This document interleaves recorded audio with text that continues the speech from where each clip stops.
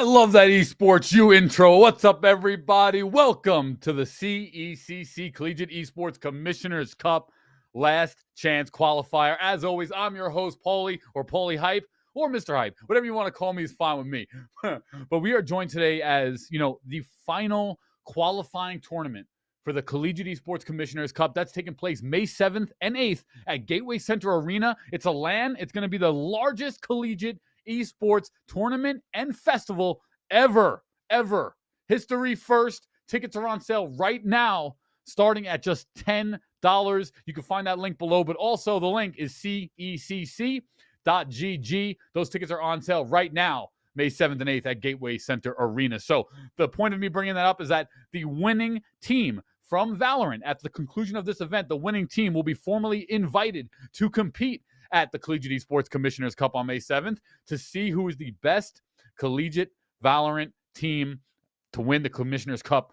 And I'm really excited for that tournament. That's coming up shortly. But without further ado, we have some amazing matches remaining on the schedule. Semifinals 1 is going to be University of Central Florida taking on Akron, two big powerhouses in the collegiate Valorant space. And then the grand finals is going to be the Texas A&M. So Texas A&M won the winner's bracket. They'll be looking for University of Central Florida or Akron. They'll be going against them for the grand final event. So without further ado, we have a quick one today, but let's get the minute of hype right now. Let's bring it on in. Let's get it pumping. Esports U, Collegiate Esports Commissioners Cup, University of Central Florida, Akron, Texas A&M. One of these schools is going to go on to compete at LAN May 7th and 8th. Without further ado, we have the stunning Spicy Pyro on the mic and the human Barbie doll, Los. Without further ado, let's throw it over to Spicy and Los for the first half of tonight's call. And then Spicy will bounce out and we'll be joined by none other than K-Tad, the legendary Esports U producer, head producer, is going to be joining Los to finish out the night. That's right, on the commentary mic. So without further ado, Spicy and Los, take it away. I'm going to give all my hype to you. Over to you guys.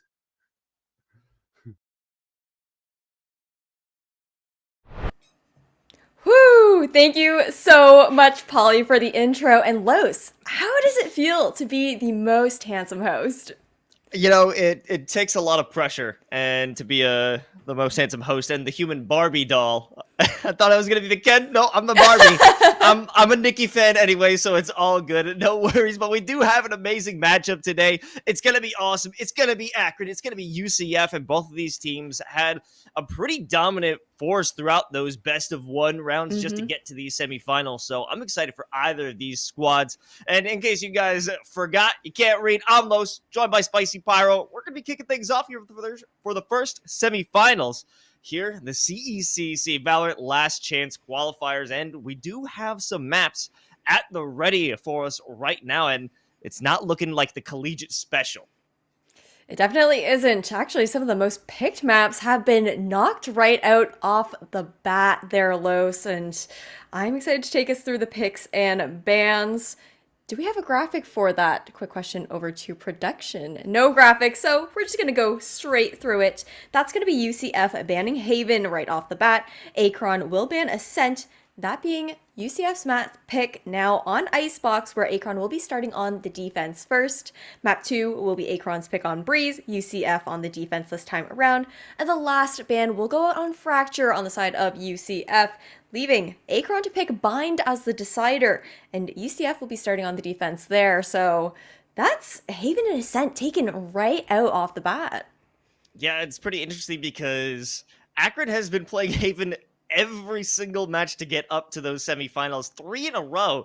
They were only on one map, so that's where their practice has been. That's where it's been going. But UCF, they've had a bit of adjustments. They've been on Ascent, they've been on Haven, they've been on Icebox, and they've got their practice in. So it's what we're going to be expecting. But this is actually an adjustment from what we've expected. But then again, we never saw what they were capable of here for Icebox. So Akron, whatever they bring in is going to be a new composition, at least to anyone who's been consistent in watching this event so far. And they picked so quick, I didn't even get to see who the agents are, Spicy. Yeah, I mean, they pick so quick, and then we're going to throw into game really shortly. But you were talking about the fact that on the side of Akron, they don't have too much experience, at least within recently on other maps. Their must pick has been Haven so far. But Icebox is actually the most recent map that UCF has played within this particular tournament bracket, and they won out 13-4. So definitely looking like it's in their favor for this one. Yeah, without a doubt. And now we're going to get things started so we can actually take a look at this agent selection. So there has been a bit of a shuffle in what we normally see, as in the past, Atrium has been known to run on the Omen. But when you're going on to Icebox, it makes sense. You don't really want to work with that. The Viper is a much more critical defensive and, I guess, offensive controller. So it makes more sense that we'll adjust that as well. But there's one player that you're definitely going to want to take a look at, and that will be Farrell on the Jet. Incredibly aggressive, especially along with Burst, who they like to get in the face of their opponents.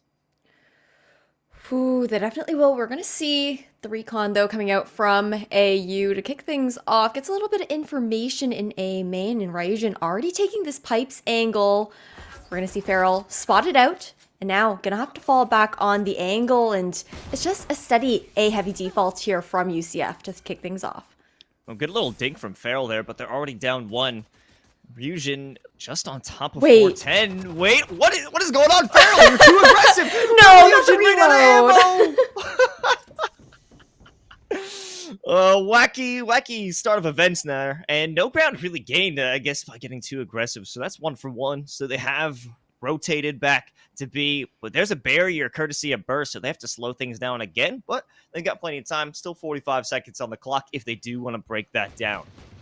Ooh, and with this angle, Burst is going to get that early information as well, be able to call over a rotation from the rest of Akron. Still holding this upper angle, gonna be good for 1, still duking it out! And with those 2 picks, now we're even Stevens across the board here. A lot of mid-pressure. Smith, nice work, and it leaves it all up to Ducky, who had no idea there was the rendezvous. Ryan, a perfect placement, allows that easy dismissal, that translocation.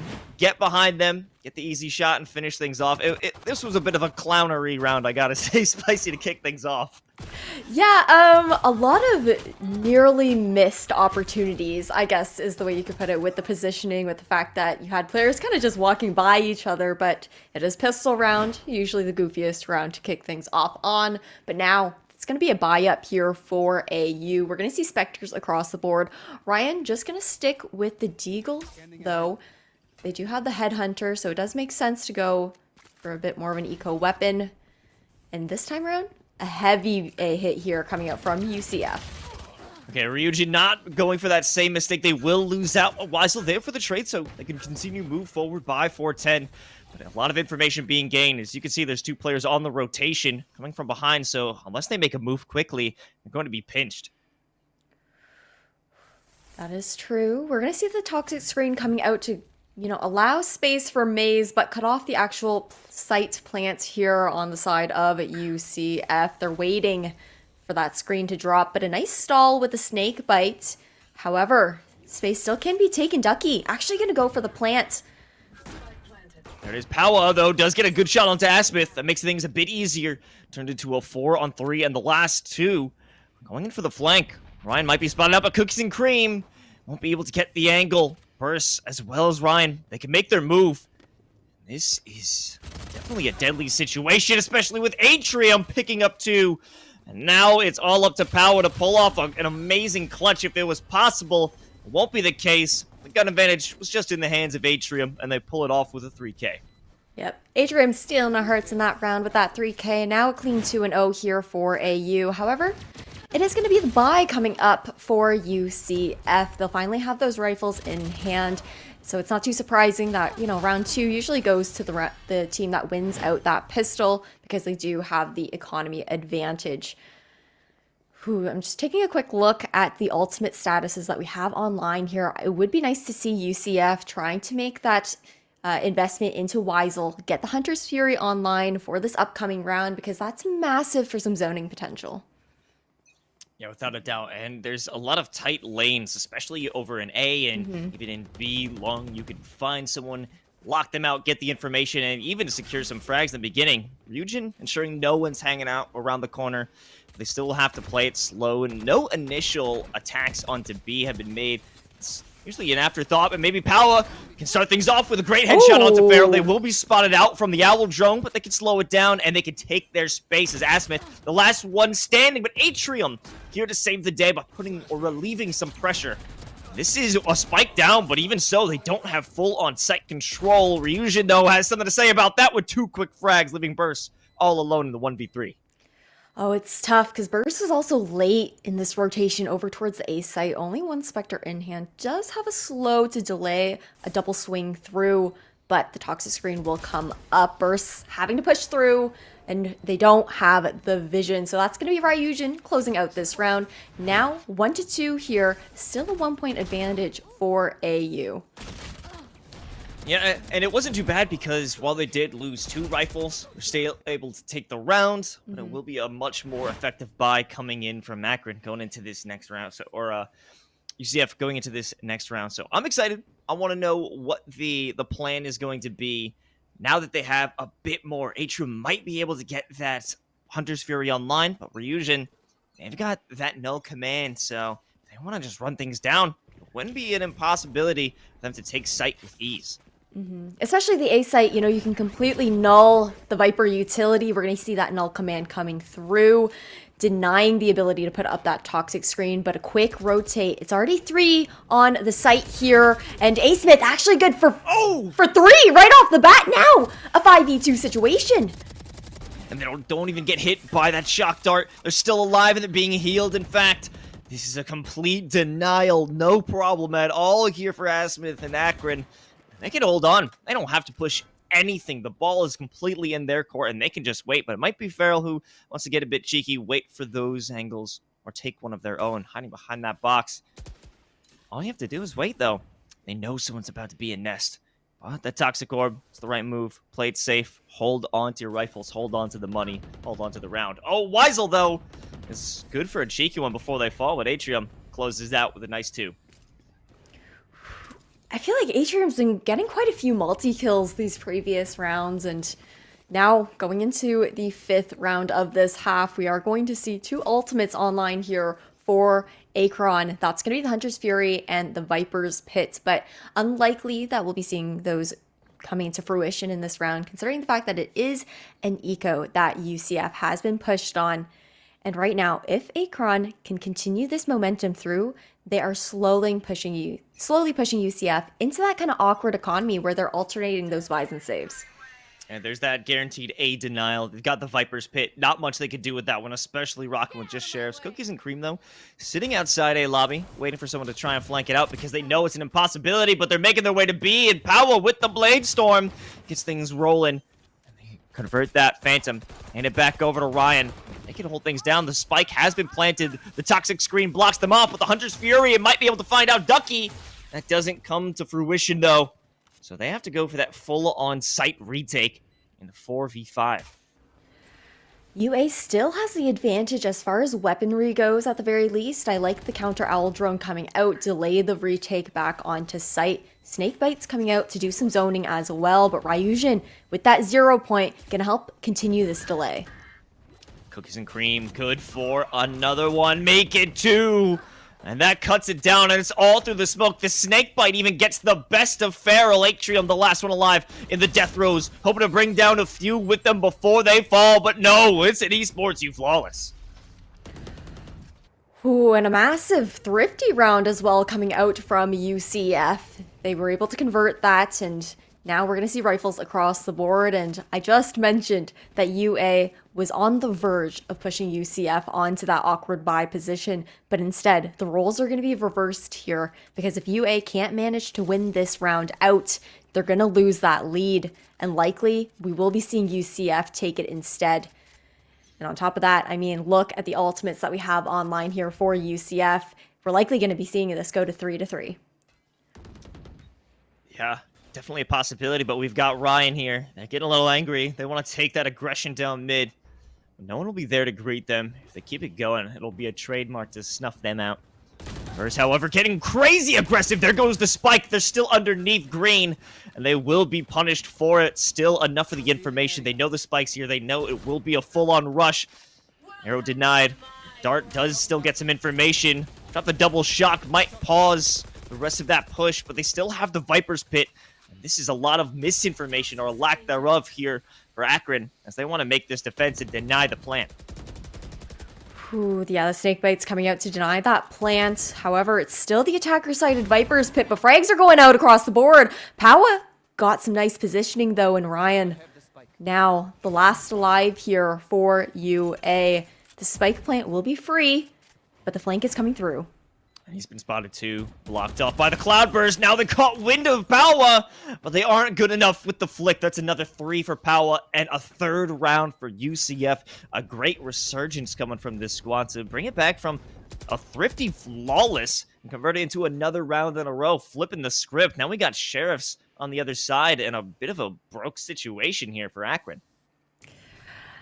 On Akron's side, though, I mean, you do have that Eco Ultimate in the hands of Farrell, who is incredibly dominant, as you mentioned, you know, very aggressive player, does make tons of space for their team on the retake as well. So that is a win condition. Farrell will be a little bit of that Hail Mary for Akron going into this round, and if they can manage to get some picks off, we might as well see the Resurrection coming out, and I'm going to cast their curse that live in action, because that's going to be Burst.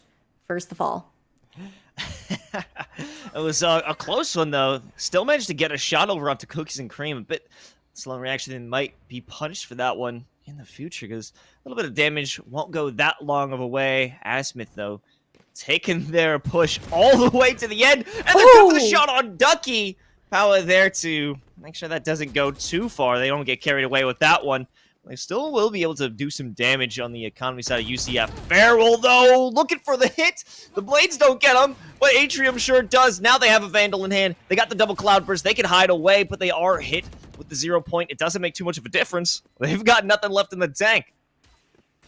No, but Cookies and Cream does have the Tool de Force in hand, keeping an eye on Rafters at the moment. As I say that, going to be able to shut one down. Now, a 2v3 on this retake. Oh, Farrell, right outside of the blind. They're good for 2 headshots right in a row. They have that tailwind. They need to make a move. Cookies and Cream, they've got the tour de force. They're looking at the cross line, and there it is. 2 3Ks across either squad, but Cookies and Cream with the tour de force is the one who walks out alive. And another round, 3 in a row here for UCF. Still a really nice eco coming out from Akron, though, considering the fact that they did manage to steal away 4 guns out of the hands of UCF. So, you know, it's a little bit of give and take. They weren't able to close out the round, but aren't allowing UCF to build up that economy cushion, trying to put a little bit more pressure. Now going into this next one, Weisel does have that Hunter's Fury on for the potential zoning factor, as I previously mentioned. And we got Powell on the up. Oh, almost lost their head. They've got to keep it cool before they push right into the rest of Akron. However, that first missed shot is going to make them think twice. Getting hit with so much utility. They've been revealed, but they will be okay. No Hunter's Fury to punish that. And things are just looking a little crazy at this point for UCF as they want to push in. No real resistance in terms of gunfire. It's just tons of utility from Akron. Ooh, making noise, and now a possible rotation coming through, but it's going to actually be UCF just cutting noise for now. Ryujin does manage to reposition towards pipes. I think that Akron may have heard that little step, though. We're going to see that poison orb coming back up the one way to slow down and stagger. And yeah, that's more info given. Now that's 45 seconds left on the clock here, Los. Cloudburst detected, sent out the 0 points. Time to make a move. There it is. The Hunter's Fury was enough in conjunction with Ryujin's shots, and they have to make their way to the back. Here comes the pop flash. No one there to take a hit. Farrell is right beyond it, though, and the spray through the toxic screen is good. It makes its connection. Farrell still not giving up their position as they want to wait for the rest of their help. Powell looking through to CT from the rafters. If anyone dares make a move from there, it'll be all over. Here's the resurrection. No one there for the immediate peek, but you do have Farrell trying to make things better. Weisel with the 4K sprays it through again. The toxic screen provides no protection nor cover, and it's all up to Atrium to hopefully save the day, but saved it will not be. It's another esports U flawless here for UCF.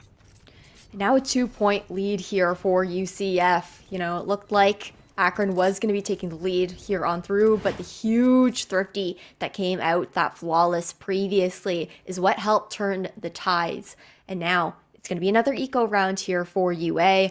No ultimates online either, so you don't have Ryan with the Tour de Force or Farrell with the Bladestorm to be that difference maker. But if Ryan can manage to maybe snag one pickup with that Headhunter, we'll see that Chamber Op coming out. Whoa, quite aggressive here from Asmith. We've seen this before as they walk along that toxic screen, but it will be denied. Now they're stuck. They don't want to move away because they'll lose their life, but maybe they can drop one before they fall. Farrell and Asmith are good for one. Farrell quick enough on the tailwind to make their escape. Maybe they're good for another, but Ryan over on mid. A Headhunter shot to their name, but they get a bit aggressive with the knife switch as they just want to pick up a gun so bad. They need a new rifle, and it cost them in the end, but still, they've turned the tides. It's Akron, 3-on-2. 3-on-2, but Akron wasn't able to, none of the players could go pick up those rifles. And as Farrell's holding the upper angle, Ducky Momo will walk through. You hear the zip line. Now nest control has been given a 2v2 situation, but that's a 3K now for Ducky. Spike will be planted up in nest. Now it's Burst, last alive, able to pick up a Vandal for himself though. Do have Power expecting this rotation. There it is, the shot with the op. Finally, they could get a hit with that one. They've been waiting for a long time to bring out that piece of hardware. And it does make that connection. But also, credit to Farrell and Asmith for at least finding some good connections in their save round. Moving 3 rifles is a critical piece of the plot or the puzzle when it comes to trying to claw their way back into this game. But regardless, look at all that money, Spicy. Absolutely. I mean, UCF, they've got a nice little savings seed, little nest egg that they have that they can play with here. They can sacrifice rounds because they have that economy. I believe we just saw 2 operators, one on each side. One still in the hands of Powat. Okay, no, on the defense, no op has come out. I may have misseen that. And this time around, UCF, they moved away from the A site. It looks like a 5-stack towards B. Oh, here's the Owl drone. They're going to have to back off. Space immediately conceded here for Akron. And now they're going to activate that no command. Walk right on through. The red carpet has been laid. And no one will be there to stop them. A free and clear plant from Ducky because they've got that no command. No shock darts can even stall it out. Ooh. There is a slow that comes out here from the trademark, but yellow control has been given over to UCF as well. A full 5v5 on this retake. We do have the recon coming out, pushing Power off that angle. Oh, Power can make the connection as Atrium and Asmith. Everybody here on the side of Akron want a piece of this one. Ryan and Farrell to close it out. A full-on easy retake. The firing squad in full effect as they came on through swinging. Finally, after what seems to be, I think it was 5 rounds in a row that went the way of UCF, Akron has one on the board. Whew. What's difficult about that B plant, though, is the fact that if you don't have that Sage up, it gets a little bit more difficult to hold if you can't take backside B control, especially in a 5v5 situation. You have the entire attacking team kind of stuck by yellow, stuck by main, and a lot of their utility was actually expended just trying to get onto the site itself. So not too much left for the post plant. And now we are going into this next round. Another A hit this time around. UCF going back to their bread and butter. Farrell spotted out, and they will be suppressed through that 0 point. They know someone's going to make their way onto Belt, but just guessing. They don't know what to do. Followed up with the fragment. Everyone is just backing off. They want to play together. They want to go for that retake, but you could also see on the map, you might have a presence in the back line. Oh. Farrell expecting something out of the toxic screen, but cookies and cream is who you have to worry about. And all these ultimates expended because they're mad, they're pissed. They didn't want to lose that streak. And Power hanging out. They might make a move over toward mid just because they can. Bringing out the operator. Instead, the shots do not connect and send out a cloud burst. They'll back off and let the rest of their team do the work. Yeah, I don't want to risk losing that operator, but now it is a 2v5 situation. Would actually be nice to see UA try to go for exit frags and maybe save here, considering the state of their economy. one pick does manage to go through, whittling it down to a 4v2. Power definitely wanted to continue that aggression. They missed the first 2 shots. They were not satisfied. They went back for another repeat. Were punished for it. So Weisel had to whittle the rest of them down. Now we're headed into the last round of the first half, and it's a bit of a scattered bye that we're seeing here for Akron. Yeah, that's why I was saying that it would have been nice to see those saves coming through, especially, one, you're already in a 2v5 situation, Los, right? And then on top of that, you have all that Viper's utility you have to deal with, the Viper's pit itself. I feel like the guns would have been better in their hands. But now, going into this next round, there's no ultimates on board here for UCF. However, we do have 2 eco ultis on the side of UA. That's the Blade Storm and the Tool de False. Cookies and Cream starting things off. Bursts, we've known to get way aggressive, have overstepped their bounds one more time, dying over in Garage, and that'll be an easy indicator that they could walk on through to A. I mean, interesting to think that they wouldn't bring it back over to B. I mean, no one's there, but, if you love A so much, why change up the plan? It's still working. Ryan has to back off. A lot of utility to zone them away from taking those initial fights by Pipes or Maze. Farrell, though, and Ryan are responding back. They're not letting this site go freely. It's a really nice stall utility, though, coming out on the Viper side. That being, I believe, A-Smith on UA, stalling out that push through. Weisel still lurking by, though. Gonna be good for 1. Now, it's a 2v1 situation. Ducky Momo, nowhere to be seen on the A site, but also no utility. Yeah, that isn't looking good. They're going to be playing full-on gunplay this time round. But they have so much time, so he can go wherever he wants, adjust their positioning, and maybe a kitchen position will be solid. I think if they even go all the way by Orange, shoot someone in the back, that could be an interesting play. I mean, we might see them catch him out in this moment, but not to be on the opposite side, and they'll realize the same thing too. Oh, and nobody's looking. Everyone's looking, in fact, in the wrong direction so far. The trigger discipline does come through for Ducky. Now, a 1v1 situation. Tap. It was just a fake. And now that they know it was fake, but Atrium came up swinging from the ropes. And I do believe that they are going to have enough time, maybe? No. Ooh, just about a second too late for Atrium, and now that is 8-4 here, a 4-point lead for UCF. Now it's a clean slate across the board here. Los, we are swapping sides. It's going to be UCF now on the defense, and Akron, my bad, that being on the attack. I don't know. You seem a little bit more familiar with these teams, Los. How do you expect Akron is going to tackle this attacking side? Well, I think they really want to get aggressive, and that's been biting them in the back a few times, as we saw Burst, who just ran up to Garage, lost their life. It's been going down a few times, but they've always gotten aggressive when they're on the back foot. So I think if they can bring that aggression as an attacker, this might be able to be a moment where they could take advantage of it. It's only this one chamber and the Viper holding things down, but Cookies and Cream has been so deadly throughout, but Ducky has a lot of pressure. If they can remove Ducky right now, deny the toxic screens, this could be good, but Cookies and Cream, they rendezvous and they provide the support. Ducky able to walk out of that 1v2. The saving grace of the chamber keeps them alive, but how much longer can they last? It's looking like a lot longer, Spicy. Ooh, that was a nice refrag from Ducky, using that shock dart to zone out the player in mid-sight. Ryujin's gonna go for the defense, or the defuse here, and just absolutely sticking it. The defender's toxic screen allows it to go through, and now the defenders, they've 1 and 2 are remaining. Now it's gonna be the buy up here, Los. That was a nice retake coming out from UCF. I think, some Vipers tend to throw their toxic screen B main, force the attackers to completely walk through, but I definitely prefer personally the one that just covers main and yellow at the same time, because it's huge on the retake and not just on, stalling out the push on. What I liked about that last play a lot was how willing and how quick each other, or on the side of UCF, how quick they are to help each other. Cookies and Cream, originally looking down B long, saw that there was an issue by Orange. Jumped over there with the rendezvous. Got the shot in. Still in trouble, was Ducky Momo. Had more help from their Sova with the shock darts, but now there's a bit of trouble here. By Maze, they have to back off. Farrell hoping the Tailwind would save their skin, but in fact, it gives a free angle for Weisel to finish the deed with the Spectres. Now, back to a 4v4, but B-Site has been taken for free.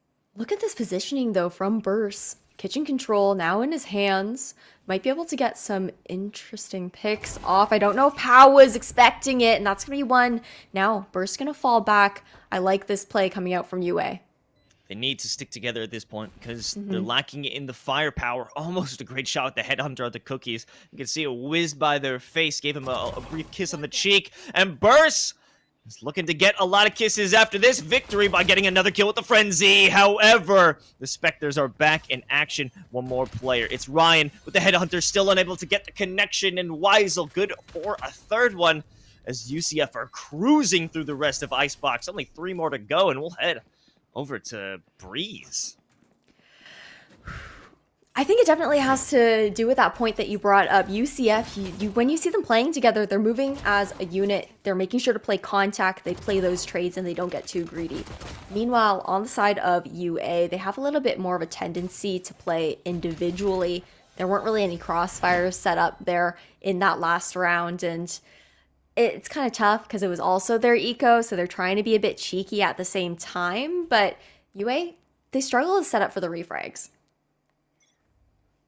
That's true. I mean, they start off together, but once the fighting actually begins, it feels like they scatter. Kind of like roaches under the light. They run away from each other. It was a bit of a inconvenience there. Power is able to escape after taking a few to the chest, but nothing too serious. No strong information gained, as it's a big default. Ryan, though, all the way up in kitchen, but you know that there's a trademark there waiting for him. He's just trying to hold the cheeky angle, hope that someone will try to maybe rotate through. And that's going to be the fragment coming out. And as I say that, Ducky is going to walk into the crosshair of Ryan. I like that shock dart from Weisel, though. Unfortunately, doesn't connect. And now, UA, they're vying for B. There's that toxic screen. It's going on up, blocking off Snowman once it's activated. And there it is. We have Power sitting up top on the site in the 2, but they'll back off. Just right underneath, and the instinct coming out of both Killer or Cookies and Cream, and Power shooting right through that toxic screen will earn them another round because Atrium, they're all alone. 1v4, maybe they'll be good for 1, possibly even 2. I don't know, but the walls are closing in. They've got to back off with only 20 seconds left. I mean, this is a strong push coming out from UCF. They might be throwing some bodies on the line here. Oh, a lot of damage. Cookies and Cream toying with their food, going back and forth, bobbing and weaving with the Spectre. Able to upgrade to that Vandal for free. Whew, now it's 11-4, and Los, things are not looking good for Akron. They're pushed onto an eco this round, so this is probably going to be match point here for UCF. But again, this is just map 1 in this best of 3 series for semi-finals of the CECC LCQ. It is also Knights or UCF's map pick. So it's kind of expected in a way for it to go into the favor of UCF, but I was thinking this matchup would be a little closer. I mean, again, it is only map 1, so there's still plenty of time for us to be surprised by Akron, and we have had good moments from them. Unfortunately, it hasn't just come together as a full team effort. It's all individual great plays, but as a unit, it seems that they aren't giving each other the best communication at this point.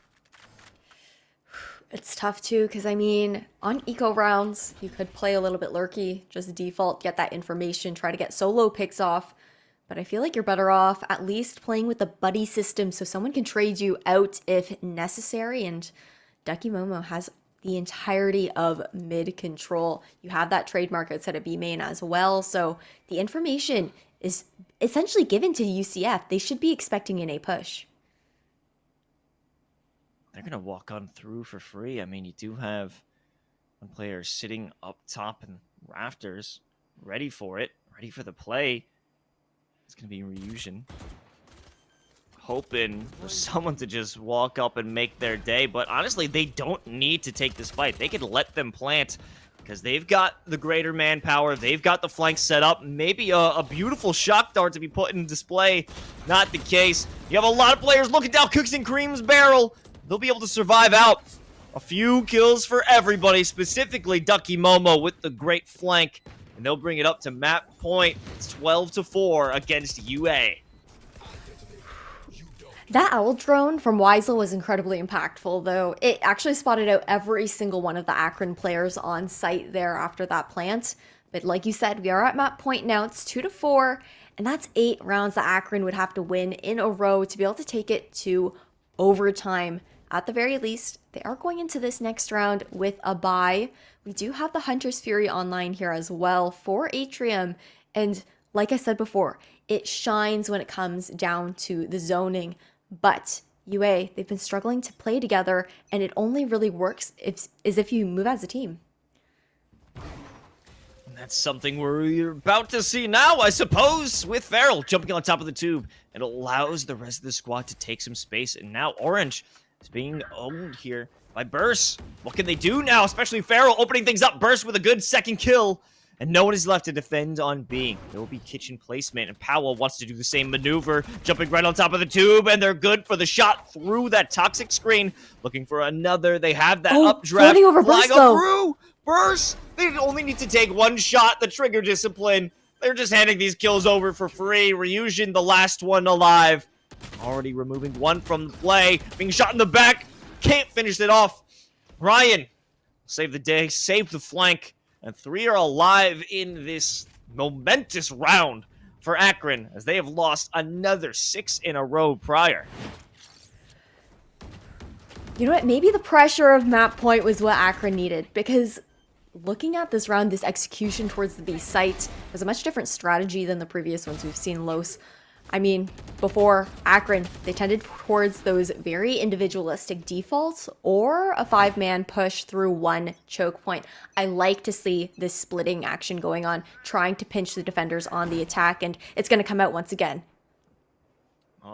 This might be read easily. Cookies and Cream expecting just that when the Tour de Force denies this play. So what is going to be the adjustment? Now that they have their original play that found success being tweaked a bit, can they find the success? And now here's a bit of extra pressure because you've got Farrell on the back line. Yeah, I mean, Powa has so much information now here for UCF. The location of the entirety of UA is essentially known except for Burst. But Burst and Power are actually just going to miss each other here. Oh, the timing could be so impeccable on Powa.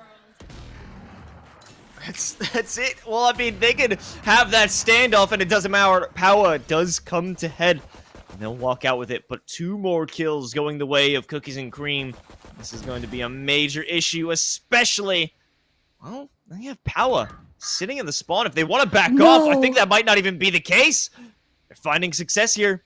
Asmith only needs to remove 1 more to have a bit more safety. Weisel, though, potentially with that recon arrow. Walk on through. Oh, they know where the tracer's from. Maybe they can get the shot, but no! Power finishes it off with another 2 kills, denying a 6th round for Akron. And they'll walk out on top on their map pick, 13-5. I was really nervous there. I thought that the rest of UCF was going to just slowly push in one at a time into the Vipers pit, get a little bit overeager, if you would say. But in the end, they were able to play it disciplined and close things out. And that was also UCF Knight's pickup, though, on Icebox. Things could look a little bit differently as we head over to Breeze. Yeah, I'm excited to see what we could have going on there. I'm hoping for a bit more plans, because in this first map of Icebox, it almost felt like Akron did not have any set strategies out. They were kind of just doing whatever they thought would be right. They were doing what felt right in every round, and especially they have to hold things back a bit when they're on the defense, throwing a bit too many bodies, looking for some early picks that are just costing them rounds. So I'm thinking that we could have some adjustments from the squad and a bit more solid executions that we saw in that previous round, where they had a great play going through mid, going through B main. They put a lot of pressure on, but once that plan was denied initially, they didn't really have a backup. So maybe there could be an adjustment here for Akron as we head over to Breeze. Map 2 will be back here for the CECC Valor Last Chance Qualifier right after this.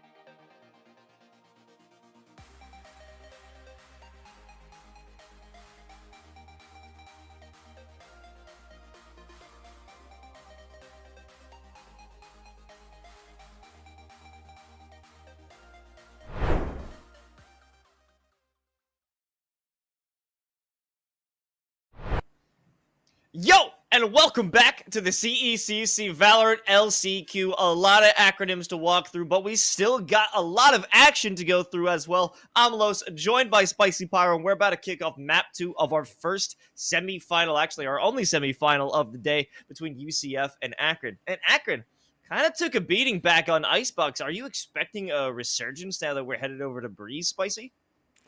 It's hard to say. I mean, when it comes down to it, this is also Akron's map pick, right? And previously, they were having a long run throughout Haven, throughout this entire series. You know what I mean, throughout the tournament. And Breeze is a little bit more similar to Haven than Icebox is, in the sense that it is a really large map. The defenders are very spread far apart, so Akron might be able to take advantage of that shine here because their playstyle could be a little bit similar. Well, time will tell, but we are going to see these agent picks going in and Powa hovering the neon. I don't trust anyone who does that. I don't believe it's always a bait. Yeah.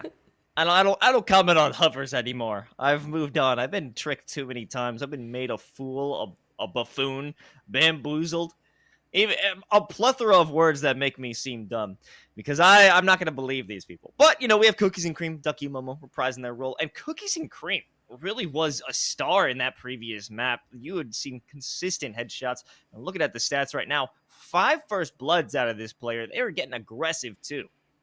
Yep, and I mean, Breeze is where the operator shines the most, right? Out of all of the maps in the map pool, Breeze has the longest angles and the most potential, especially for a chamber. The rendezvous are so strong with the repositioning potential, so we could see Cookies and Cream being a star player once again, but time will tell. We did see on the side of Akron, Burst was another star player for that team in particular. On that stage pickup on Icebox, had some really nice flanks, some repositionings as well, and just overall nice timing for the team.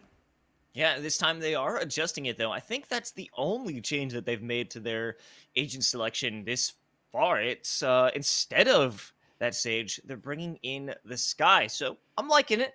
There's plenty of utility that you could use to get that information. Use the Trailblazer, clear out those angles. Maybe elbow might be a bit of a danger. You want to ensure you're not going to run into the face of Cookies and Cream with the Headhunter right to your dome. Certainly not something I'd like to find in my hallway. Definitely not, but I actually think that the Sky pickup is interesting. I personally feel like KO is a little bit more powerful on Breeze with the suppression, because you can really stall out any defensive hold or a site take. But, maybe UA just has that tendency to favor the agents with the healing abilities. Now we're going to see a default coming out to kick things off here for pistol round. Akron on the attack. Guiding Light does go through double doors, gets a little bit of information, but no kill has been capitalized off yet. And they want to take their time. Certainly, I mean, they've walked into some deadly situations previously by rushing in too much. I think their delay, their patience might be punished, as you've given Ryujin an opportunity to send out that flash drive. But the peek afterward doesn't find anything yet, so I'm going to hold on. Burst, though, does get a shot down range, and that leaves only one defender by the pyramids. But you also have KO hiding in the corner right behind Ryujin. They're hidden. They don't know. It's not about trigger discipline. It's about movement discipline. There goes the spike. They've lost control of it, but Asmith behind the pyramids still dealing some damage. They have the efficacy in play, but they don't have the spike to control. They don't, and now utility has been stalled out. Asmith not able to put up that toxic screen quite yet, but doesn't need it. Good for 2 pickups instead, and now it's a 4v1 situation. All up to Ducky Momo, starting things off with 1, but everyone on the side of UA, they're all damaged. They're all incredibly hurt. Might be able to get a heal out from Sky if anyone's close enough, but no. Isolated. Asmith hanging out on the far side of the pyramids. There's a second one for Ducky. Well, Burst is there for the trade. That was a close one. Definitely a possible winning position they had. In the end, it was a very scattered setup that we saw from UCF. You have to be really careful as an attacker also placing down that toxic screen for the A push. time and time again, I've seen it where the positioning is slightly off and it allows that little pocket of hiding spot there by bricks, and you got to be wary of it. Luckily, you know, Akron was able to close out the round regardless, but like you said, UCF, they were a little bit scattered on that defensive hold. So what's interesting is that we see more defaults actually coming out of UA on Breeze, playing that buddy system a little bit better than on Icebox. So maybe that map was just a bit of a warm-up for them. Might be the case. And Powa, interestingly enough, decides to force out the Marshall.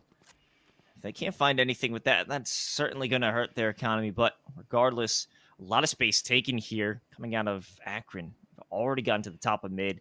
I mean, they won't jump into Nest quite yet, and even have Weisel expecting a play like that. So things have been definitely slowed down. Ooh.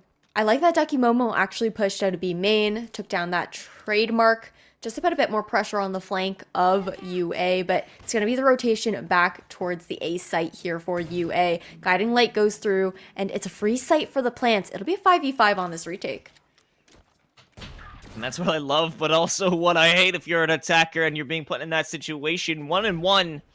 Lowering it down. Powell walking into a deadly corner. And they'll find Atrium. And a couple of bullets to the teeth. And there goes the Spectre. Now we have Ryan waiting behind Orange. Waiting for someone to walk on through. They're so patient. They're waiting for the shot, but Ryushin does not give them the opportunity. In fact, Burst is going to take matters into their own hands, say, Ryan, you had your opportunity. I'm doing this. Stand by. And UA gets their second round.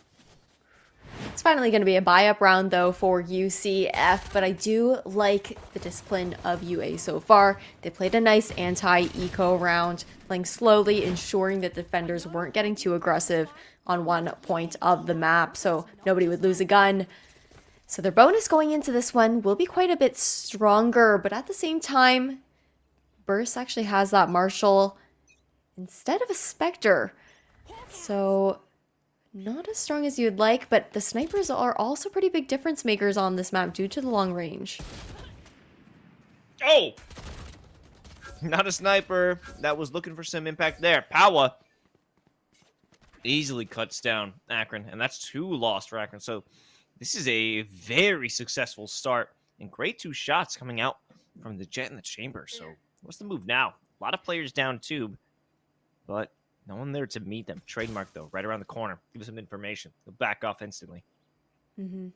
I think the bonus rounds tend to just be a little bit more difficult on Breeze for the attacking team, though, considering the fact that they do usually have just SMGs in hand, which are difficult to get up against the rifles, but if you can walk up halls, get these closer angle fights, like Atrium did, that's going to be another pick up. Now it's a 4v2 situation, but no sight control still. Yeah, that was a deadly decision to try and pick that up. It was almost like it was a trap. They wanted to get that Vandal in hand, but Ducky Momo knew they were going to walk up for it. It was just too enticing to ignore Spicy, and that led them to their demise. They got a bit greedy, but even so, removed some rifles from the hands of their opponents. In the end, the bonus will not be successful. So, it's what we expected. Like you were saying, it's hard to get those long-range shots. Yeah, long range with an SMG doesn't really feel good for the most part, so at the very least, that is going to be the first round pickup here for UCF. And now finally a buy round. Vandals across the board here for UA.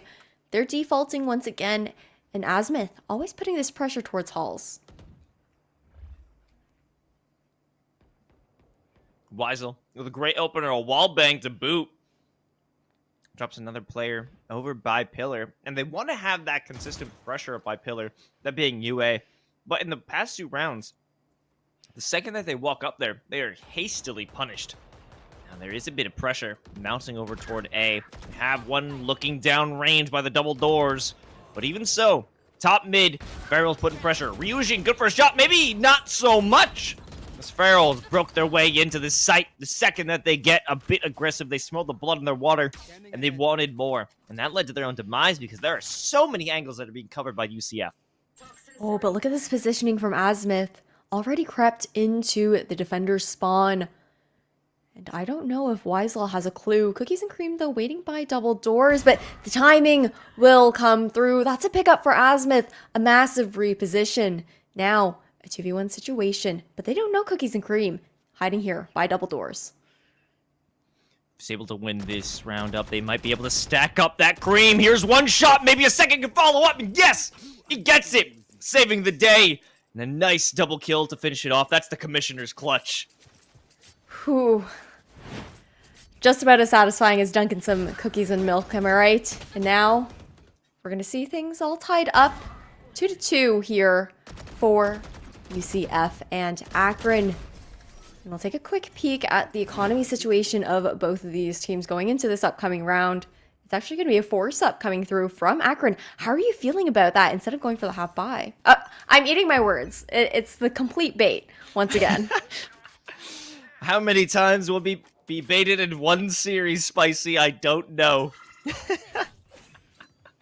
Well, we have Farrell there with the Blade Storm. Might be able to make things work out if they can set a cheeky dagger down range. But it's interesting to see how lackadaisical they are with a defense of two, because you've got a couple players walking down the trademark, the only thing to stop them. And they've made it so far, but they don't have this spike. So even if they're able to secure the site, it'll take a long time for them to actually enact a plan. There's also a huge danger of leaving the spike in that positioning as well, right? I mean, nobody is even close enough. You do have the rotation coming through from Burst to pick it back up. Ryan all the way in the defender spawn. Good for a pickup on Cookies and Cream. Now it's a 3v2 situation. And as I say that, the caster curse comes through. It's all up to Burst. Or at least it was. Power there with the operator. Able to snuff that one out. Deny any possibility of them continuing and finding that thrifty round. Or at least a plant. So it's what we expected. But also a pretty big investment so far. Especially from the defenders. You know, they had that tour de force. They have an operator in hand. But the money is still looking solid. And it wasn't that bad of a round for a thrifty team. Yeah, we might actually see a double Viper's Pit coming out here. Azimuth will have that available for the plant of UA if they can secure the B site. We do see the toxic screen heading up. However, there is a double stack here on B so far. Seekers will come through to help clear this space and get that information. Cookies and Cream first to fall. Great opening shot by Ryan. And Seekers do have that info, but the second they walk across, they leave themselves vulnerable to power. Now with the Blade Storm, they're taking matters into their own hands, going right in and doing the work. We have Burst, though, with the guiding light, with a great angle. They blind one of them. Ryujin, no chance. But Wiesel wants to win this one out, and they're good for two. But so many angles again. They had no idea where Atrium was hanging out, and now that's an operator back in the hands of Akron. A bit of an advantage going forward. Once again, we're all tied up. Now 3-3, and UA, they're slowly whittling down the economy on the side of UCF. It looks like there might still be, there will be a buy going through. You do, no eco ultimates available, but they're just trying to figure out what they're going for, and we're actually going to see, instead of rifles across the board, Powa going to be picking up that operator. Wiesel going for the Judge this time around, which is very interesting pickup on Breeze. I mean, it works in halls, but difficult to really use on any other portion of the map. And we'll see how that one works out. Definitely want to know what the plan is. I mean, you can see them sitting up in hall, but no one's making their case there. It's all on mid. Farrell has a great response with the operator. Wills them down by one.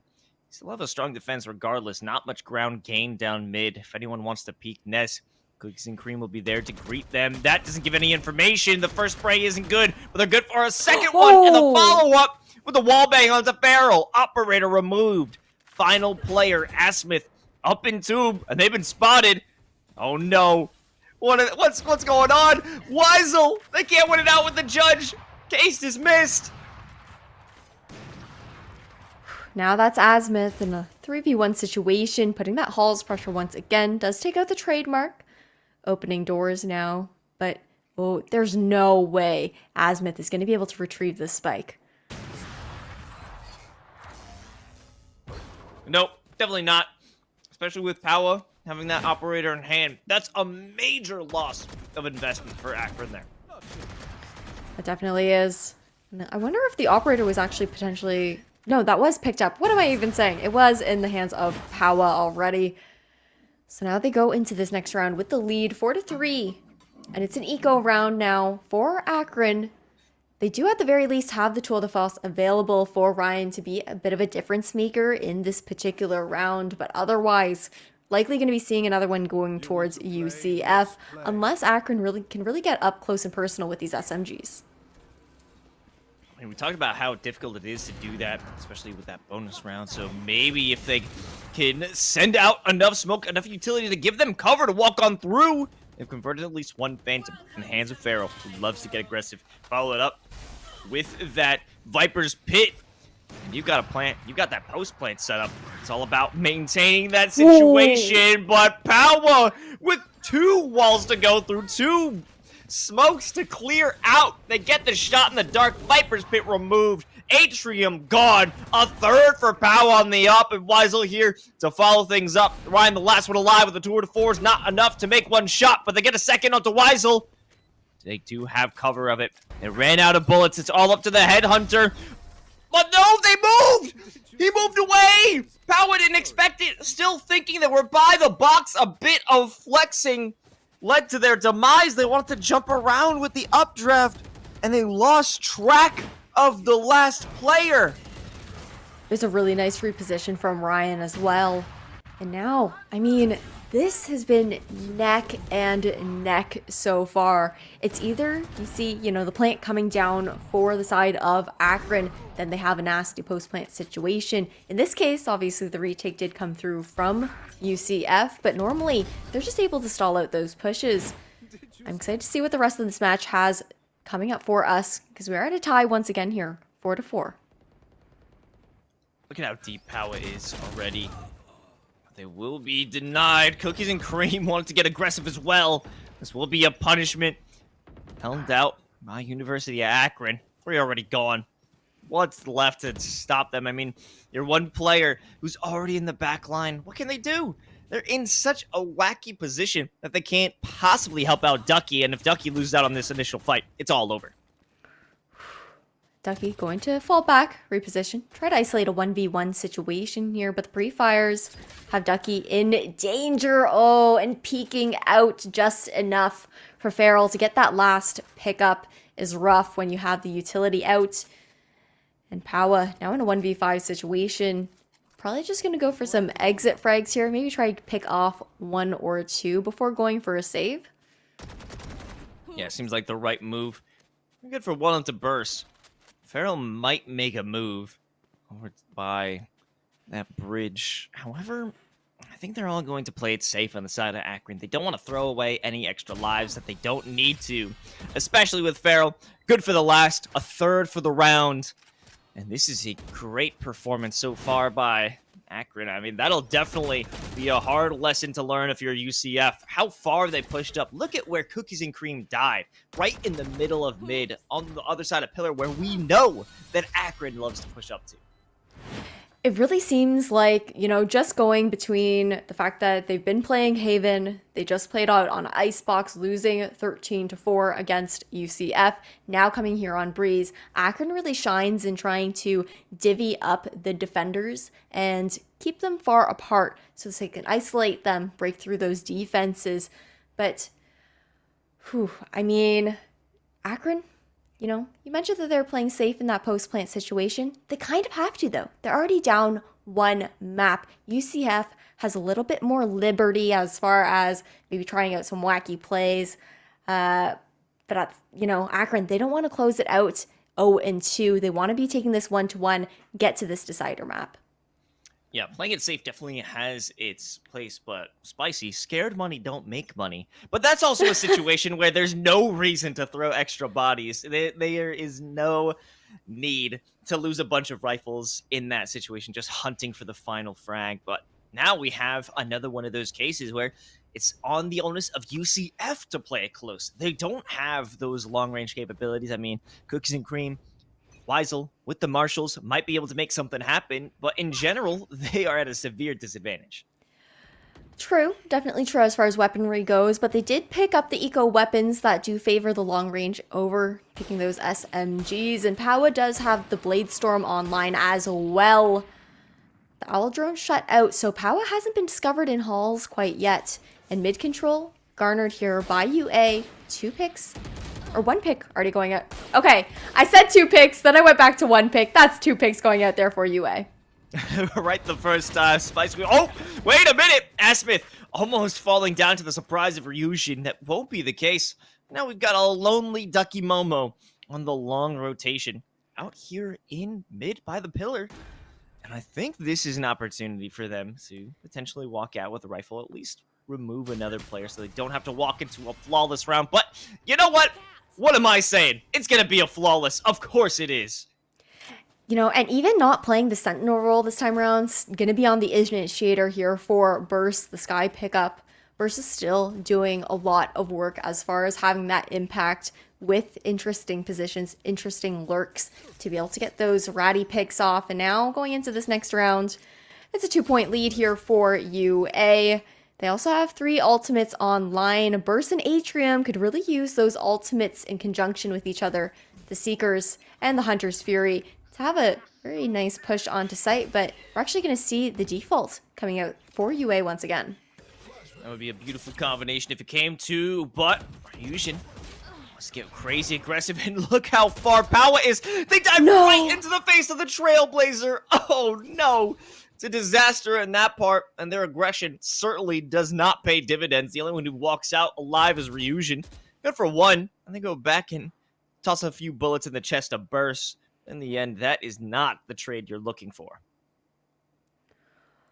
Ooh, you see the spike actually hovering over towards the B site. Information given with these shots and the recon. Not going to spot out Ducky Momo, though. The stall is still coming out here for the defenders with that poison orb slowing things down. Asmith still consistently putting this pressure towards halls. Actually going to hide in the poison orb this time around. Try and get a lurky pick. I'm liking it. A bit of trickery, a little bit of sneaky plays. However, Ryujin sees right through that one. And there goes their aggressive play down halls. Comes down to Ducky, facing a lot of pressure. Might be able to spot out the peek from Atrium. Yeah, we do. Information gained. Status still alive from the far angle. Ryujin there to give some support. In the end, they'll allow that plant to go through. They want to have each other's back for this retake. The second this goes down, it all comes down to Atrium. Ducky Momo's gone. Now we have a bigger pinch going into play because Burst out from CT. Good for the shot in the back. Cookies and Cream has the tour de force. They don't know where to look, though. Oh, and Burst's going to go for another reposition. It's 1v1 here between between Atrium and Cookies and Cream. But actually going to duck around the corner, just missing each other with his timing. Oh, no. Cookies and Cream, they realize they gotta move. It's go time, but it's too late, far too late. As Atrium rounds that corner, spots them out, and puts them in the dirt. Looking at the last round, it's almost the opposite story from what we saw back on Icebox. Almost the same scoreline. Nearly there. We don't want to jinx anything quite yet, though, Los. But I mean, Akron, they're looking a lot more like a unit towards Breeze as well. And here's going to be a force-up coming through from UA. It is the last round of the half, so they got to use everything that they got. The Viper's Pit will still be available. Ducky Momo going to deny the B site with that trademark to help things out, but that's actually taken out right off the bat. So Ducky could potentially be in danger, but UA looking towards mid. Oh, okay. It did not spot Powa. Powa's not gonna dive face first into death this time around. Able to walk away. That's kind of a big deal. Losing Powa early on in the round is a crippling blow. I do like how Powa did reposition back towards A, though, after getting that initial information. Asmith going for this Hall's pressure once again. And UA, they're looking to pinch these A players. Okay, Powell looking to get tricky again. This time it won't work out. Farrell there to meet them with the Vandal. And a few shots to the chest puts that one to rest. And they do have their moment to move on through that toxic screen, giving a bit of safety. Farrell wants to make this aggression come to fruition. They'll find that second kill. They could walk on through. Smith not providing enough pressure out from the staircase. Here's the first shot. Another one over by Orange. They do have protection. It's all up to Weisel to finish it off, but they certainly cannot. We're looking at this first half. 8-4. University of Akron back at it. Ooh, back at it, and they're looking to climb back up after losing the first map that we saw in this best of 3 series. This is their chance to take it to a third one because Los, this is the CECC LCQ, and only one winner gets the spot. It's whoever wins grand finals. There's only one slot for a team to make it over to the Atlanta LAN. So, I mean, these teams, they want to duke it out because they want to take it up against Texas A&M later today. Yeah, there's a lot at stake here, Spicy, because if you win this, you're going to Atlanta, and you get to meet Pauly Hype, which I think is like the biggest prize out of them all. Now that's hype, Los. That is hype. But we're going to see a counter guiding light coming out here from Burst. Potentially, yeah, we'll throw that out to cause a bit of discord, but it's not enough to save Farrell or himself, as Ryujin will get the first 2 pickups. Now, 3v4, or 5 on this retake here. That's that shock dart. A Hail Mary. Looking for anyone hiding behind Orange won't be the case. But even before they can walk through the double doors, Asmith goes by. Weisel, with a great placement of it, even whittles down Atrium to about 15 HP. Ryan has no hope in hell of winning it out. They've been spotted, and they have been taken. UCF starting the second half with a bit of style here. I mean, UCF really needed to win this pistol round out as well, right? Otherwise, it would have been likely to see Akron take it to double digits in the bonus round. So this is UCF's chance to try and climb back, bring things up to a tie. You're going to see that buy-up coming through. UA playing it safe. They're going to save, wait for those rifles in the third round of this half. And it looks like another blitz towards the A site that UCF is setting up for. Hang out on mid. Rightfully so, but Theo's escape opportunity has been removed. At 0 point, denying the tailwind if it comes to that Owl Drone. Oh, the information spotted. They don't even need to get the tag onto Farrell. They know right behind the wall bang, good enough for 32 HP, but not enough to kill them. Regardless, anyone walking by that toxic screen will be blasted, courtesy of Powa's Sheriff. Ryan over by the bridge with the Headhunter. Maybe they can make matters a bit better for Akron, but that won't be the case. Cookies and Cream sussing out that flanker. Asmith has no chance running out with the knife, or Dunzo. Yeah, now it's a 4v1 situation, and Ryujin's gonna close things out on Ryan. That 0 point just shut down that Headhunter. Now, only 2 rounds separating these teams here in map 2 on Breeze. It will be the buy-up, though, on the side of Akron. They will have those rifles in hand going into this next round, so we'll see how the bonus goes here, because, like we talked about before, the Spectres not as strong on this map in the bonus rounds. Yeah, but we only have 2 at the moment. It almost looks like a regular eco round or like a force spy coming out from UCF. You got some sheriffs as well. Even Cookies and Cream here with the Marshal. I'm expecting an okay round coming from UCF. I'm not expecting a win. But I mean, kind of taking it close. If we have Ducky already so far up, there goes Farrell. They could turn it into rifle conversion if they pick it up, but that's been to their detriment previously. Getting thirsty for those rifles. They'll play it back, and they'll get the spike instead. Oh, look at Cookies and Cream on this lurk. Still looking to get that mid control, that information. Burst is looking for him, though. Yeah, we'll be taking out Cookies. Now it's a 4v3 here. Advantage towards Akron on this retake. Oh, Ducky Momo's getting hit with everything, but they're still hitting their shots as well. Caught reloading with their pants down. And it's only up to Ryujin. Ooh, might be able to walk right through. No! They almost got beyond the toxic screen to get the kill. Remove Burst from play. but there was just too much help. Akron, they want to maintain this lead, right? I mean, there's great utility coming out on the side of UCF on these takes, but I really like how Akron was playing for that contact on their buy-up round. They've kind of changed their style of utility a little bit here.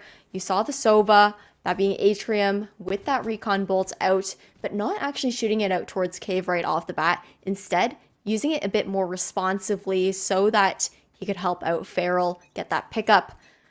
But in the end, now it is 9-6. Now it's 3 rounds. The gap's growing a little bit bigger after UCF tried to close it out. And an aggro take towards the A site. Starting it off with the no command. No one there to meet them as they fully played it back. Only have one player hanging out by Orange. Even Farrell over by the double doors. Taking things slow. Spotted though. Atrium might think twice about moving out, so that's why they'll send out the Owl drone. But no tools to enact on it after they get the information. Tag it onto Ryujin. A-Smith though, up from the staircase, putting in that verticality pressure. But it's all about utility right now, Spicy. No one's actually going in for the gunfight. No, it's all util and a lot of zoning that can come through. Asmith good for 1 pickup, but a kill for Weisel as well. And Weisel! It's just a duel. Weisel having their pick of the litter. No, Atrium denying it in the duel. It's all up to one last player. Hiding in the elbow. It's Ducky Momo. And I think they can stop it out. They've won it. They've clutched it. The commissioner's clutch even. Orion will hold on to that operator. And they can bring it into the next round regardless. A win is a win. And they can be happy with that. Ooh, this... Once we saw, UCF swapping over to the attacking side, this map just got so much closer all of a sudden. But Breeze is also an attacker-sided map. I feel like that's something to keep in mind. The defenders are usually the ones with the weaker spot on this map, being so... I lost my words. Being so spread far apart from each other, Los. And now it'll be a buy-up just to try and match up to that operator in the hands of Ryan. Saved from the previous round. And a default coming back through from UCF. Spike actually leading towards B. Oh, yeah, that was great use of the Owl drone. Ryan unable to take full advantage of this rifle. But Atrium's got their back, holding it down by the right pyramid.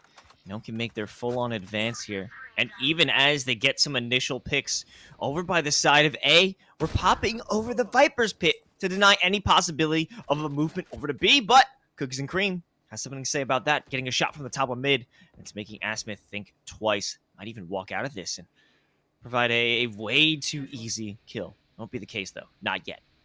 Oh, I like this play coming through. It's going to be repositioned here towards tunnel for UCF. Asmith going to exit the Viper's pit. Try to get 1 pickup before ducking back in. Oh, but the knife out. That's going to be Cookies and Cream with 1. Now a free B site. Not the knife, Spicy. Not again. We've seen Asmith multiple times in this map specifically getting caught with their knife out. And when you're in a position like that where it's so critical to stay alive and stay in your pit, that is something that absolutely cannot happen. The terror of Cookies and Cream ended swiftly by Ryan, but they're all alone. Up in hand. Tour de force if they want to just get the double up, because why the heck not? But it's going to have to be a save. Going to be a save, but I don't think it's going to come through. I mean, we see Ryujin on this flank now. Might be able to take... Oh, actually, Ryan's suspicious. Actually going to be watching the double doors from Halls. And I don't think UCF will be able to take the operator out of his hands in this round. I'm holding my breath here. I am too. Oh, he sends out the 0 point. It does get the information, but you kind of learned that yourself. Ryan does stay alive, keeping the up, able to hand that off to another teammate if it might be necessary. Maybe to Farrell, if it is possible. But again, Cookies and Cream, just way too deadly in the server to save the day. Deny the pit as well. Now, I believe that's only 1 round surrounding these, or separating these teams, Los. UCF, they've nearly tied it up, and with this next round being an eco here, like you said, okay, Farrell will actually be the one holding the operator this time around because Ryan does have the tool de false. So it's pistols and a double op will be the saving grace for UA to keep off this tie up. Aldrone out first. Start denied. Walk on through. Nobody in the initial fight. Oh, but maybe a nice jump up. Power can't land the shot. Ducky Momo. They did pick up the pieces. This is a very clean A hit. That's tough too, because that was the most powerful gun that UA had, other than the tool de force in the hands of Ryan. But as I say that, Burst's gonna prove me wrong. Says that the sheriff is a headhunter in its own. And now that's Weisel just cleaning things up. It's a team ace here for UCF, tying it up 9-9. Oh, I mean, UCF, they're starting to steal away this momentum, Los. Yeah, without a doubt. I mean, there were some cheeky little kills coming in from the side of Akron. However, they can't stack up. They're having some major difficulties on the defense. I mean, only one round to their name at this point. Now that they have some better weapons in hand and quite a bit of utility in terms of that ultimate, the Seekers, the Hunter's Fury as well, they could stall out some fights. They could either stall out some fights or save them for the retake, but you mentioned how aggressive Feral gets. That's already one, maybe a second pickup. Actually going to back off for now. And their aggression is going to pay dividends. Or at least it will hurt. That's 3. In return, UA only able to scrape out to a Ryujin. So hurt at the moment. They don't know what to think. Atrium wants to continue this trend, and yeah, a nice one tap onto Cookies and Cream. They look up to Ryujin. Atrium with another headshot, whittling it just down to Power, who, guess who's caught with their pants down again? It's Asmith. Who else would it be, Spicy? I mean, the punishment for the cheeky rat plays, right? We heard the door just open, so that's Atrium thinking that Power might not be in halls, but Atrium's gonna pick up anyways. A 4K to his name, and that's gonna be the saving grace of Akron, maintaining this lead going into the next round. My God, Atrium said Feral, okay, that was cute, a cute little setup for me in that initial kill. I'll take it from here. And they take it from there. 4 players going down courtesy of Atrium. And I'm certain they're feeling very happy after that round. But they did lose 4 rifles in the process. Their economy still looking quite shaky. Definitely looking a little shaky. Not exactly perfect. At the very least, the Blade Storm available here for Feral. But UA, they're going back towards the standard A hit. Null commands come through, and that's the Blade Storm denied. Oh no, everything was going and falling apart for Feral. Hit with the Owl Drone, but wait a minute, a bit of deadly situations. Atrium for the swing onto 1. As they go beyond that toxic screen, this time around they will bring in the Viper's Pit. And I think it's an opportunity to bring back to life Ryujin, but no. I'm surprised they didn't go for it. Leave yourself unexposed. Oh my. Ryan with a great flank alongside Burst. They'll be spotted out, position revealed. With multiple screens put into play, Burst has no idea what's going on. It's a fun house, it's a maze, a house of mirrors. They don't know what is real and what isn't. But I can tell you that the threat against UA certainly is real. Ducky Momo does fall, but it seems that it's all too late. Even if Cookies and Cream doesn't get the kill, the spike will. And there it is. It's a Commissioner's clutch, even though it really is on the onus of Ducky. Now it's 10-10, and these teams are dueling it out. UCF, they're looking to end this series early in a 2-0. Akron want to take it to the 3rd map over onto Bind. And the util has been impeccable from both of these teams. I'm interested. I think Akron might be on another save round going into this one. Or, yeah, that's going to be a bit of a half-buy for them. So this is UCF's potential and possibility to take the lead once again. That's not a good position to be in. Oh, especially if you're trying to challenge Cookies and Cream. Another one comes through. Power expecting a flash. But they certainly got something even worse. Cookies and Cream. Inquisition, Atrium, realizing someone has to have pushed up through mid, but the timing, Spicy. They're certainly going to be shot in the back.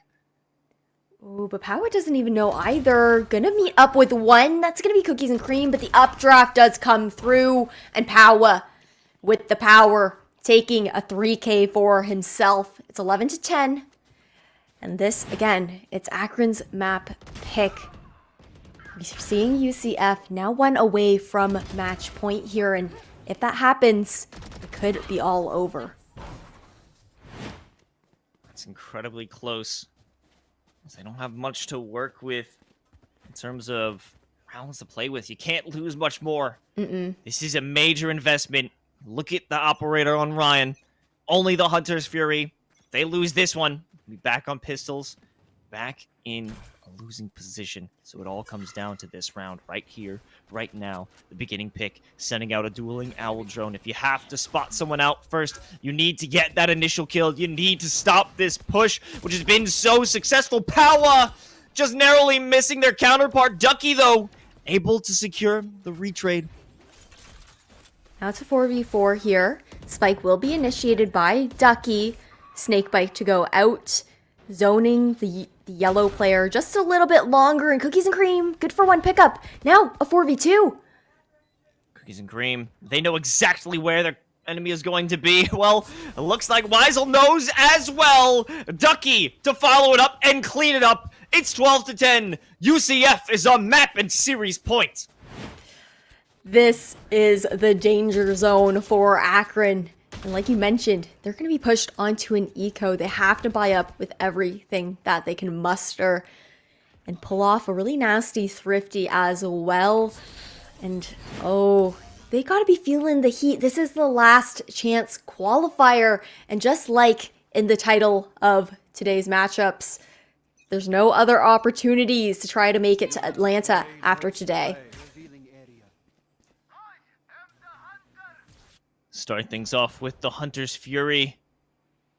Now information gains, and that does not feel good. They just as missed your each opening other. gambit.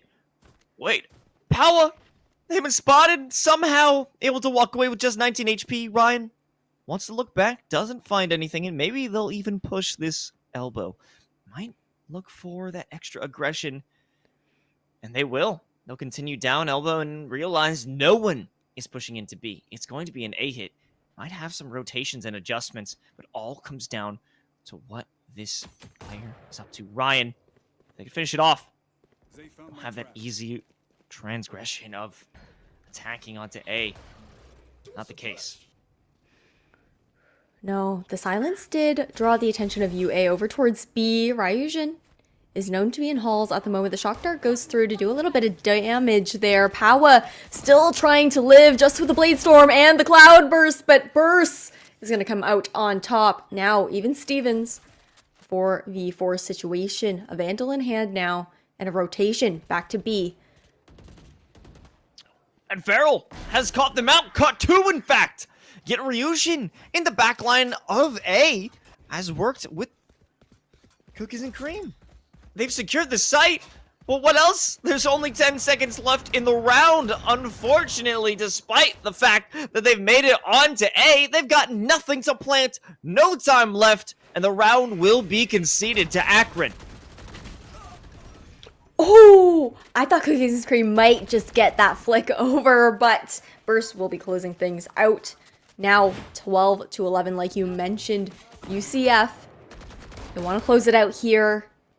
And Akron, they want to take it over to overtime. That was a really risky play, Los. You know, moving the spike away from the A site, which was completely already secured by the rest of the team. There just wasn't too much time left on the clock to make a move like that, to lose the spike into the hands of Akron either. But Akron, their buys still not too great. They still have to force up with everything that they have. And there's going to be one SMG in their hands. What's a last-ditch effort to get into OT? They certainly need it. Looking through potential any shot they can make out on the other side of this toxic screen, but it starts here with the Hunter's Fury, spotted out by it. Cookies and Cream there to finish things off. No! The defense is too strong, and no one can break on through. All up to Weisel to win the 1v4. They cannot find success, and we are going to overtime. You can tell how much Akron wants it. We're going to see a quick replay, but I believe it is going to be, you know, they're swapping sides. So that'll be Akron on the attack, which was their stronger half through and through. They struggled a little bit more on the defensive side, but this is the half where, or the side, I should say, where UCF, I don't know, they were picked apart pretty easily when they were playing the defense. Akron just might take the lead back. However, Spicy, there could be some lessons learned for UCF.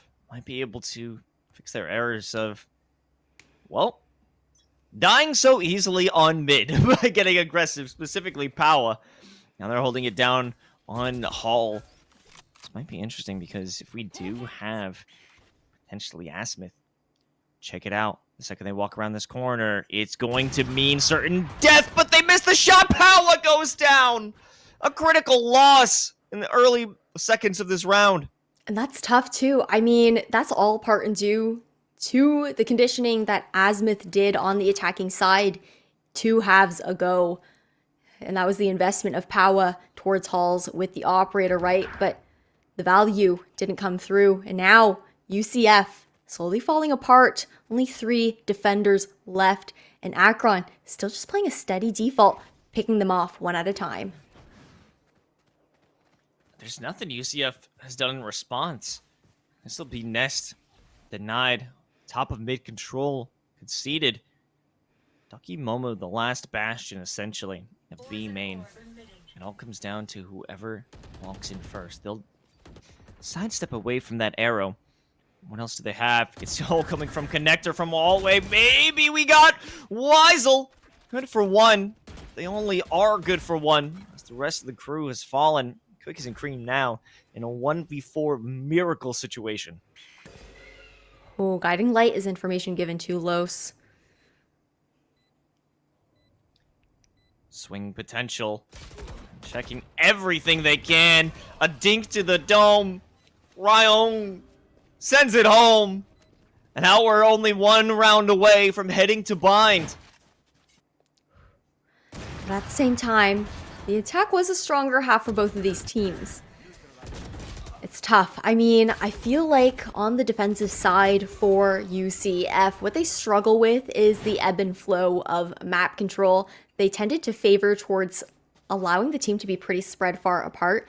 Meanwhile, Akron allows the utility to speak for themselves. They have those trademarks to watch angles and tend to double up elsewhere, being able to have that trade potential. And it's mid control that UCF are going for. Great shot from Power. Walk on through, but they'll face a great crossfire to deny that double doors aggression. We have the last 3 players walking behind that toxic screen. Great potential for them to come through, but now with the falling, Ducky Momo gets the shot onto Asmith. No one hit from that initial shock dart and is brought back to a 3v3, and the spike is planted, but look at the flank. Look in the attacker spawn. You've got a double agent flank on the rise. And Weisel spotted it! First. Gone. Ryan. Gone. Atrium, the last hope here for UA to send it home, prevent a double OT, and they've only got 17 HP left. 1 shot can end it all. Oh, good for 2 though! What? Atrium has gotten 2, only with the classic left. And I don't think they're going to make the commitment. They will. Pros don't fake it, but neither does Ducky Momo. And Ducky saves them from a disaster of a situation and brings it to double OT. Ooh, that was a nail biter of a round Los, and now double OT, like you mentioned.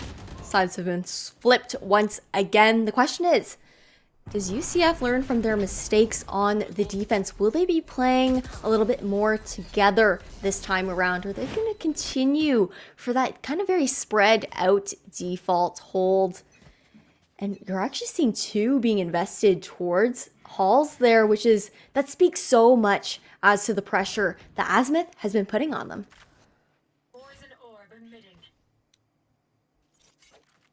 Poison Orb denying the vision initially.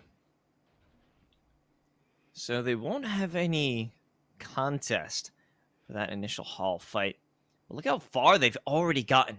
As nobody looks toward elbow, nobody's on top of mid. They are playing so far back, hoping to just make UCF sweat.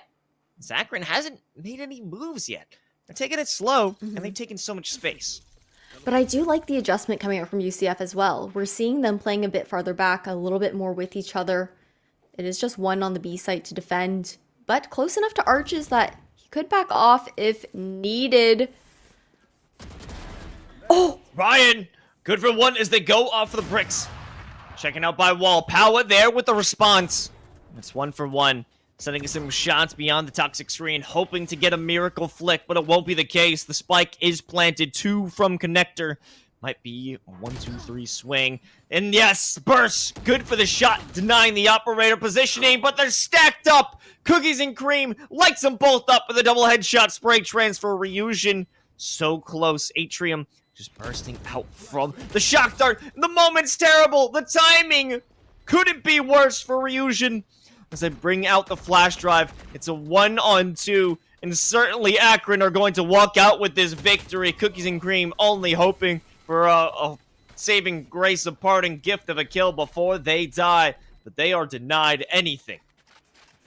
That round looked a little bit better at the very least, though, for the side of UCF. They did make those adjustments come through, but it wasn't quite enough to win that win out on the defense. Now UCF back on the attack here, and Akron will be back on the defense this time around. And just considering the fact that the attacking half, that attacking side, is so much stronger for both of these teams, we might be seeing a really long overtime.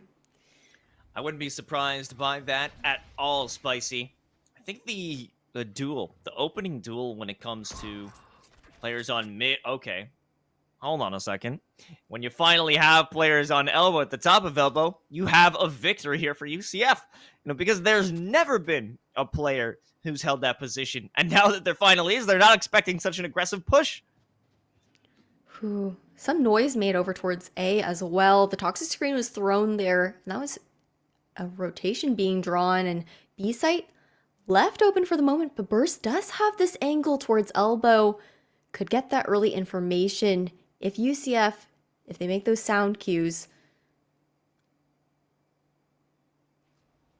I don't. Oh, All is quiet so far. Owl Drone, though, to signal some positioning. I think they're going to be no one's... That's a spike. In a very dangerous position. Oh! Burst can't get the shot. They can't get the kill, but on the other side, Atrium, good for 1. And it slows them down for only a moment because they didn't have that angle covered from Connector. Poison Orb retrieved. Burst continuing to put on some more damage. Ryujin there for a response, but it's not enough. It's 3-on-3. Here comes the Trailblazer. Dougie Momo good for the first shot. Might be able to get a second, but Farrell there with the response. Power evens it up. And it's all back to Farrell, who cannot clutch it out. An absolute mess in the end, but UCF climbs to the top of this body pile and brings it to what else would it be but a triple OT. We could be here for ages, I feel like. I mean, it's still nice to see those micro adjustments going out for both teams, though. That was one of the first times that we saw UA going for a triple flank on the retake on towards the B site at the very least. We saw it coming out from mid, or from A, but not from B. And now, Powa actually still going to go glass cannon with the operator on this defensive side, but they're not investing those bodies towards halls like the previous 2 OT rounds. And I'm wondering what that'll do in terms of giving space over to Asmith. Does that allow them free reign? Will that stairs position be critical? Because it doesn't seem that they're postured up for an A hit. And they're certainly bolstered their defenses this time around with Cookies and Cream. The all-star here on the side of UCF. So I'm wondering what this position will lead to them, because it's so slow at the moment, Spicy. But the fact that UA tends to play more slowly, it allows Azimuth to get this information. Poison Orb up once again, and now the toxic screen to cut off the A site in half towards yellow. But the spike still hiding in Chop Shop. Door open, Cookies and Cream opening fire, taking a return instead. Asmith hit with the shock dart. Might be able to swing onto this one and find the kill. No, won't be the case. UCF holding on strong, but it still ends up being a 3-on-3. The spike put into play. No one in a great position for this retake. Farrell even jumping up into Hall, waiting for someone to reveal their spot by Bridge. Burst! We'll receive a burst of fire. And this cuts it off. The last two players are so far away, but Farrell removes Weisel out of the equation.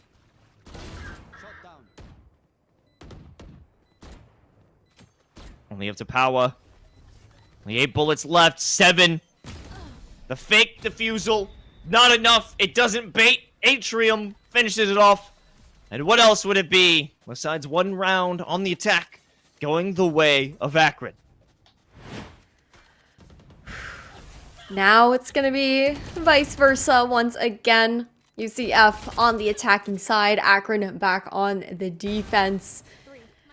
And Akron, they do have this lead technically by 1 point. If they can manage to solidify their defensive hold, we'll be able to take this to map 3, which is in fact split, not bind. There's a little bit of miscommunication on that. So that's where we're going to be seeing these teams. If we go to the Decider and ZooCF, back to their bread and butter, it's an A split push. I accept full responsibility. Not production. It was me.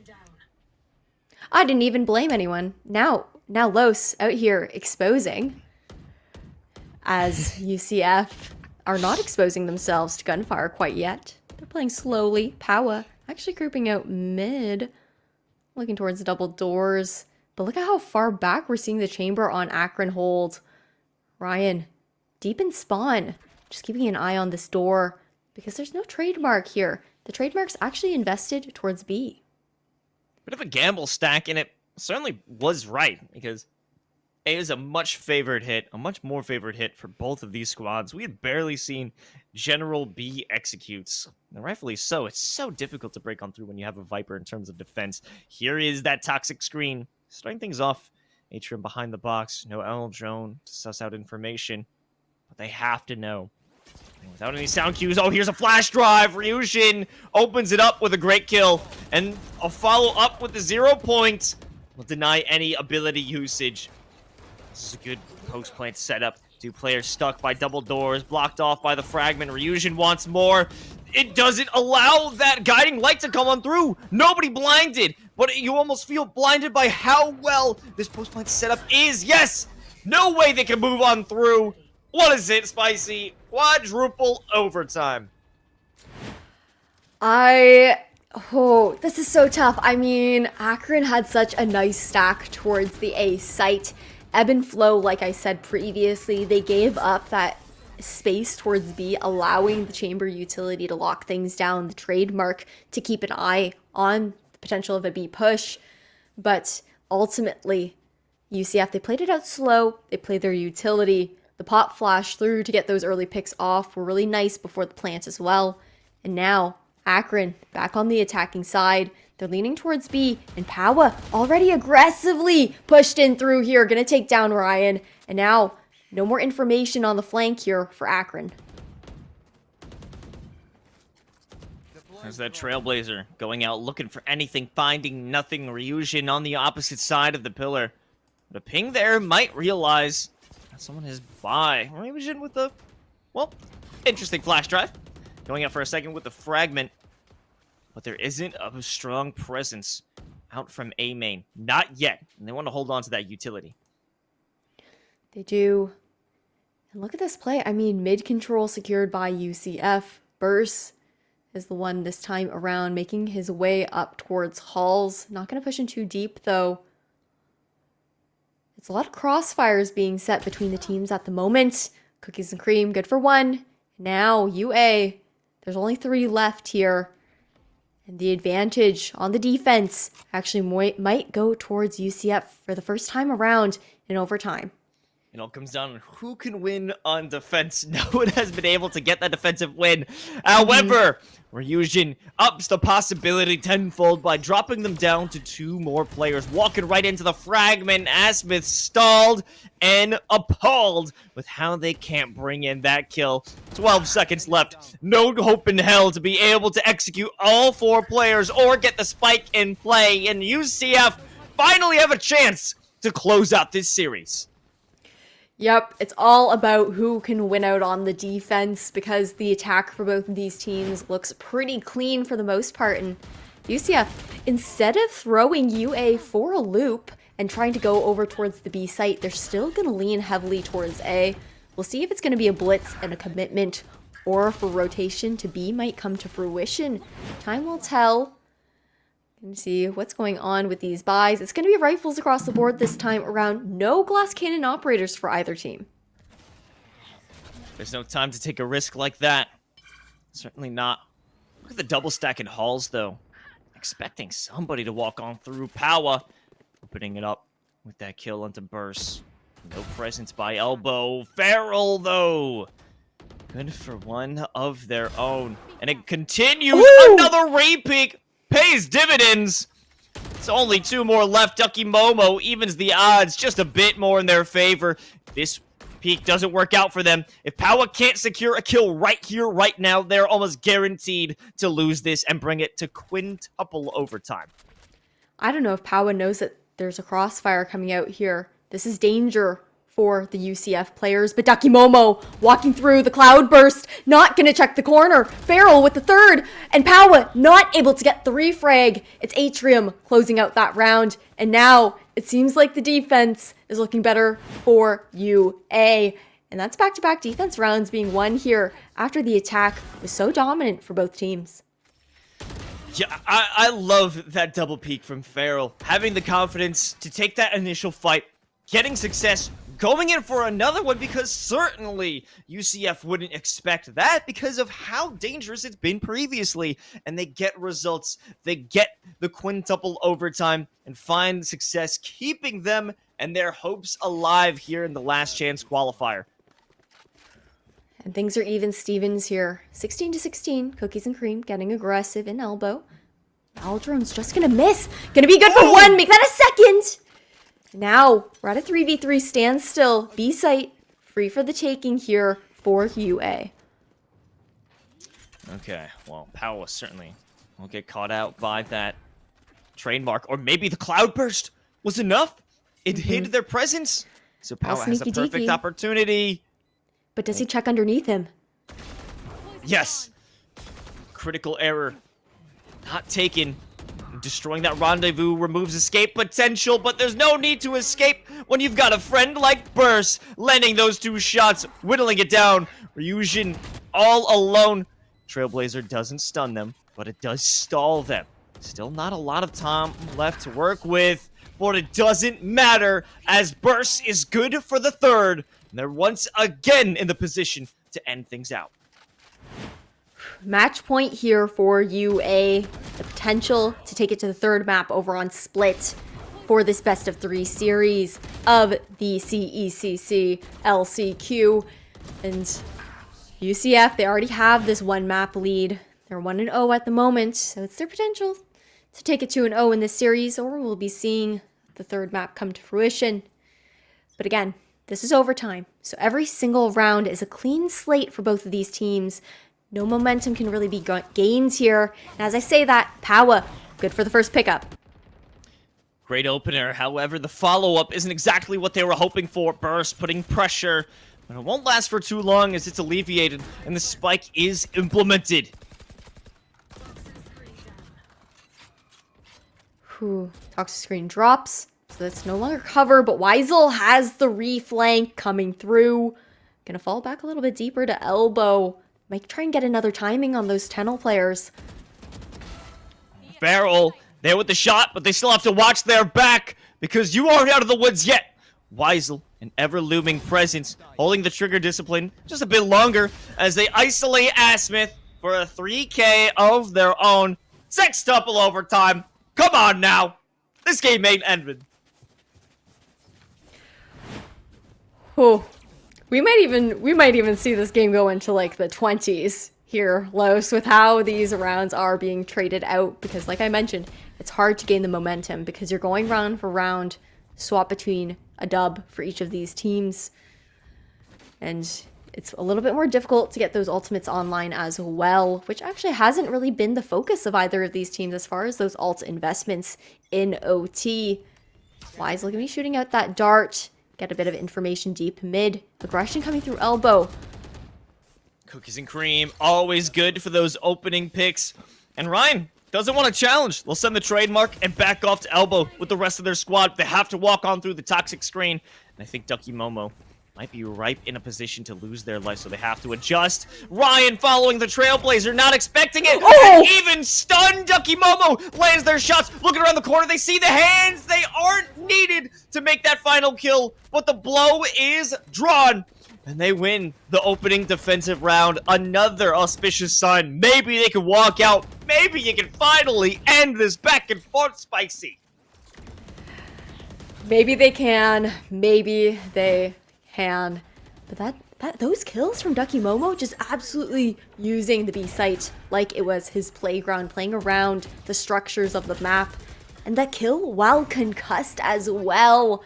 Luckily, Ducky had that Phantom in hand. It's a little bit easier to do with that spray pattern as opposed to the Vandal. And now, we said that the glass cannon ops stopped coming out, but Ryan seems to think that it might be a bit of a Hail Mary for his team. UCF leaning towards A once again, and a very heavy stack for UA. Burst the lone player over by B. Sends out a guiding light. No one there to give the information, so they will hold on to their spot by elbow. They don't want to make any moves. Last time they got too aggressive, they were certainly punished. Now with the toxic screen being put to place, the dueling owl drones, as well as the 0 point. That's a sure sign of life, a sure sign of an execute. Maybe Bawa is in a bad spot. Asmith only good for one, traded out by Ryujin, and they will maintain their position, yet there are angles everywhere. Enemies from every corner, even though the spike is planted. No cover really available for either team. You only have the Cloud Bursts, no Viper utility to cut off any angles, but that's 2 pickups now from Akron. And now only Weisel left, and it's not planted for him. No, it isn't, but it did not matter. It's Ryan, with that Hail Mary pick, does find exactly what they were looking for. It came through, the shot was good, and so was the defense. I don't even know what the 7th version is. What is 7th? As a septuple? I don't know what it is, Spicy. Do you know? I believe it is septuple, because set is 7 in French.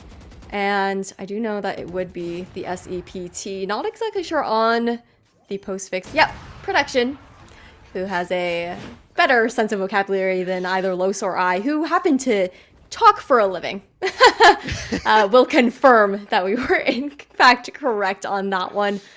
And now Ryan actually pulling the op back out, this time on the attacking side. 18-18 here. Will this game ever end? No, probably not. They're holding us hostage, I think. At this point, they're like, yeah, Spicy and Los, we actually don't really care about making it to map 3. We want to keep you here all night long, stuck in the server. No, it's actually because neither team wants to play Texas A&M. They're both so intimidated. Like, please, God, don't let us go to the finals. We don't want to deal with them. Putting it off for as long as possible. I mean, Texas, I've heard that they're a bit of a raid boss of a team within the collegiate scene. Now, UA, creeping up mid, getting this mid control. They're very fond of this mid control as well, but actually not taking it as aggressively as we've previously seen.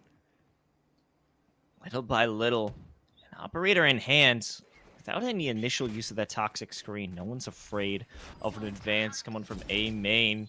You gotta watch out for the double doors presence. The Trailblazer telegraphing that perfectly. So you got Ryujin looking down range. That is the perfect opportunity for them to open things up, and the kill onto Farrell will deny Asmith walking in 2 snake bites. They have to move away. A bit of a deadly dance between the players. Burst holding it down by the double doors, but it's a trade fest, and it turns into a 1v1. Weisel, Atrium, the last 2 in the server. Either one can save the day. It's gonna be Sova on Sova violence. No util in the hands of Weisel quite yet. Over the reposition. Weisel just caught out. That's Atrium with a third pickup. And now advantage back over towards UA. The question is, can they close it out on the defensive round, or will UCF be taking another attacking round in their pocket to take it 19-19? Honestly, I just think it's a given at this point that we're going to our 8th overtime. But hey, anything is possible, Spicy. Anything is possible. I mean, operator's still in the hands of Ryan. Can pick that up. But UCF, they're actually looking for some aggression towards mid this time around and already lost one. Cookies and cream down. Beryl getting a second one while they're holding their position by the box. Ducky Momo the only one to land a kill in a 2v4. Ryan still in control of that operator, but we don't want to give up that position. Ducky doesn't even have to commit. But the second that they walk around that corner, they'll face the Wrath, and they realize what the danger poses. The poison orb saves them. Oh, they're going to have the Viper's Pit as well. That's going to be popped. A massive ultimate actually in this 2v2 situation. Ryan's op in hand. It's a difficult weapon to retake with. But Burst does have all of his utility. However, using it would give away his positioning. Could do a wacky pathing in terms of that. Oh, just narrowly caught away as they had. Oh, Trailblazer didn't see anything. And now there's the guiding lights. They're getting no information, but Ryan, good for the first one and good for another. Finally. A little bit of a 1G action, but finally, Akron can close out the map and bring us to splits. Oh my God, Spicy. This is still going on. The series ain't done yet. Akron stays alive. Hey, I did say it was going to hit 20 in this OT, and it was 20 and 18 for Akron. So now both these teams are 1-1 los, and we're going to be taking it over to split all the way down to Tokyo, Japan. Oh my God, you talk about tenacity. You got to give it up for both of these teams with the stamina to keep this fight going. And it's just immense how you could continue this back and forth play. And I can't wait to see, well, is this going to continue? Are we going to be neck and neck for our final map? Well, there's only one way to find out. So stay tuned, folks. We'll be right back for map 3 of the CECC Last Chance Qualifier semifinals.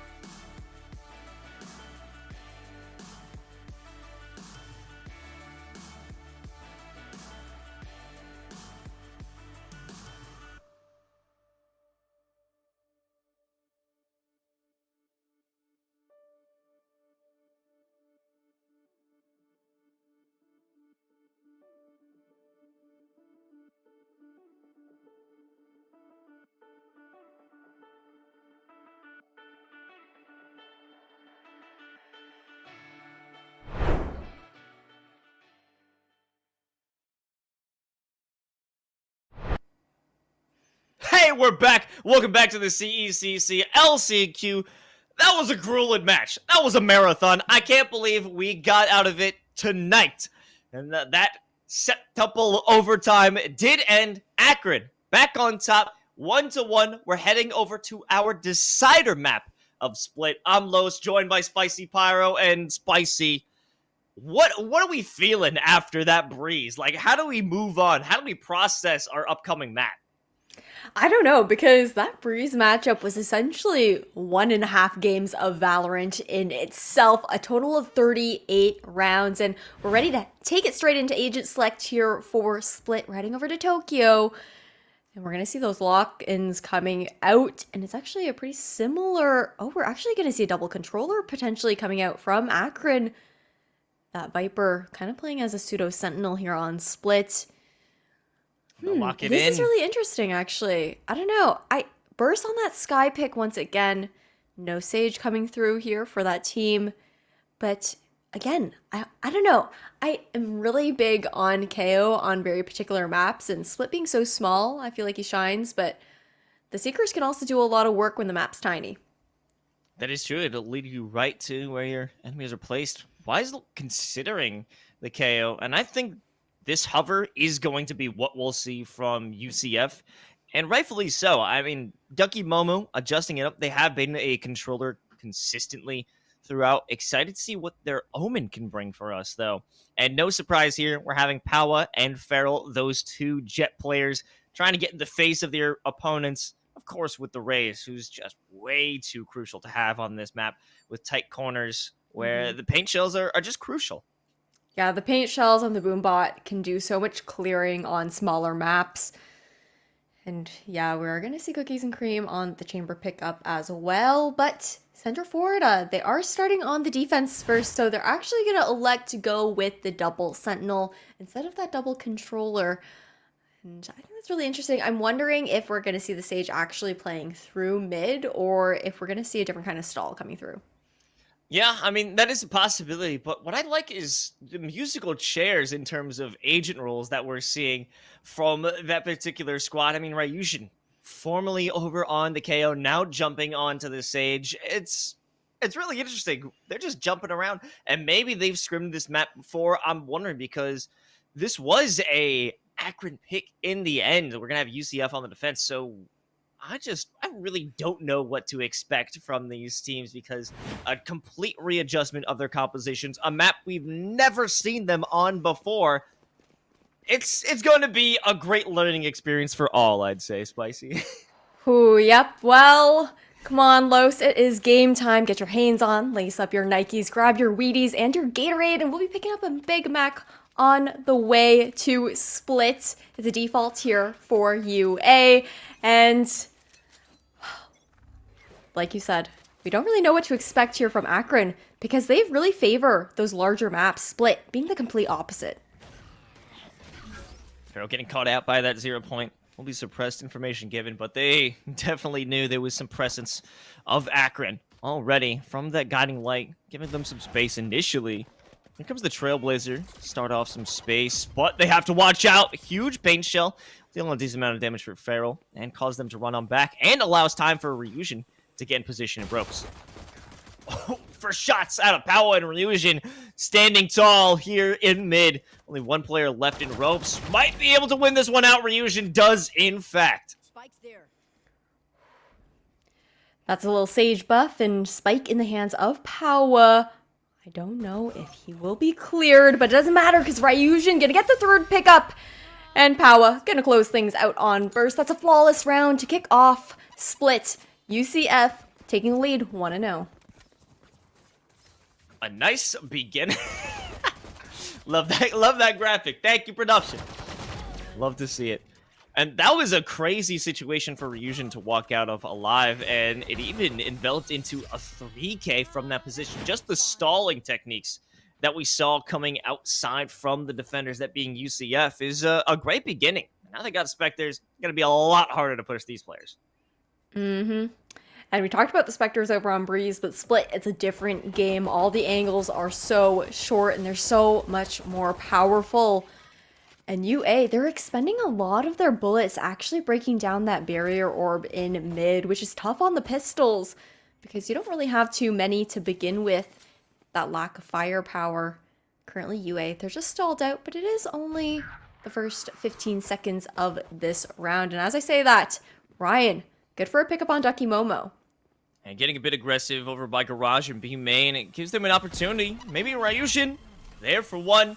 Running around the opposite side of the pillar, hoping to catch somebody off guard, but the boom bot will spot them out, at least reveal their position. In the meantime, they're just going back and forth, still unkillable, still alive to this point. Ryushin not giving up just yet, but the snake bite might provide an opportunity for these players. No one can kill this player, Spicy. Somebody finish the job. Well, Adrian's going to finish up the job, and now a 3v2 situation. All of a sudden, the tides are turning. Weisel, good for 2. A. Smith lurking around, repositioning. Cookies and Cream, none the wiser. And that's a thrifty round here for UA. A massive one at that, because that's the buy-up of UCF gone. UA, they're going to be able to afford those rifles.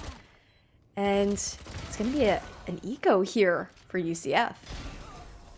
That was certainly a wasted opportunity brought in by UCF because so much time was stalled out by Ryushin, stopping them from advancing, just dipping back and forth between cover and stalling out the full-on execute. It should have given the rest of the squad so much more time to make their way back in, but unfortunately, they kind of dropped the ball on that one, and now they'll have to pay for it going into round 3. Wall broken once again here by UA down in mid. A little bit easier since they do have rifles this time around. Dark cover goes out on the side of UCF just to bide a little bit more time. But UA, they're playing together a little bit more this time around. On the attacking side, Trailblazer goes through to get that information. First one to take a peek, it's Farrell getting a bit of damage down, and they'll walk right into the paint shell. Thankfully, that verticality saves them a great deal of damage. They can back off, play their life. A bit more help now, but Ryushin certainly is in a world of trouble. They gotta run back to safety. B-side also free for the taking here. Now it's a 5v2 situation. Ryushin back up in heaven, looking for a shot on the ropes. None given. As Ryan from the other side of the entire map, ready for the shot. It's all up to Cookies and Cream in the 1v5. At this point, Spicy, you just gotta send it.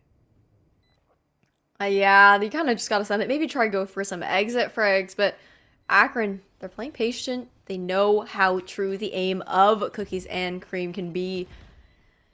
Paint shells go out to continue the stall through, but Asmith will get aggressive, but the run and gun comes out on top. That's a flawless round here for Akron, but not surprising considering the fact that UA majorly had the gun advantage going into that round.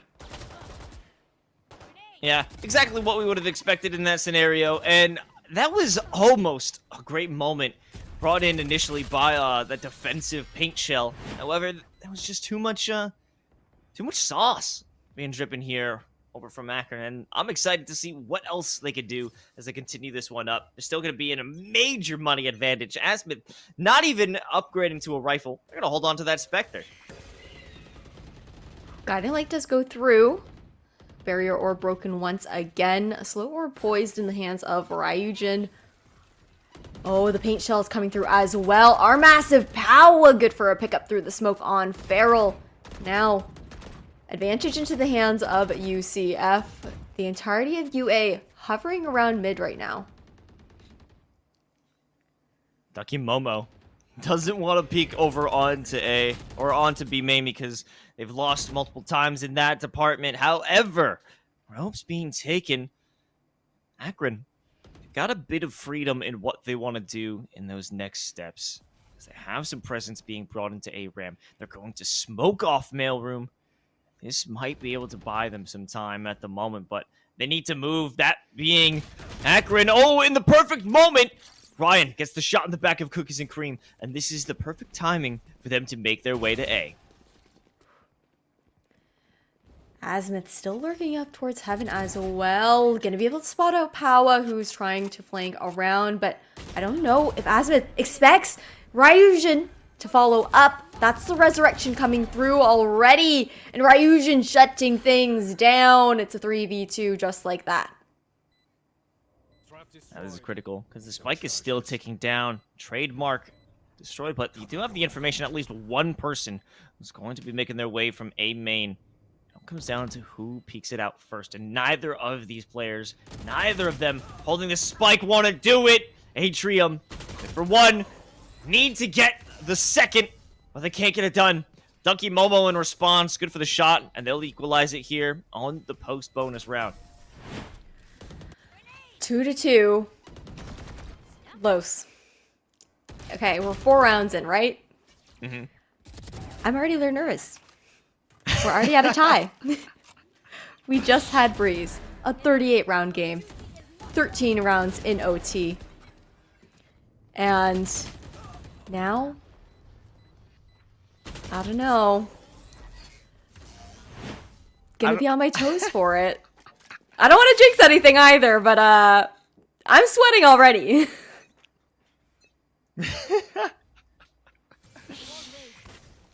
I don't know. It's a possibility we could go that way. But we got Ryujin on the judge, the capybara play, the king of the rodents.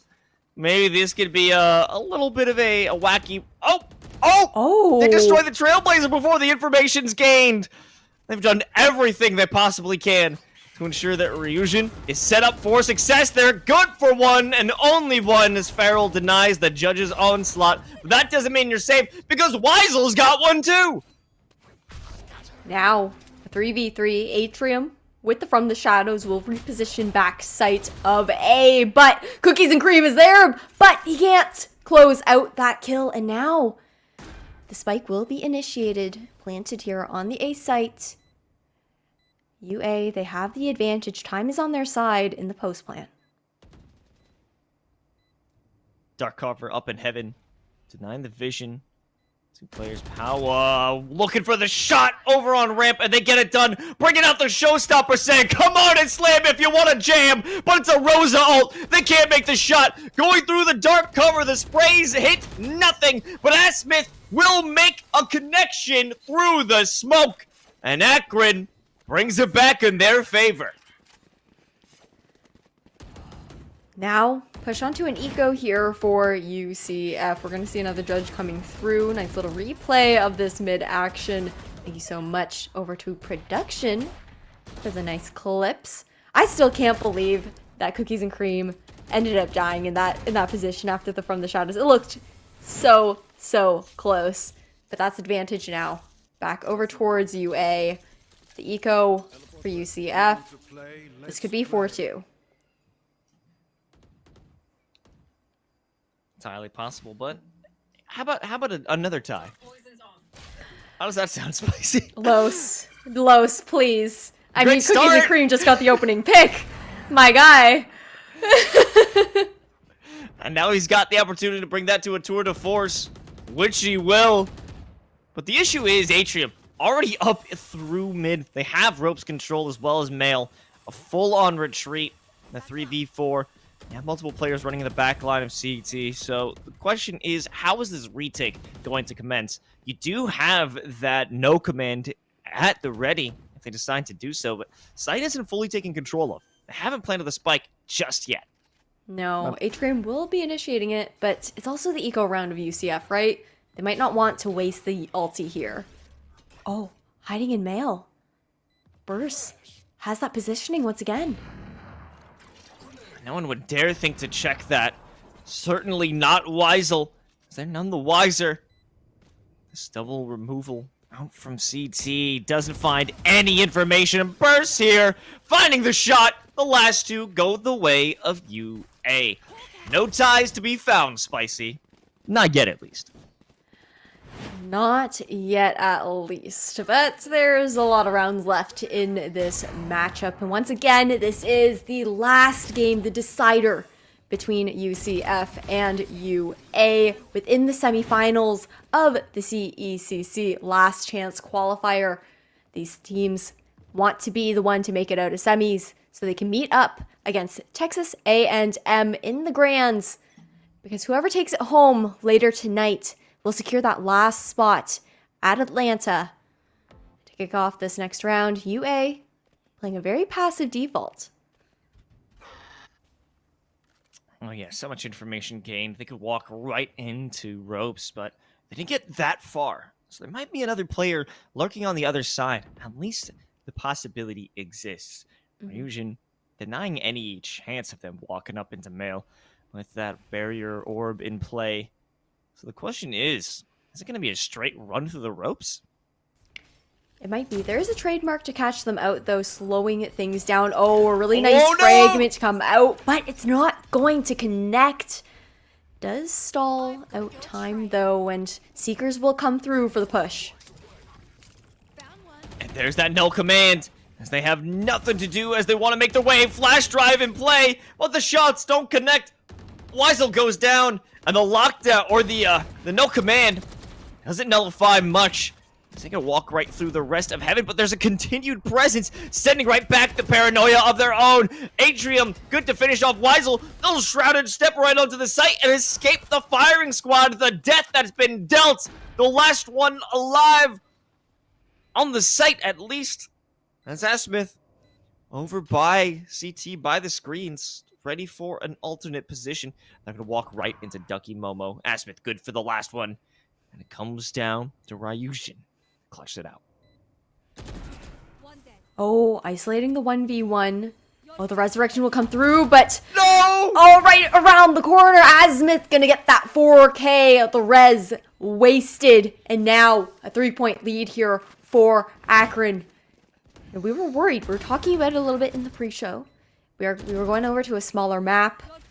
You know, Akron tends to shine a lot more on the larger maps where the defenders are split up. But speaking of split up, the name of this map is Split. And UA, they're doing really, really well as far as being able to pinch the defenders and get these executions towards site. Also, we got to talk about, that was such a large investment out of UCF in that previous round. They had the null command. They had the resurrection. And both of them definitely weren't used to their best advantage. And I think it comes down to swinging before you bring your rifle out. Now, there was a possibility that it could have brought a great success, but Ryujin a bit too eager to get into the fight, too eager to finish off the round, and it cost them dearly as Asmith clutched it out, brought in the, I would have to say, the commissioner's clutch. Unfortunately, I didn't bring that up earlier. The graphic already went by. A bit sad, Spicy. Regardless, Akron is going absolutely crazy so far. And UCF, they need to step it up, especially considering Split. That's a little more defender-sided. It is defender-sided, and they have the 2 Sentinels at that. I like the adjustment, though, that we saw coming out from UCF. The barrier orb going to deny the B-Heaven space. But at the same time, you know, they gave up ropes pretty easily. There was the trademark in there, but as I say, that power, good for 1. Ryan gonna get that refrag off, and yeah, I think the struggle is the fact that UCF, they tend to leave their backs exposed a little bit on this defense. The flanks have been really nice coming out from UA. Everyone hanging out behind this dark cover. Ducky Momo has enough time to bring out a second one, but they've got the judge. Judgment will be passed. Certainly cannot be denied. At least the space will be denied. I haven't experienced a judge on this end yet. Normally came from the mid. But the thing is, with the dark cover, the longer you wait, the more advantage is given to the user. No advantage to be found there for Ducky Momo. Straight to the head. They lose their life and lose control of A-Site because you don't want Weisel to run into the fight as they only have a sheriff. 3v4 on this retake.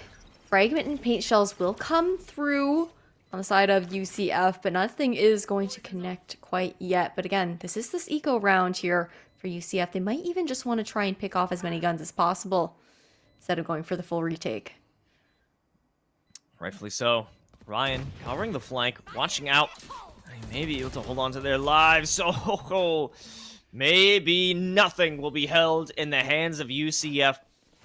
Showstopper committed. 6th round one here for University of Akron. They're certainly dominating split right now, Spicy, and there's no signs of them stopping. That's for sure. That was really tough to see, actually.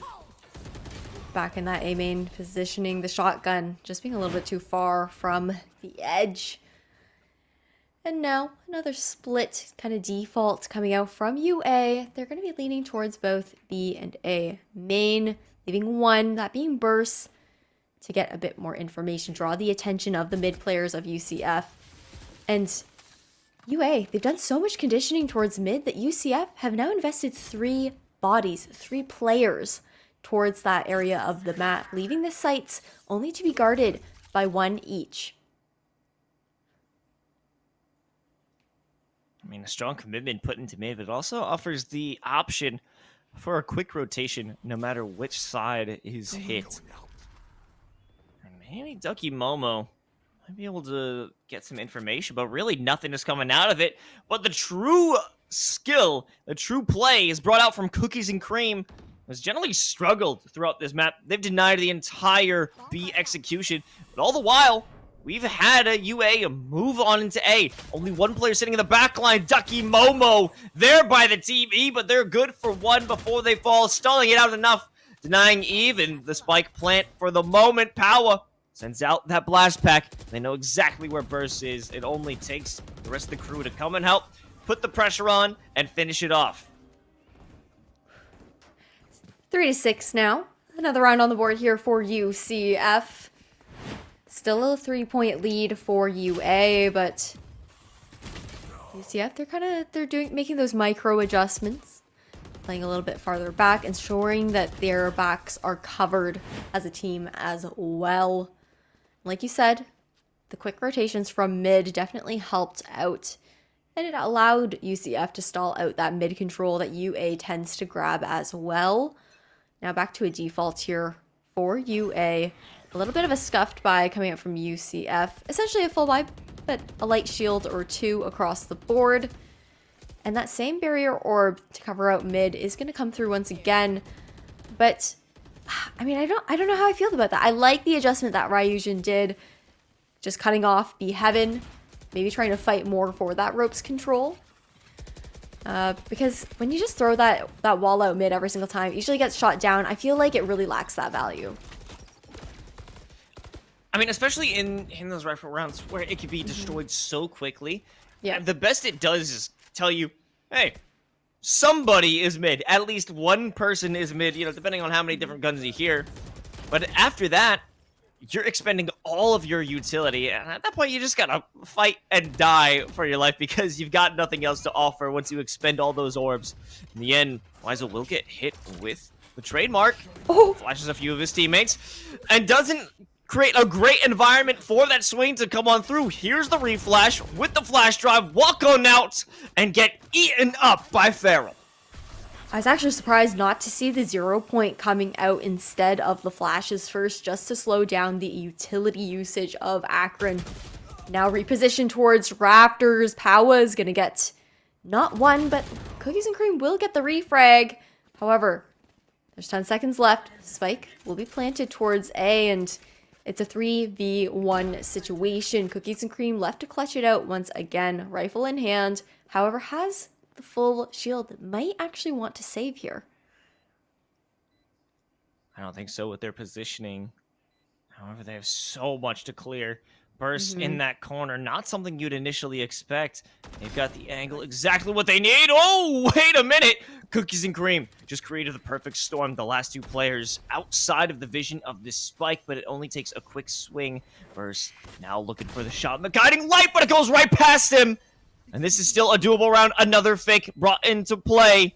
Feral does not need to go for the peak. It's all going to end. Cookies and Cream has to make a run for it, but I don't think there's enough time. They will die along with the spike, but at least they brought some friends with it.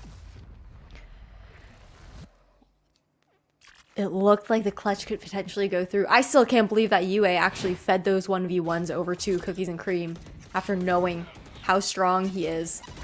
Yeah, I feel like that 0 point just came out a little bit too late. Would have been a bit better if instead of throwing that flash over the box, had it been the 0 point instead, just to get that information, but too little too late. We are going into the next round, and it's going to be the 11th rounds. 2 more left in this half, and for a defenders-sided map, Akron are having an extremely strong showing on the attack. I gotta say, that replay of Weisel, that just bullied him. That didn't Yeah. need to be in there. That didn't need to be in there. You didn't have to do him like that. They said he got too many multi-kills on the other maps. It's time to take him out. Sometimes you gotta humble him. Well, certainly feeling humble on the side of UCF. They haven't been able to hold mid too successfully. The barrier destroyed. The slow orbs already sent out. Only a heal left and far from a resurrection as well. They've got nothing going on. Cookies and Cream there to provide a bit of relief using that tour de force. And that's a threat they will respect as the rest of UA move their way over to B main, but they'll get caught within the 0 point. I believe that was nearly every single member, if not every single member on Akron. So that's all the information given. All 4 towards Garage. But look at this positioning here. We have one on UCF towards sewers at the moment. Ducky Momo will hear the rotation come through. Might be able to cut off one. Yeah, that's going to be Azimuth taken down. At the very least, though, Akron, they are running the double controller. So Atrium's still here for cover. And the second they turn that corner, they get hit with the Cookies and Cream Supreme Tour de Force. No time left. No hope in hell. 10 seconds to get away and find safety to hold on to that rifle. This is a perfect denial from UCF. It's the esports you flawless. Yeah, just hiding. Adrian gonna secure that full shield and the rifle like you mentioned. Although I'm pretty sure Akron has a pretty nice little nest egg of economy going into this next round, considering their advantage. But nonetheless, might as well just be a little careful, just in case. Oh, actually, they don't. They have been losing quite a few players in the previous rounds that they're not actually able to get that full buy through. So Atrium's save on the Vandal is actually a pretty massive one for them. I'm surprised that Atrium's actually not buying A Smith though, so that he could get the full shield, because this was the last round of the half. Little mishap with economy. Another skirmish down mid. Starting things off, it's Ryan. Removes Cookies and Cream, who has been a crucial part of the defense, but without a tour de force in hand, they aren't as a force as we've previously seen. Now, one of their own, going on the side of Akron, will provide that much more of a threat. A deadly player indeed. Ryan will not actually have any vision at all of anybody, because they're on the other side of the map. The only defender is Ducky Momo, and they're sitting up at the top of ramp. Oh, Ducky Momo's in such a bad position right now, completely clinched by the players of Akron. We'll hear the guiding light. Expect some coming through ropes, avoiding the blast pack. We'll reposition. Oh, Paranoia could be huge for the delay. Now it's a 4v4. Oh, and that's the slam dunk! Absolutely with the showstopper. Pow is going to be shut down, though, right after. Now, 2v3. Unfortunately, that hasn't done everything they were hoping for. Wow, what a maximum range trademark right there. Got him. There's still a bit more pressure. They're being hit from every angle. The attention being dragged all over the place. And Ducky just can't keep up, especially the other two support their teammates hanging in the back of heaven, unable to reach those ankles. Spike will get planted the second that they reveal their position, that being Atrium. They're going to get lit up, and Ryujin seals the deal. However, 3 more shots left in the Tour de Force. It's still a 100% winnable map, and it will have to go down to Ryan, pulling off the ace, but you gotta look behind you, because Weisel is there to get you. Oh, that trademark was actually really nice just to snag that piece of info. And now, defenders, side of UCF, they've brought it up 5-7. Only 2 rounds separating these teams. If UCF can manage to take the pistol, they'll be able to likely take round 2 once we swap sides as well, taking it a 7-7. Otherwise, might be seeing Akron running with the momentum so far, but Los. We know the team compositions from both of these teams. We didn't see the defensive value of the Sage quite as much. I mean, Ryujin getting frags and kills nonetheless, but I felt like his utility wasn't as impactful as it could have been as a Sage player. But the Pseudo Sentinel Viper has a lot more stall potential because her util is always there. It just, you can stagger it, bring it up and down. Shadows traveling. I have to completely agree. You know, there wasn't any presence out of Ryujin after the first 20 seconds of the round. All of the utility being destroyed or expended. And beyond that, what can they provide? It's more of just another body, another gun, and Ryujin's certainly a great shot. But in a game where utility is so important, you need a bit more to bring to the table. And power, well, they're bringing a lot here in this initial fight. UCF have taken quite a bit of poke, though, and that's some more chamber-on-chamber violence. Ryan coming out on top this time around. And actually looks pretty even Stevens across the board as far as both players and HP on both sides. We're at a bit of a standstill. But look at this ropes control from Ducky Momo. And as I say that, Atrium with the flank, gonna take him out. Potential move. Asmith being blinded. Just a big spot. The snake bite is too deadly. The sting, undeniable. And now this spike also inaccessible. They can't get it. It's blocked off. Now that the snake bite has dissipated, they're still in a terribly disadvantageous position. Weisel, the first one to peek, loses their head within seconds. That's advantage going over towards Akron. I mean, they already had the advantage being 7-5, but the pistol round will allow them to garner an even greater lead going through the rest of this half.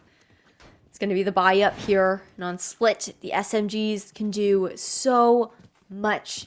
UCF, they're going to be going with the full safe. They didn't even get the spike planted or anything, which is actually a bit of a change in meta that I've seen coming out Los. You know, I've seen quite a few teams electing to buy up round 2, even after losing the pistol, if they can get that spike down on the attacker side.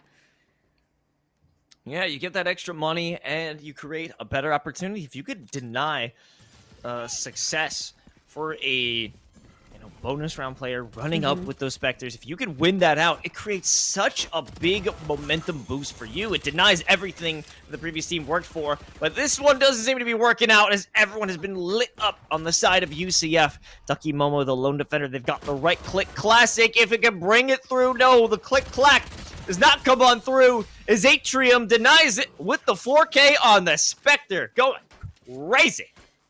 Whew. I mean, his name's Atrium. There are 4 chambers in the heart and 4 kills under his belt now in that round.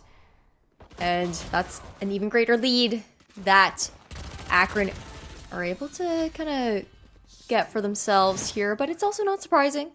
They had that advantage with the guns. We're going to see rifles finally coming out here for UCF going to this round. A couple light shields, though. I would be interested to see maybe some alt orb investment going into Weisel, trying to get that null command online. Because I think that out of all of the ultimates on the side of UCF, that one has the most impact, especially on the attack.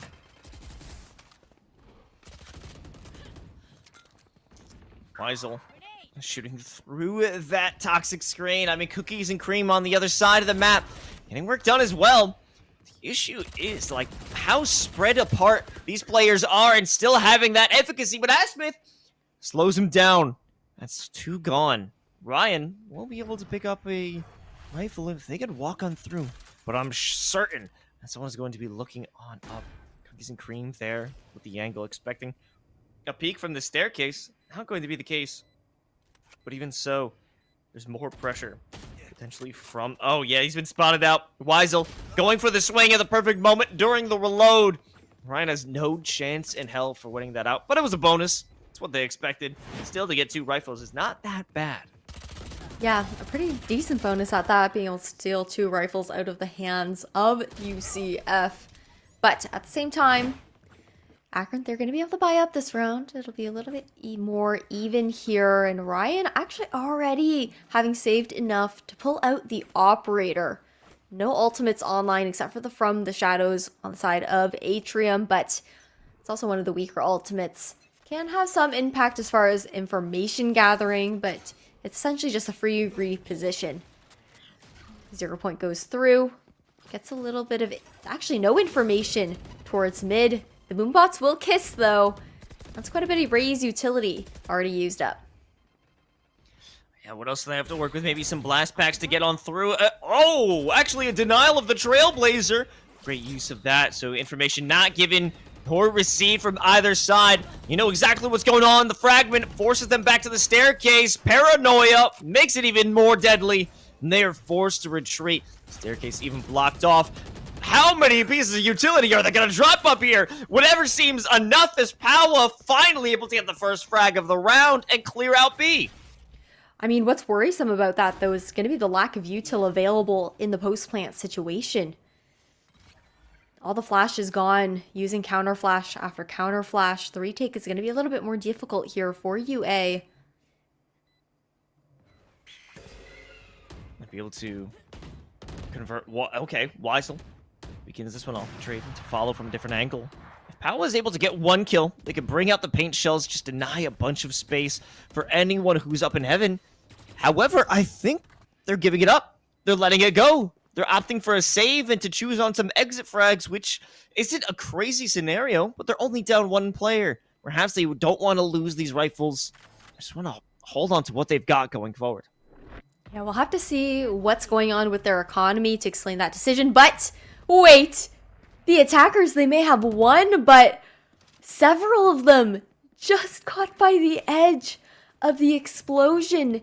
And now, that's so much damage being done to the economy of UCF. Sure, they won the round, but they no longer have that built up eco.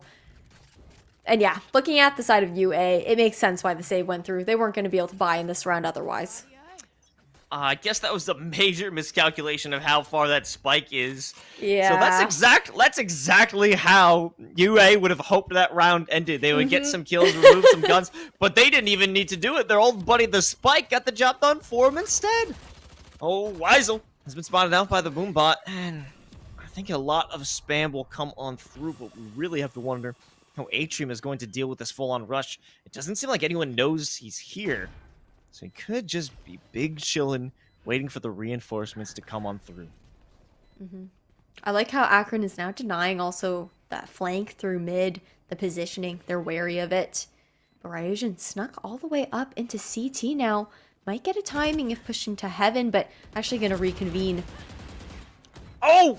In the back line, perfectly denying this retake as they had this setup looking to clear out from Pillar, but actually turns into a 1v1 right around the corner. No, he wasn't expecting it. Ryan doesn't check the default position. That's exactly where Powell was. Now we're only one round away from the equalizer. UCF, even though they were in a tough position in terms of their economy, they're able to bring it back, and they're able to keep this Gravies train moving.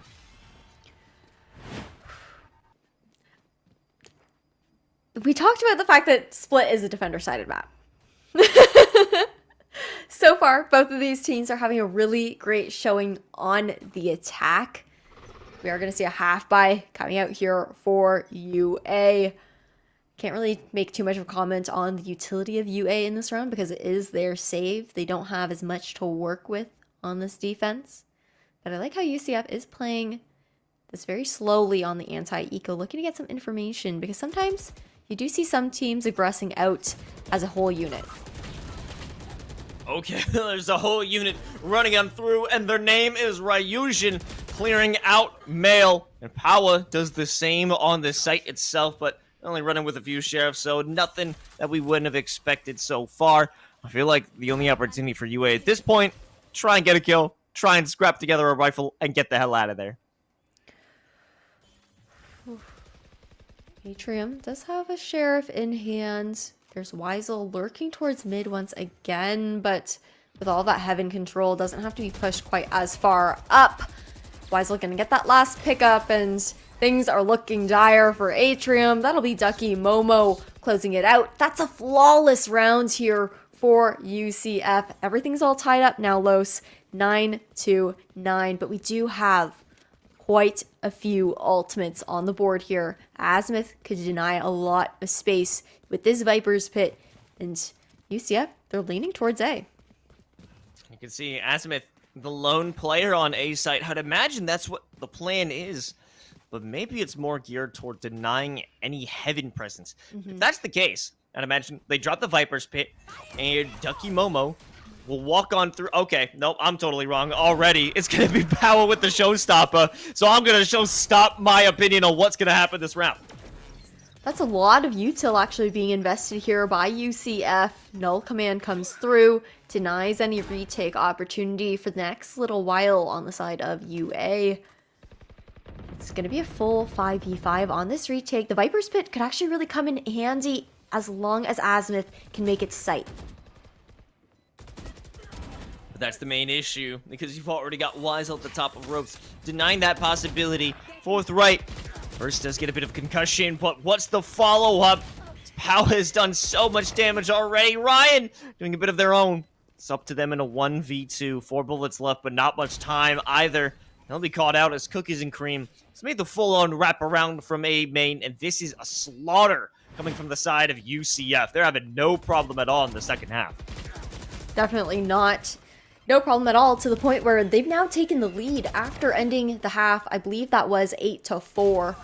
So they're on the up and up. They're looking to come back, and they don't want to be booted out of the CECC LCQ quite yet. They're here to duke it out until the end, because this is, again, the last map. Each of these teams are currently 1-1. This is a decider to see who's going to be facing up against Texas A&M in the grand finals.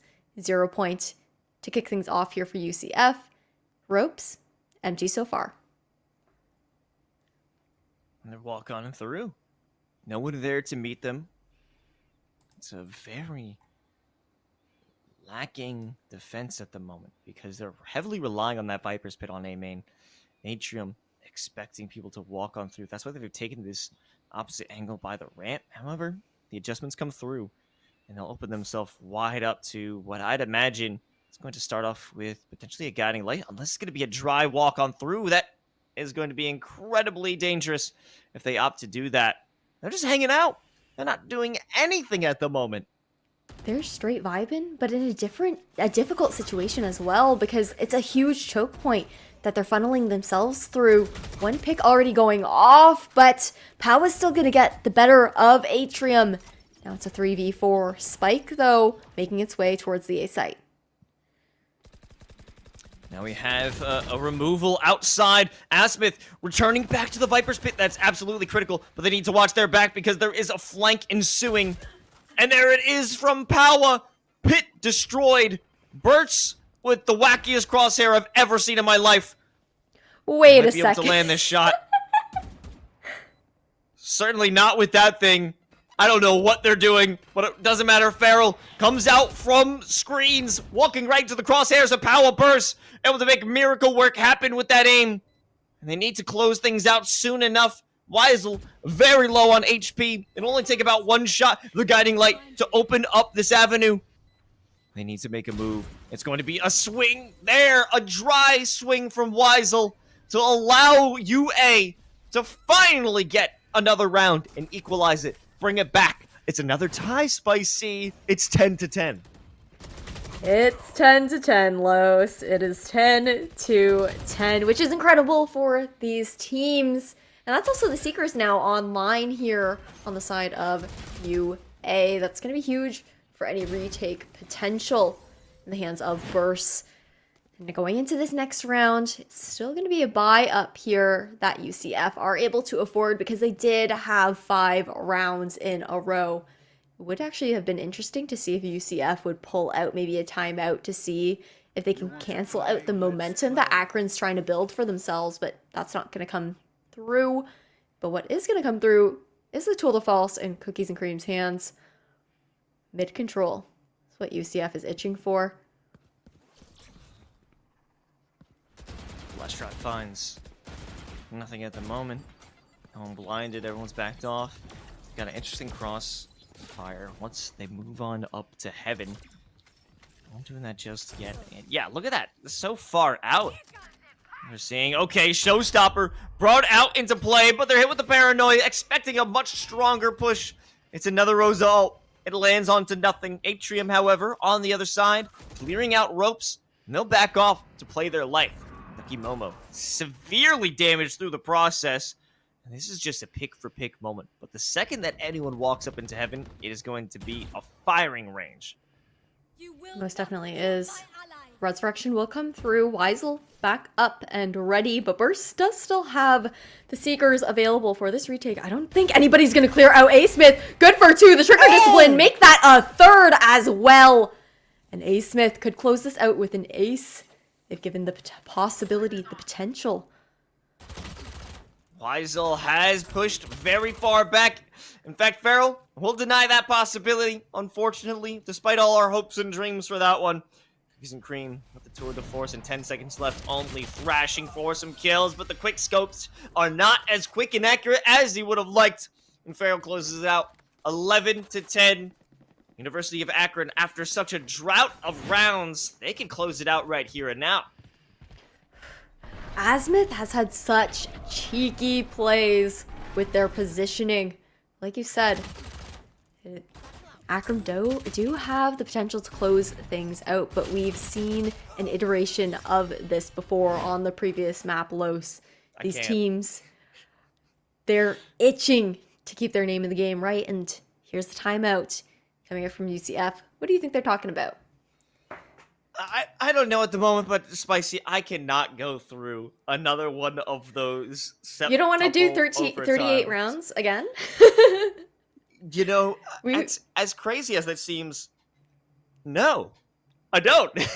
Oh, that's shocking. That's absolutely shocking. If we went to another 38, that would be nearly 80 rounds of Valorant split between 2 games. You know, I'd be okay with another overtime.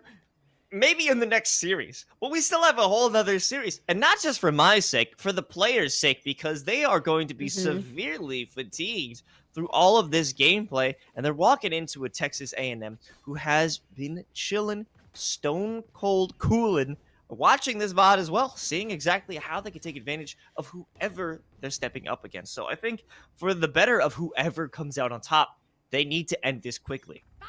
That's absolutely true. I mean, Texas A&M, they're doing their homework live at the moment. That's Powa with the Showstopper trying to clear out the A site, but it's been completely given up by UA. And that's 2 ultimates actually expended right off the bat from UCF, trying to get an explosive site entry. But look at this flank through. It's a triple pinch from Main. Cookies and Cream already good for 1, not expecting 3 players to be in the sewers when you've got a rat colony coming in, and they're from Akron for sure. Atrium has been blocked off from this dark cover. You gotta expect that someone will be sitting in a position underneath rafters. It starts off with this paranoia. They're going to try and wait out for the Boombot to be out of position, and they do! Removing Ducky Momo, however, Powa has the cross angle, but regardless, Powa and Wyusion too quick with it. And a very fast flurry of kills. They've brought it back to 11-11. Akron was getting a bit too cocky with that performance. There are definitely some really nice crossfires set up in that post plant out of the side of UCF. The investment of those ultimates absolutely paid off. No ulties online for either side, and UA are slowly being pushed into an eco disaster. If UCF claim this round, it'll be UA on a thrifty, duking it out at match point. Okay, Powa with the very powerful move to jump right into the back of heaven.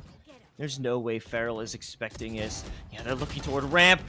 No, Ryan can't deal with it either. And Cookies and Cream effectively clear it out. They don't even get a chance to plant the spike, as it's already done and dusted before it can be activated. UCF turned the tables again from Akron, who thought they had a chance. And they've brought it to map and series point.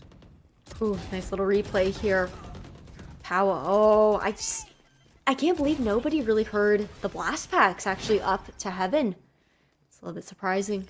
But now, buying up with everything they can muster here on the side of Akron. 2 stingers, which is all that Ryan and Farrell can afford going into this round. That's kind of scary. Power has gotten way too aggressive, a bit too much dip on the chip, as they'll be punished just a bit with damage as they walk on through. But regardless, Cookies and Cream is there to pick up the pieces. They've been blocked off by the snake bites, but they still have the advantageous position to walk on through regardless. This is a slaughter. No one has the cheeky angle. No one can take advantage of UCF. Not now, not going forward, especially not Akron.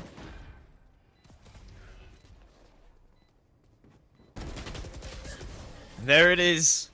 Asmith going for the final shot, hoping to be able to save their team in a 1v5. They could not get it done. And after all this time, after 79 rounds of Valorant action here in the CECC LCQ, it's finally over. And UCF will be headed to the grand finals in Texas A&M. They're waiting for them. They are waiting for them. They were probably doing their live homework, watching the stream, trying to see what the playstyles were like, but whew, that was quite the matchup, and such dominant attacking halves coming out from both of these teams as well, Los. I don't know. I'm at a loss for words. I think what was interesting is seeing that UCF, they really adapted on the attack. They kind of realized that once they tried out that aggressive blitz onto the A site, that it was really free for the taking, and for the remainder of the half, just absolutely ran with it and took advantage. Yeah, in most cases, B was very excruciating to hit. You would take a lot of damage, and that's where they had the majority of a stack, that being Akron. The majority of those players were holding up in B heaven, and if you tried to walk on through, you would have to expend all of your resources to do so. But on the side of A, they usually left one, maybe a second player who usually had a quick, easy escape once the pressure was actually applied. So once they found out this secret sauce to beating UA, then, well, they kept on doing it, and they kept on winning, and that's why we're going to see them in the grand final. So we'll be able to pick apart the brains of the players from UCF right after this, so don't go anywhere. The CECC Valorant action continues.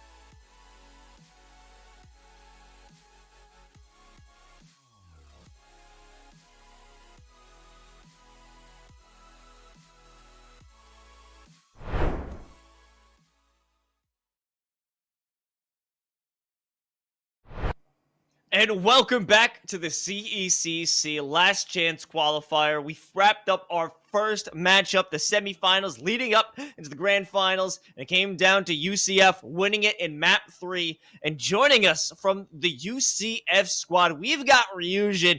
Ryujin, how are you feeling after that matchup? Wow, you're a VTuber. I didn't know. Hello. I'm feeling excited and also a little bit exhausted. Map 2 was exceedingly long, and I'm sure all of you are probably tired from that one too, so. Yeah, well, it can't be as tired as you. I mean, speaking of that second map on Breeze, I know that it ended up being a loss 18-20 versus Akron, but at the same time, we saw the adjustments going out throughout the game. The attacking side was a lot stronger for both of your teams, but I was curious, what were the comms like, and what do you think the most impactful adjustments were for your team to be able to at least secure some of those defenders rounds in OT? Definitely making adjustments towards hulls. We had that Viper run down, or their Viper run down, I think it was Azimuth, pretty much every round. So adjusting and placing an operator there really helped hold that a little bit better. And then as for adjustments in middle, we had decided to fight it from nest rather than from mid doors, and that helped us secure it a little bit stronger than it used to be. In addition to that, we were playing really passive at the first start of the game, and we decided to change that by doing a little bit more aggression towards like A main and B main whenever we felt like it prior to the round. Yeah, for sure. The ebb and flow of the map control, right? You got to give up some space, take some space, and get that information. But you guys are now making it over to the grand finals against Texas A&M. What is your mental going in? Because, like you said, it's already been a really long best of 3 series. It has, but fortunately enough, this is not the longest series we've played in. Oh, The last tournament that we placed first in that was really big was for the UGC $10,000. I think it was the winter series or something like that. We played for 16 hours straight, starting at 1 p.m. and going until about 3 a.m. at night. So a long gaming session for sure. But as far as TAMU, we've played them before, so we have a little bit of insight as to how we think the game's going to go. All of the players over there are amazing. Love my boy Aggro. He's a really great guy. And regardless how either it ends, I'm excited for whoever makes it anyways, because I think everyone deserves a chance, and both of our teams are exceedingly good. So Nice to hear. And before we head into that matchup, can you give us a detail of every single play you're going to run in the next series? every single play? Whoa, No, hold I'm just on, kidding. wait a I'm just second. kidding. Can you give us a special shout out for anyone after this victory before we send you off into the grand finals? Man, let's see. I definitely want to shout out the boys at the UCF team. You know, Paua. We got Ducky, Momo, Weisel. Everyone over there. It was awesome being able to play with them, and we were doing great. Even Cookies and Cream, actually. Cookies and Cream and Eris are new here this semester at esports at UCF, and they were performing exceedingly well with our team. So I love to have them on board. As far as the opposite team, be ready for some new strats and new plays.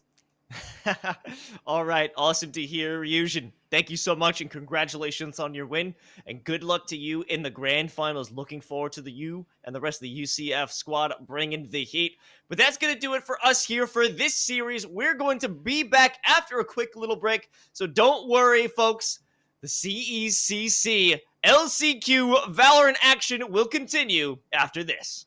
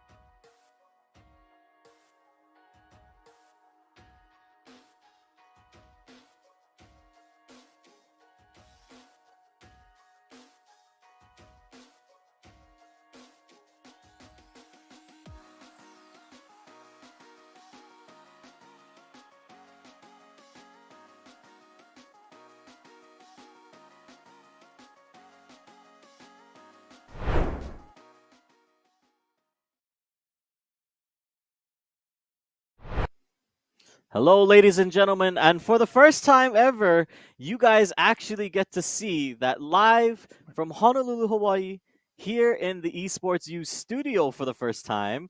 I am bringing you guys the action. It's me. I'm the guy that's normally behind the scenes. Hi, I'm K-Tad, by the way. For those of you who don't know, Los is still here. The guy took some, he drank some coffee. He splashed some water on his face. Los, how are you feeling after what was a very long Series 1?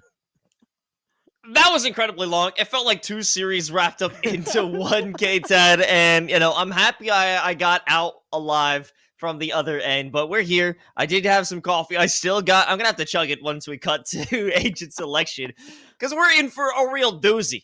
It's Texas A&M going up against UCF, and if anyone needs coffee, it's gonna be those guys who just went through a grueling septuple OT over on Breeze. Well, you were on the outside of that looking in. What are your thoughts on that previous series? I mean, I gotta tell you, Lucia, I was standing over the shoulder of these guys as they were producing, and I am very amazed that they were even still standing, let alone ready to go back in and take on what is a doozy of an opponent, right? Texas A&M, TAMU, one of the teams people say would actually potentially be in the top 10 in the nation. Central Florida, they've got the task in front of them to be able to not only then come back from what it was a long series like that, but then also to take down an opponent like this. It's across the nation too. Keep that in mind. We've got Texas, we've got Florida. We're halfway across. We're halfway there. I'm really curious to see how these guys pull it together. Well, I mean, we haven't been able to check out Texas A&M tonight, but they did put on an amazing show previously as they made their way through the semifinals to bring it all the way into the finals. And if there's 2 players you gotta be on the lookout for, it's Sam and it's Aggro. Sam is a head hunter. Not just the name of that ability, they are so quick. So easy to snap to those heads and take those shots. They're a player you are definitely going to want to keep your eyes on. Going back again to Aggro, someone who gets in the face of their opponents, and they live up to their name. Very aggressive, and I'm excited to see it. But you still have some response on that side. It's Cookies and Cream and Power. The duel is going to commence, and I can't wait for it. It's going to be awesome to see it. And we actually have a more sensible, normal collegiate map pool here today. Yes, we do, Los. I mean, it's seeming a little bit more sensible. We're starting here on Ascent. We've got Haven after that. And should we need to, we will be going back to Split. But one thing I'm noticing right there out of the agent select, I mean, you talk about key players, you talk about how this is all going to shake out, but it is an exact mirror match of a matchup. We've got 5 agents, only 5 agents in terms of the variety on the board. It's a Kale, it's a Jet, it's a Sova, it's a Chamber, and it's an Omen, and that is it. So we are going to see exactly, it's all about mechanical skill here, right? There is no variation in terms of what these guys can bring to the table, in terms of utility, in terms of abilities. It's all about how they execute. They're working with the same tool belt. Yeah, it's all about the aim and the brain. Who's going to come out on top? I mean, that makes it so much more interesting. Though there isn't a variety of abilities, it's a variety of strategies, and you just have to wonder what's going on in the head of your opponent. And that's all there is to it. It's all about bringing it down to somehow outmaneuvering, outplaying, and out-aiming either TAMU or UCF. And, well, I can't wait this one to get started. It looks like we're going for a little default to kick things off. Yeah, right out the gate. I mean, I like it. The split up, we'll see where the utility goes, right? As you'd expect, mid control on Ascent, always a very primary and heavily focused thing, droning out. But let me look at this. The side of Central Florida, they're there, they're chilling, they're waiting to see what happens. Okay, Cookies and Cream just takes the head, like you said, right off. Now, Powell, though, has gotten a lot of damage in return, and all the while, he's been left open. They do have some trademarks to deny the initial entry, but it won't stop them much. I'll just get some information, realize what's going on. Aggro, right around the corner with Frenzy, seeing some love taps. Tilwin doesn't exactly go how they'd want, but Sam on the other end is making things a bit easy as they could walk on through. No one left to defend the site proper as Aggro thinks again, might be someone in their back line, but no! Ryujin wants to press the advantage, but they find none at all. Somehow still alive, Aggro will run out of bullets, and they'll run out of their life. Runs out now. The door cleared. The rest of UCF looking like they want to go and execute the counter take rather. They're going right in. There it is. A close up quarters. Finds one, but it's another cover from Sam. Gets him in the side, and that's Noble to finish us out. 3 members alive. Pistol going over to TAMU. Oh, what a great post-plant scenario. They had just awesome shots, and it started off with key picks coming out from Sam to open up the site. Aggro did have a good positioning out in tree to provide a little bit of a distraction, and it made him take a ton of damage. That being Ducky Momo and Cookies and Cream, they were so weak by the time they even made it into the site. But to be honest, it didn't even matter because all those kills were easy headshots. Easy clap. When you've got the mechanical skill, when you're clicking heads, it makes the game a heck of a lot easier, though. One thing I want to point out, and I want to keep an eye on this as we move forward, Dam and his ability to use the smokes, right? I mean, the way the Omen smokes were, that bought us the time. But anyways, we don't have time. Execute comes right down onto B. They've already got a Vandal, actually, for the side. The force is heavy from the side of TAMU. They're on. They've got the plant down. What else is next as the rest of the defenders now just looking to get a straggler? Aggro back with the Vandal. They brought it out, going onto the staircase. Immediate spray transfer, expecting the swing and response. But they've put off such an aggressive play that no one would even dare walk into that Vandal spray. Sam cleans it up, though. They'll walk in again, still with multiple rifles. I think that was 2 Vandals brought into that previous one.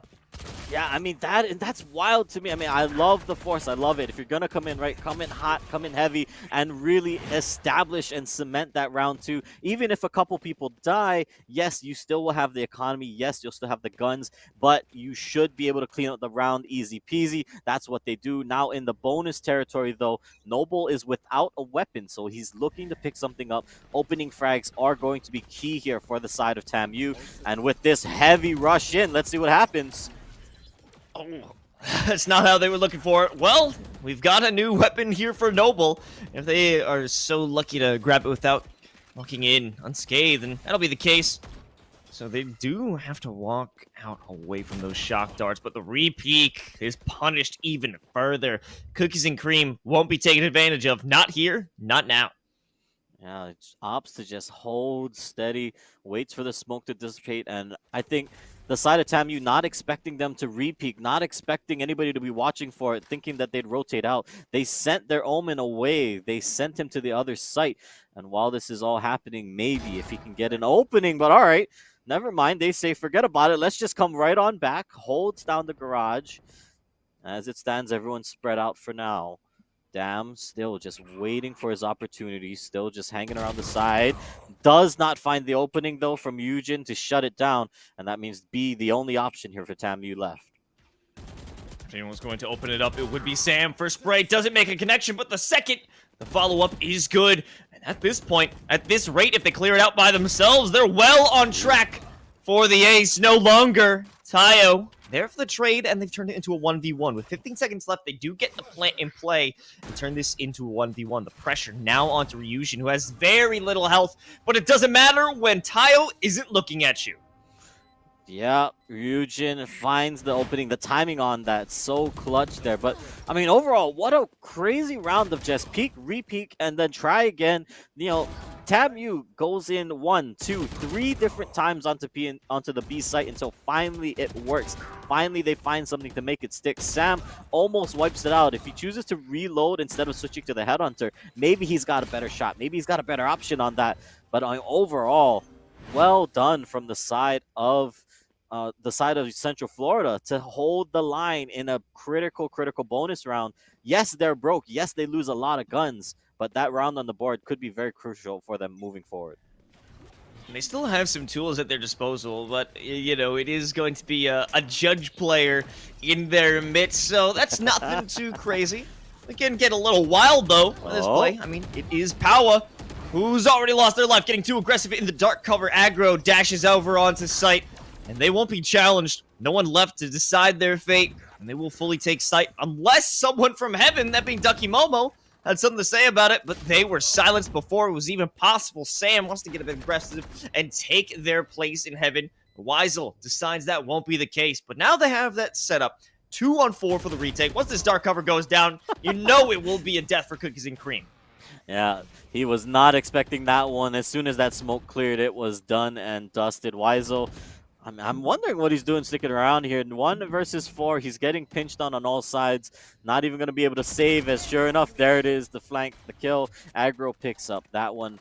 Well done for the side of TAMU. On a round, though, that UCF expected to lose, right? Economy was not with them. They wanted to half force it a little bit, maybe get something cheeky done with the judge. When that falls through, I think that means sight is open. And after that, TAMU off to a great start. 3 rounds on the board, expected 4th here. And let's take a look at it again, because there was some nice picks. There was some nice headshots here. Let's take a look at it again.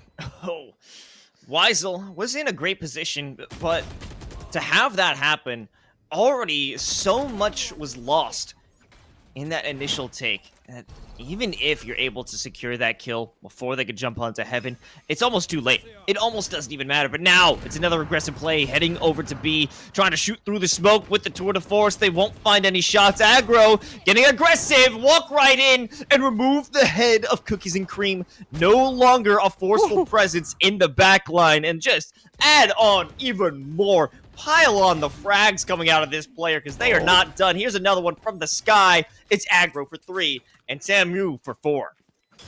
Yeah, I mean, we were talking about it. Expected force, the tour de force from Cookies and Cream. That was the linchpin, right? Once he drops, once he's smoked off, it does not give Central Florida any other routes, I should say, to hold on to the site. The rest of them just hoping for a headshot, hoping for something with the Sheriff. Overall, nothing too crazy. Now, though, this the round to keep your eyes on. Guns in hand, economy at its breaking point, right? This money bag is about to pop. If they're not able to get this one, it would be disaster. And this continued B-force keeps happening. TAMU already got the pick, and they're just looking to charge right in. Weisel, Noble. There you go. Noble taking a lot of damage, but he is good enough to get 2 kills in play. The firing squad swings onto Cookies and Cream. There's nothing they can do. They can't bring anything out. However, Ryujin, after activating their own no command, they already get popped away. They can't do anything. Yeah, they can't. I mean, they wanted to stop the push. They wanted to slow it down. But just the amount of commitment from TAMU means that there is nothing else that UCF can do. Florida not able to hold that line. Now, maybe if you can get a couple exit frags here, that might be the plan. But instead, no.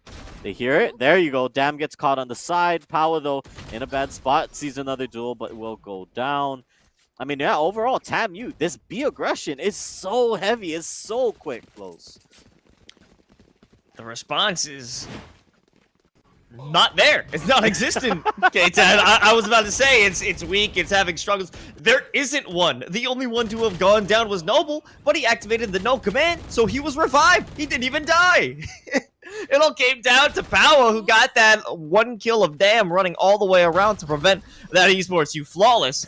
But in the end, we got to consider it that anyway. Yeah, I mean, at that point, right?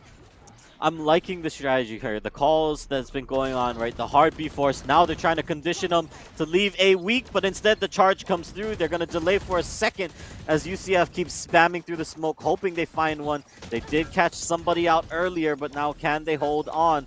Both there, the chaos before the smoke drops is going to be it. More darts, more just recon across the board. What is happening? What is going on? Yeah, it's just chaos at the gates. Nobody can get in, but nobody lives on the side. It's just looking like Overwatch right now, K-Ted. I have no clue. All these abilities coming out. So much chaos, so much going on the screen. But this is the final moment. Finally, UCF is able to stall out TAMU. They're not allowed to walk into the site, and they're consistently denied. Especially with these dark covers, but the second that dissipates, so does Weisel. Nothing more to move, and the second this moves on, it's all about checking those corners. Cookies and Cream to the right. He missed the first shot with a hit with the Paranoid. They gotta back off, and they will somehow still keep their lives in hand. Another dark cover put into play, and still the sprays don't hit their mark until Tayo finally lands one, but they only got 1 HP. Trademark out. Maybe he's find someone, but you won't get any information until you look, and it's gonna be a Thrifty. Nicely done from Central Florida. They hold it out. I mean, let's see this again. The amount of things that happens in this clip, I think, is absolutely ridiculous, right? And we're just seeing shock dart, recon dart, every bit of utility until finally it all comes down to another smoke, another dart cover, right? And Ducky Momo just sitting on the side and just lining them up. I mean, well done, UCF. They found a stall on A site. I'm still waiting to see what happens when TAMU decides to go back to B, but as it stands, they've got an answer. They just need to keep it up here. Is TAMU a little bit slower this time? They've opted to kind of slow the pace down. Narrowly avoiding that 0 point. And they'll back off. Here comes the Hunter's Fury, fresh out from Tamu, and it finds the kill onto Ryujin, but Power having a great effort, denying this sight to their opponents, as Weisel as well sends the Hunter's Fury downrange, removes one, but even though Dam teleports to the other side from the shadows, they get hit with the paranoia, because they aren't out of it yet. It's Ducky Momo on the other side. Oh, 1v5 about to be 1v4 in the pit. Where can you run? Where can you hide? Damn, you've got nowhere to go. And that means Tayo, he's the last man standing, gets picked off in the cross. I mean, the attempted shuffle back to B ends up being an Omen duel at the end of the day, and UCF comes out ahead. I mean, let's see that again, as this just entry site chaos. It's all power all day. They had no clue. Hiding behind the dice was the perfect spot, as generally no one's hid there before. It was a new angle to take, so it was one that wasn't expected. It wasn't on the radar of Tamu. Now they have to think twice about that. And they're going back to old reliable. Exactly what got them the lead in the first place. It's got to be a B hit, or maybe a lead up into some mid control. I want to see positioning now for mid, but with the tour de force open on the offense, Sam wants to open this up, but for now, everyone else has backed away. Nobody contesting them right now on that long angle, the long sight line down mid. The rest of the squad wants to back up. I mean, just look at where they're holding, right? Central Florida, it's all tight angles. Nobody wants to get picked off once they heard that ult pop out. Instead, TAMU don't find what they're looking for, and it looks like they're just going to change it up. At least they haven't lost any numbers along the way. We have Ryujin hold down in tree multiple times. They haven't had success previously. It all came down to when there was aggressive plays on A main. Maybe they can hold it down, but Sam, too quick, and a headshot no less with the tour de force. Only one player remaining. That's going to be Power holding it down from hell. Aggro looking for it, expecting it, but can't win out the duel. And Power trying to save their life, running through, getting outside of the cloudburst, and good for a second, potentially even a third. Sam instead will find their trio, the hat trick in tow, and the plant will follow up. 2 HP in a dream sits Sam, but if he can find this headshot, if he can get this angle, it might be closer and closer towards an ace. Sees the dark cover go out, knows that the Omen's up there. Question is, will he look for it? There goes the blind. They hear him, but instead, no, the rest of the squad is there. They close it out. The rest of TAMU has their back. And overall, a huge opening from Sam. Yeah, I mean, Sam has been the crucial player on the side of TAMU. Once we finish this replay, we got to check out the scoreline because they are well above the rest of this server at the moment. I think 15 frags so far in only 9 rounds. That is an insane scoreline. Not to mention aggro already putting up 9 as well. So there's so much competition for this kill-hungry squad. TAMU certainly demonstrating how they made their way to the grand finals here on Ascent. Yeah, I mean, you gotta love to see it, right? And on the other side, I'm curious to see how much Power can hold the line, right? And we're talking about top fragger versus top fragger. The Jet from Central Florida, Power has been putting in that work. He's been holding down the sights. It's just when he falls just a little bit short, that's been the windows of opening for TAMU to get in there. As it stands, Texas A&M, again, given mid control. I mean, we look at this is 2 rows in a row now, or 2 rounds in a row, I should say, where they've been allowed to walk up mid, they just opt to not take it, right? UCF has given them this space. They've given them every opportunity, and they're just not willing to go past pizza for some reason.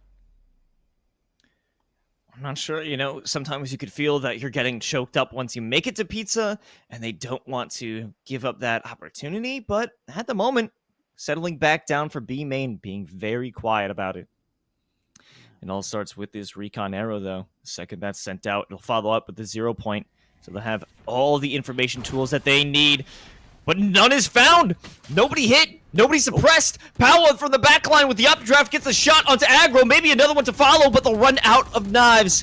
They'll follow it up with a play in the cloud burst, but they will be smoky. Their vision blurred until they fall.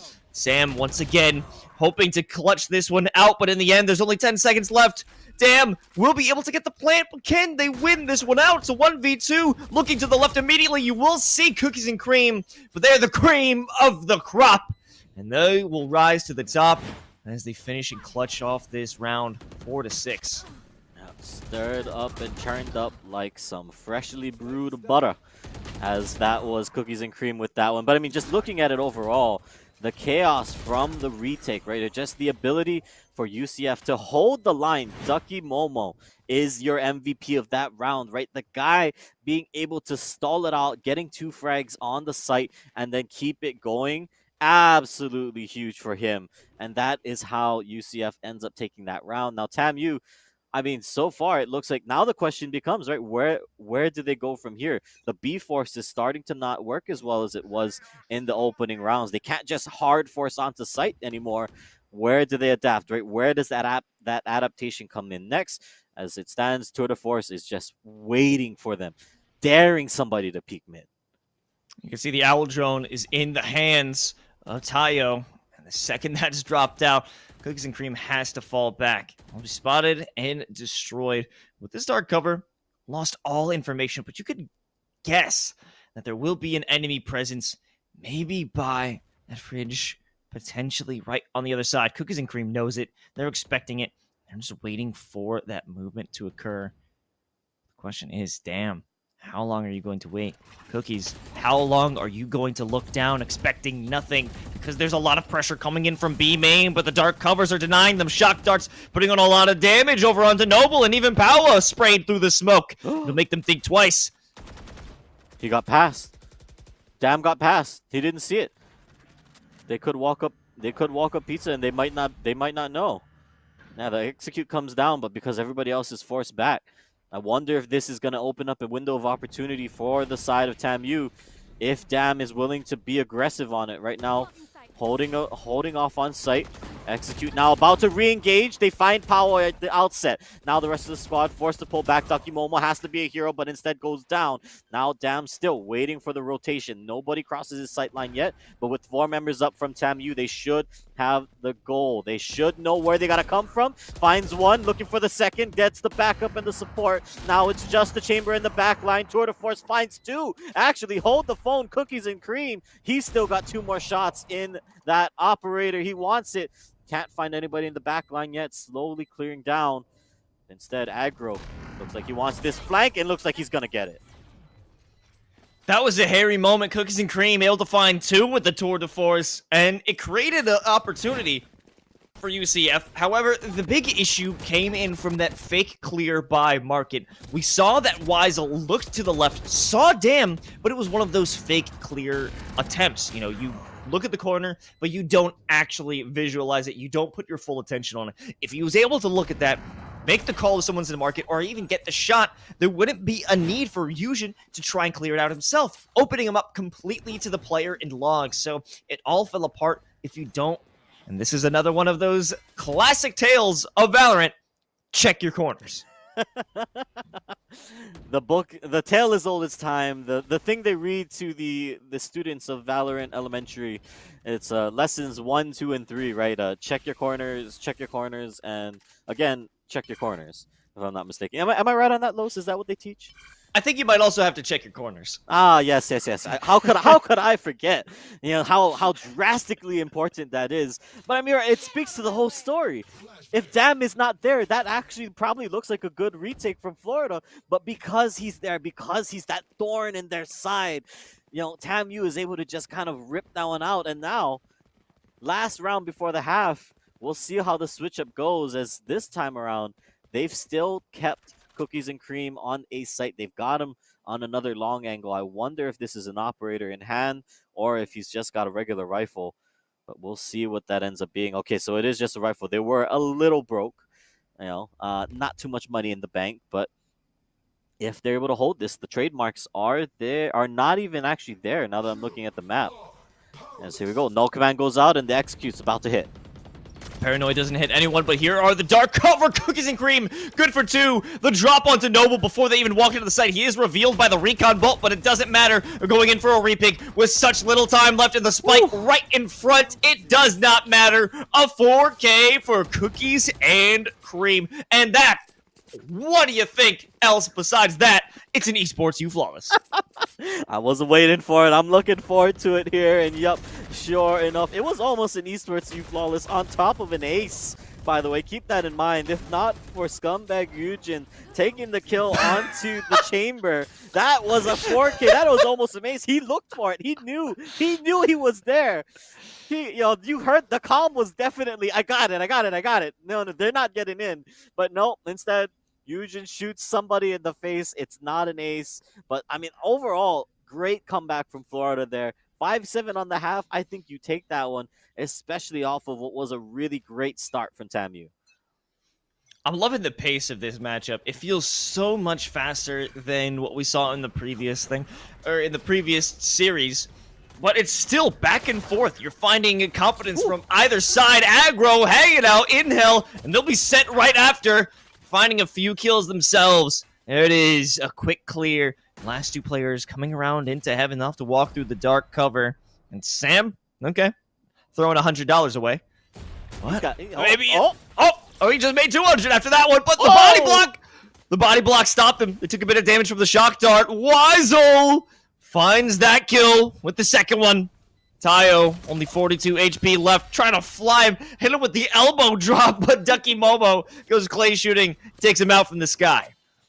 How nuts would that have been, by the way, if he hits that shot? Jumping in midair and then swinging 90 degrees left and swinging back to the guy's head.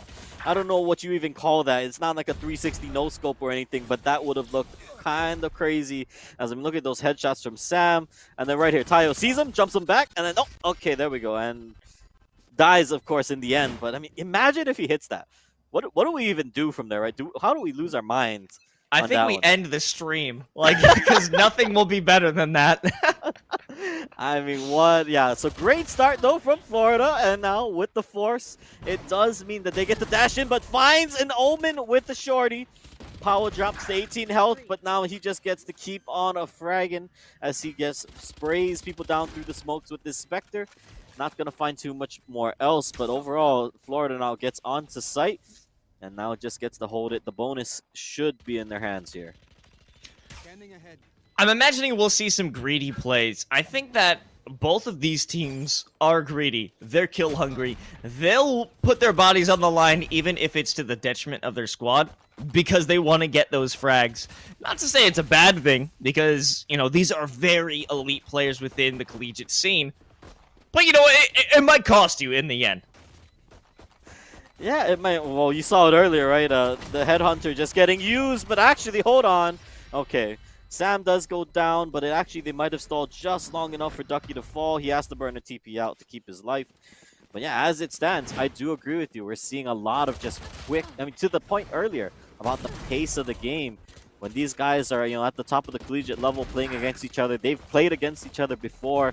They know exactly what each other are up to. The pace just quickens that much faster, right? Once they know that's the play that's going on, they jump on it. They execute. They burn everything in the kitchen sink to try and make the play work. And honestly, you gotta love it, right, Lutz? You gotta love what we're seeing here, especially with what's on the line. Side note, Sam's got a 20 bomb already. What is going on?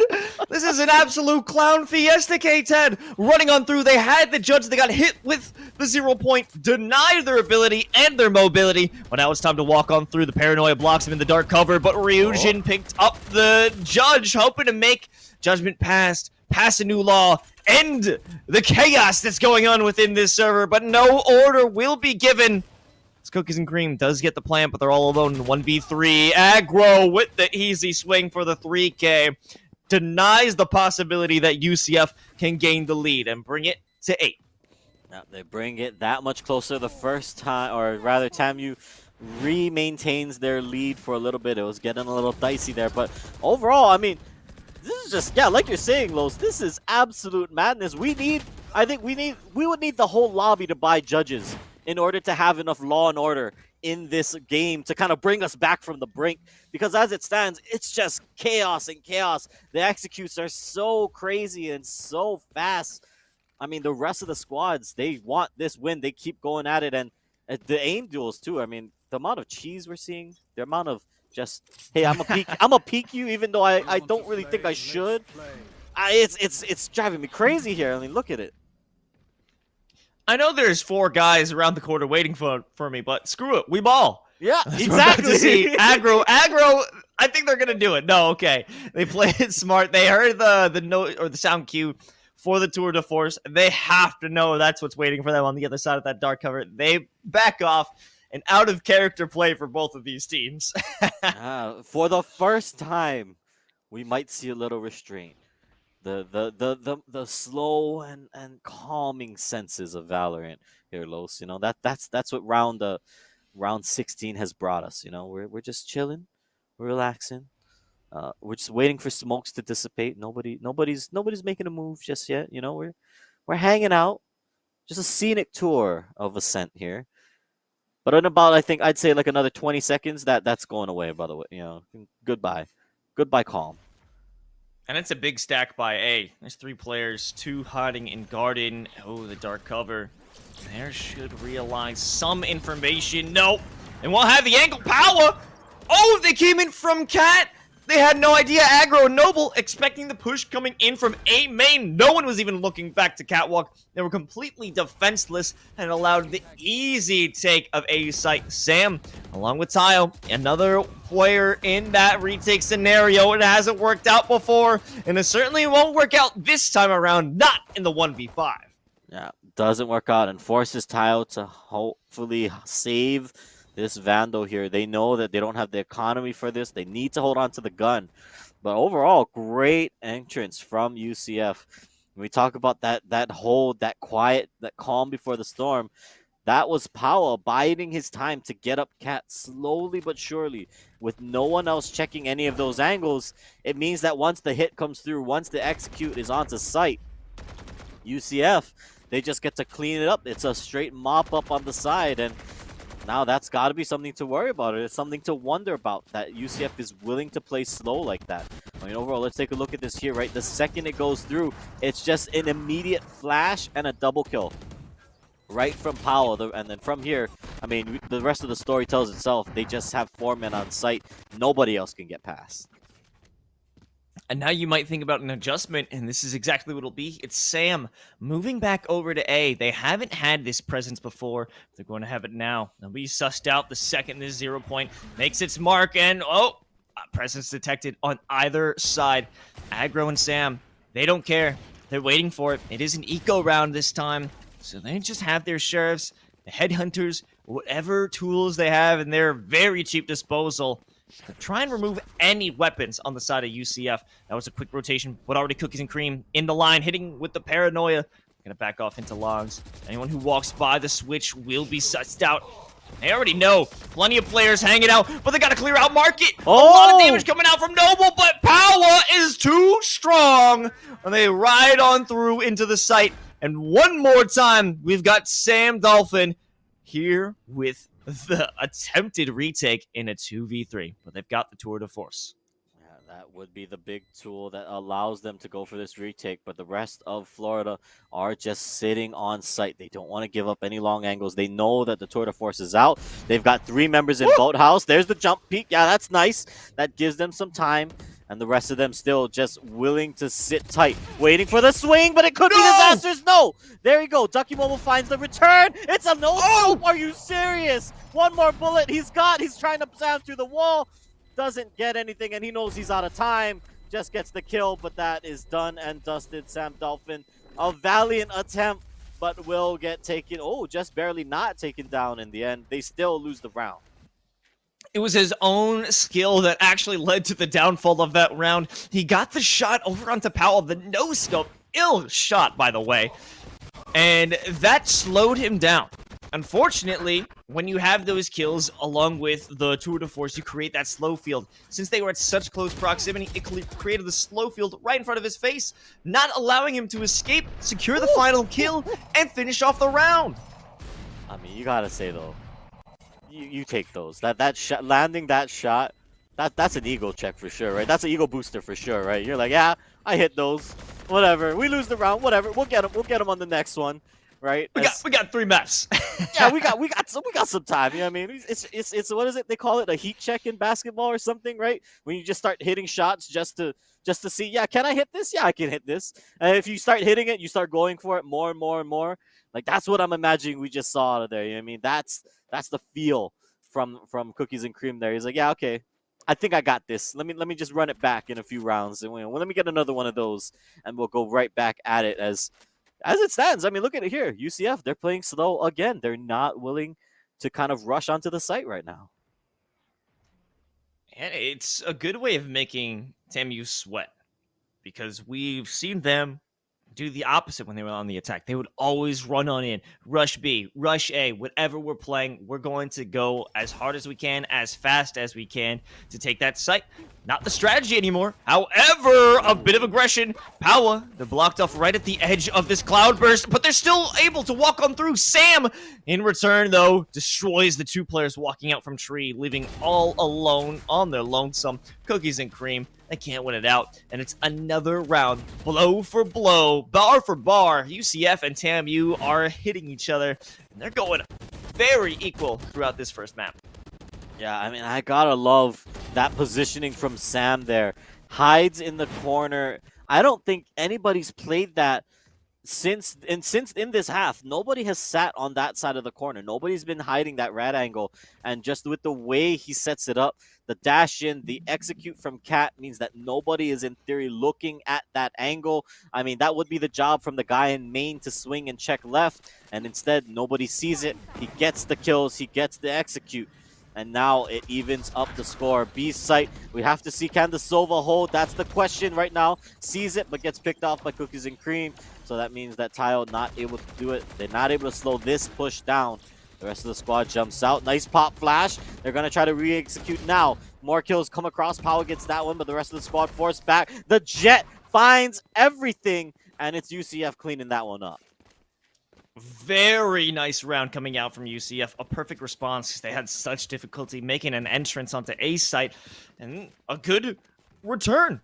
But look at the scoreline, okay? It is every other round is going the way of either UCF or TAMU. You know, you get 2 rounds in a row, a nice little couplet coming in for Central Florida. But in the end, this is such an evenly matched team. I'm so excited about it. And also, if we're looking at it, who made this pick? It's TAMU that picked Ascent. And this time, UCF is pressing the advantage. Yeah, the first time all game, I believe, we've seen UCF in the lead, by the way. Keep that in mind. They have not been able to pull ahead until just now. So momentum starting to shift. Right, we see it here. Some ult economy on the side of TAMU. But other than that, not much more they can do. So slowly but surely. By the way, I love this chamber stare off we've got going on B right now.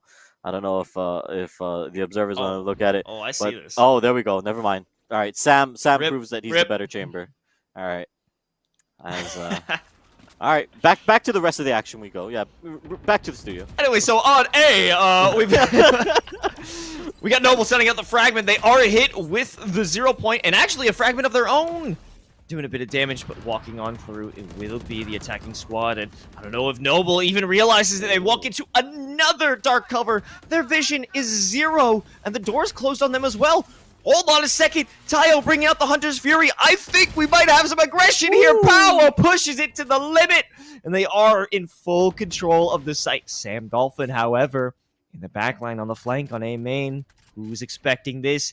There's no trademarks to spot him out. No information that he's here, but the whiff, it doesn't give him anything. He misses the shot. A perfect opportunity thrown away. Unfortunately, TAMU will still have to create a much bigger gap to jump over. That's 2 more rounds in favor of UCF. Yeah, well done. Now they've got a good positioning on it. They should have economy advantage too, as we look at this next round. But the thing I want to point out off of that one, Los, I don't think I've ever seen it before in this specific way, but that's the first time I've seen the door actually, like, realistically at the very last second block off somebody from making a big play. In that round, Noble was ready to swing. He was ready to go in. I don't have time to say anything as here comes the execute. Aggro just stops Power dead in his tracks, and actually the defense, the thrifty might be happening, but Ducky says, no, I'm shutting this down right here. Or is he? Maybe Noble! What was that? Oh my god! It's the CECC Thrifty! It's gotta be! What a play! Noble holding it down by the switch, hitting him with the double sheriff bop! But it also came down to Power, who wanted to dash on in. They got body blocked, shoulder checked by Aggro to stop him from walking in. Ducky Momo had a moment of grace as they were able to find two, but in the end, the defense was just, I wouldn't say it was even a great defense. It was just a wacky round, K-Tad. Noble, you know, I said it, I was trying to make this point, right, that Noble got blocked off by the door and it shuts down his ability to make a play. Instead, he just says, screw it, I'm going to make the play anyways. And I almost want to say single-handedly takes that one with the ability to hold the line there at the door. Yes, Power gets a kill early, the first pick in this round. But I'm still trying to comprehend what happened last time, because now TAMU has a realistic chance to take us either to the victory or to overtime, depending on how this goes. They've got money again. They got guns last round. They didn't need to buy this round with how healthy they were. Even a loss here means they should have enough guns going into round 23. And now we'll see where it comes. As From the Shadows gets burned, they don't end up doing anything. They're just poking around. But look, finally somebody's up mid. It's cookies and cream. Wait, they don't see each other. Thankfully. They're back to back. Okay, he TP'd out. Never mind. Bye, Okay, Dam. damn, TPing away. It doesn't find luck as Ducky Momo walks on through Speedway. Cookies and cream over by Logs, able to put the pressure on in the slow field. In fact, they can't even walk out, attempt to do it, but the dash outside of the dark cover only puts you in the sights of Cookies and cream, and that's a map point here for UCF. Now, map point. Here we go in the opener there. As we were talking about it. That's beautiful. Yeah, just the sliver, the pixel, and then right here is where it all falls apart.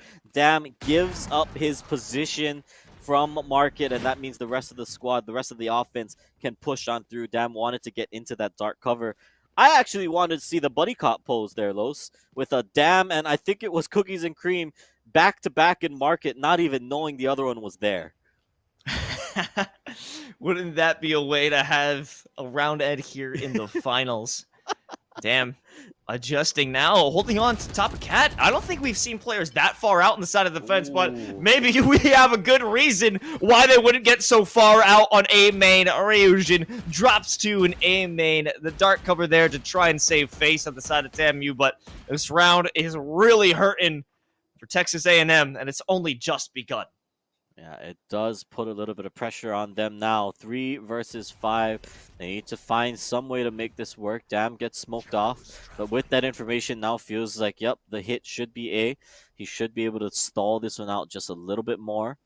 But that does mean that the rest of Central Florida starting to creep their way forward. They want to make this the execute. Here we go. They're diving in. They're dashing in. And the rest of the squad goes through. Spray through the door. Not going to find anybody just yet. Or does it? Dam picks up one. Now the other side, the Heaven. Tayo has to hold the line here. They're going to get the plant down there. But the rest of the squad is able to look for this flank. Now, normally we don't see anybody flank through spawn. So, yep, there is going to be this opportunity. But the rest of the squad, meanwhile, holds the line. Everyone else on site. Cookies and Cream gets a nice pick first. And instead, the rest of them looking for it. Nice headshot. Here comes the Hundreds Fury. But that is it. Map number 1. Goes over to Central Florida. And what a way to finish it. TAMU, Texas A&M, thought they had the momentum throughout and certainly dominated the first half. But this is the response from UCF. University of Central Florida is here to play, taking away Texas's first map of Ascent. So this is looking to be an incredible series full of aggression and perfect shots coming from every single player. But if we want to talk about someone who really stood out, even though they lost, I want to talk about Sam, who has just been such a threat throughout this server. They've dominated even. I think they got to 20 kills before the first half even ended. Yeah, I mean, absolutely. I mean, both sides firing on all cylinders, and I gotta agree with you. Sam had a wonderful game there on the chamber. I mean, really, the side of TAMU, they were doing the right things, right? It's just a few missteps here and there. They just aren't able to finish it out. I mean, towards the end there, the over aggression, I want to say, right? If you think back to the first half, right, and how TAMU they were it was working in the beginning, right? The hard force onto site, just everybody through the door, forget about anybody on the sides, 5 members, 1 entry point. It was working until all of a sudden Central Florida finds a way to stop. They find a way to stall. They utilize some of their utility, or they play off angles where, TAMU isn't expecting them to be, and then that's how they start coming back, and that's how they start picking up rounds. I think a little bit of an adaptation, a little bit of the strategy shift for the side of TAMU, and who knows where we take us, right? I mean, obviously, I'm not hoping for another 38 round game like you guys saw in Series 1. Little septuple overtime, Yeah, K10. yeah, That's yeah, not I what, mean- you're not feeling that? Maybe not. I don't know. Hard to say unless we're trying to break some records here tonight. You know what I'm saying, Los? But other than that, I mean, you got to think there's got to be there's some whiteboards being drawn on right now from both sides. Yeah, without a doubt. And we were talking about the aggression from TAMU, and their strength became their weakness because they were even trying to get aggressive on the defensive. We saw Ryujin in that final round slice up 2 the second they walked out of A main. The round was essentially forfeited with that one desperation move, and you can't allow that to happen. While it works great on the offense, you need to find a better strategy for the defense and make UCF sweat the way that you did. But we'll see if that happens as we head over to our second map of Haven right after this break.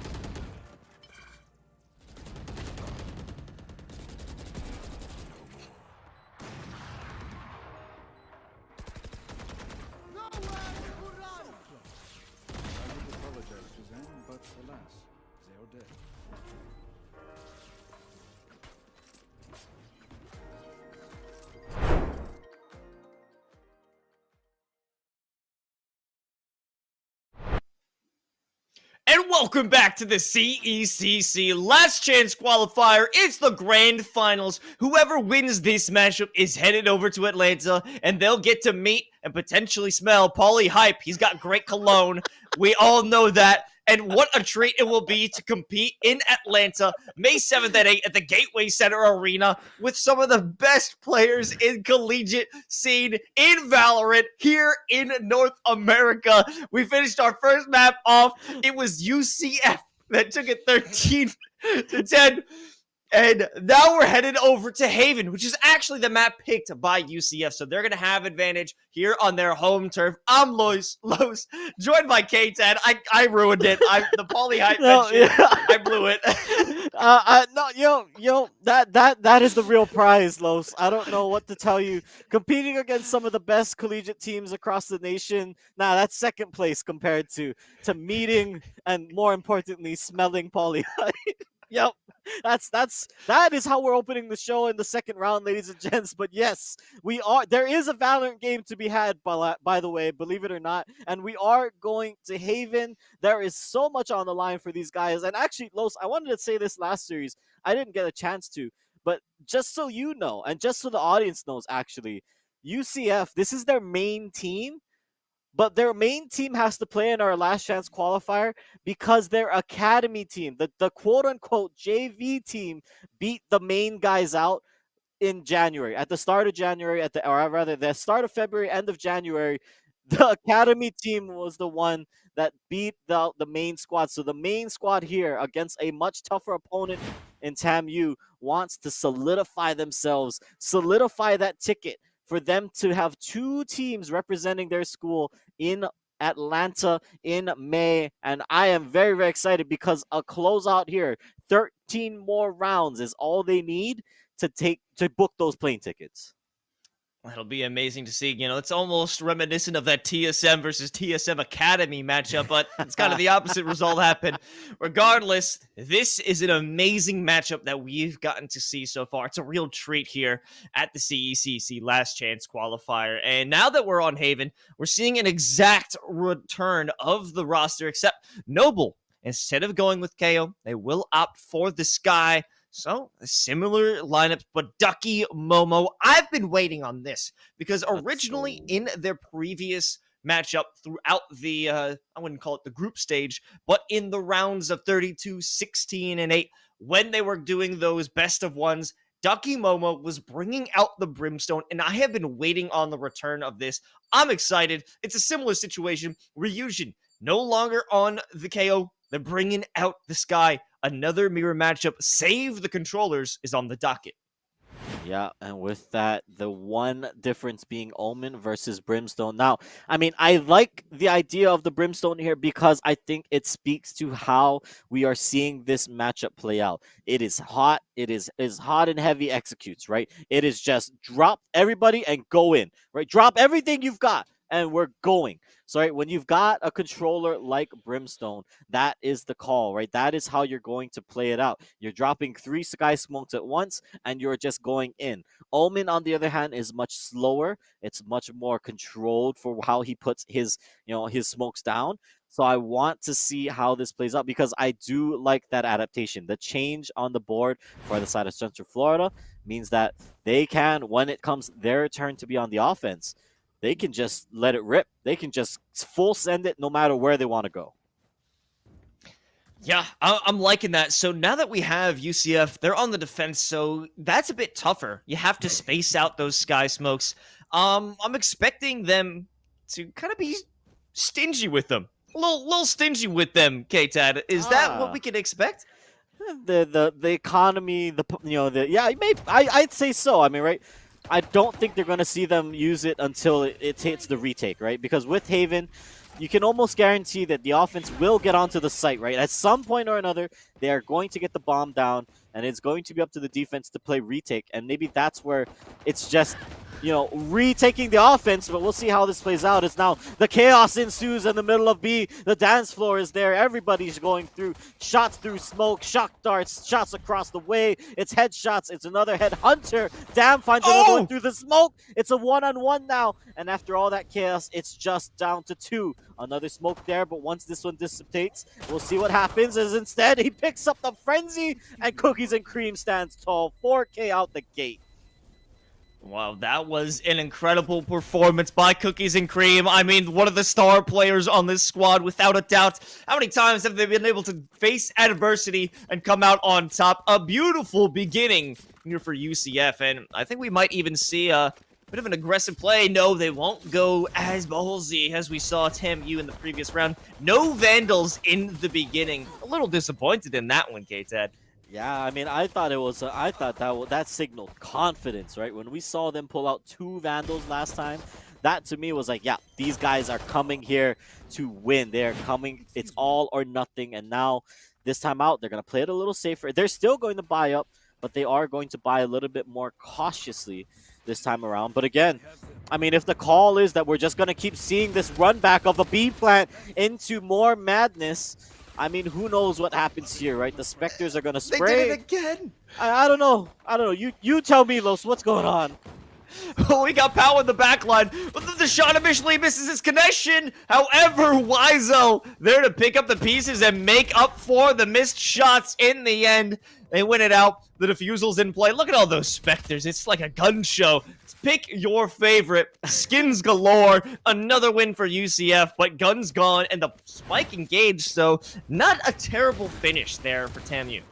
Yeah, not. Well, look at that though. What? Yeah. The running, what some people would say the movement gap, right?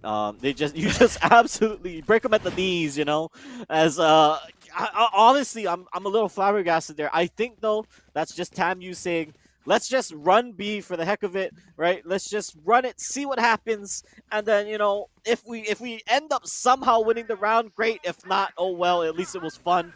As now here we go out the gate though. Hunter's Fury gets burned. And that means Wiseau will stop this A push cold, as instead Ryujin on the flank in the middle. They do find the kill, but there's another op shot down. Cookies and Cream, did he shoot that through the wall? Hold on. He did. Right? Madman. Madman. I don't know how else you would get that angle. Right? There's no way. Because I know that's wall bangable from that spot. But that means he blind fired through the door to find that kill. Production, I'm gonna need you to just replay. I don't care what's on screen. I'm gonna need you to replay whatever just happened when that kill went down. Okay? Okay. Thanks. You're their boss, so they have to do it. Yeah. Yeah. I mean. Anyways, execution. Headed over toward A. Send out the dark covers to Heaven and CT. Paranoia doesn't get a mark. Oh, and that is terrible. A worst possible scenario as you're stuck in the slow field. You can't even hope to run on through. No movement in terms of the abilities at the disposal. Sure, a shrouded step could make your way onto the objective, but you're gonna just get caught in the crossfire the second you do. Denial of service, denial of entry into the site. The second Noble crosses over, they're gonna be in a world of hurt again. Another kill for Cookies and Cream. Go collect the rifle if you please. They won't even need to do it. Yep, now that is goes directly to jail. Do not pass go. Do not collect $200, as Cookies and Cream is the sheriff that is locking it down. Oh, almost get caught up by Damn. All right, let's see that. Tell me not. Okay, I'm staring at this map here. Oh, he was on the inside. Okay, okay. All right, I'm sorry. I didn't know that you could. That's in range. Did you know you could teleport from there? From sewers? And then... He does it again, too. He did it twice. He just ran back and did it again. That's nasty. I think we actually saw that in the round of 12 or 16, where that tech was just insane. They've had the ability to hold down sewers. They're a menace in the A short position. And they've actually utilized that rendezvous spot previously. So, yeah, it's a classic for the Creamster. But now they're blocked off. Over in Garage, the Molly, good for Noble, and a 3K for Ducky. turning this into a 2-on-2. Of course, Cookies and Cream has no problem clearing this one out. Tayo walking on through, caught out by the great 1D through the wall bang. Turns this up a notch. Regardless, they had such little health and weren't able to win it out. Weisel closing things off, and it's a 4-0 start for UCF. Yeah, great start, and honestly, it all stems from right here. Ducky Momo stops this entry cold in its tracks and then heats it up with the molly to make sure that nobody else can go to the plan, right? The plan was to execute onto site, but when Jet gets picked off, the rest of the squad, the second entry, right, the second fragger is not able to get there. And actually, as they try to peel back into garage, that molly blocks off their entry, it blocks off their exit, and Ducky Momo gets the MVP credit for that one because of the way that round shuts out. And now off of that, I mean, TAMU, I think, struggling to find entry onto these sites. We haven't seen them get a bomb plant down since those first 2 rounds where it was just chaos onto the B site. I'm curious to see how else they're going to get through here because, as it stands, Ducky Momo doing a good job of holding the line. Oh, beautiful use of that sky smoke. They weighed out the owl drone. I mean, I guess they kind of used most of their sky smokes on that one, but it stalled out the push. No one walked on through. Now, there might have not have been a great stack on C-Long, but regardless, they played with their knowledge to the best extent. Paula missing the shot, and now they have to worry about Aggro, who's made it up so far, and then updraft onto the boxes solidifies their take here of A.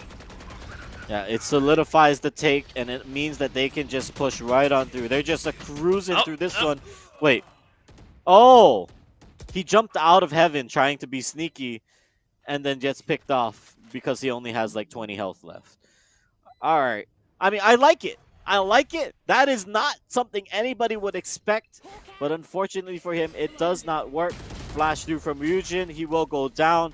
Finally, it's a round on the board for TAMU. But okay, it took a lot of utility. It took a lot from them.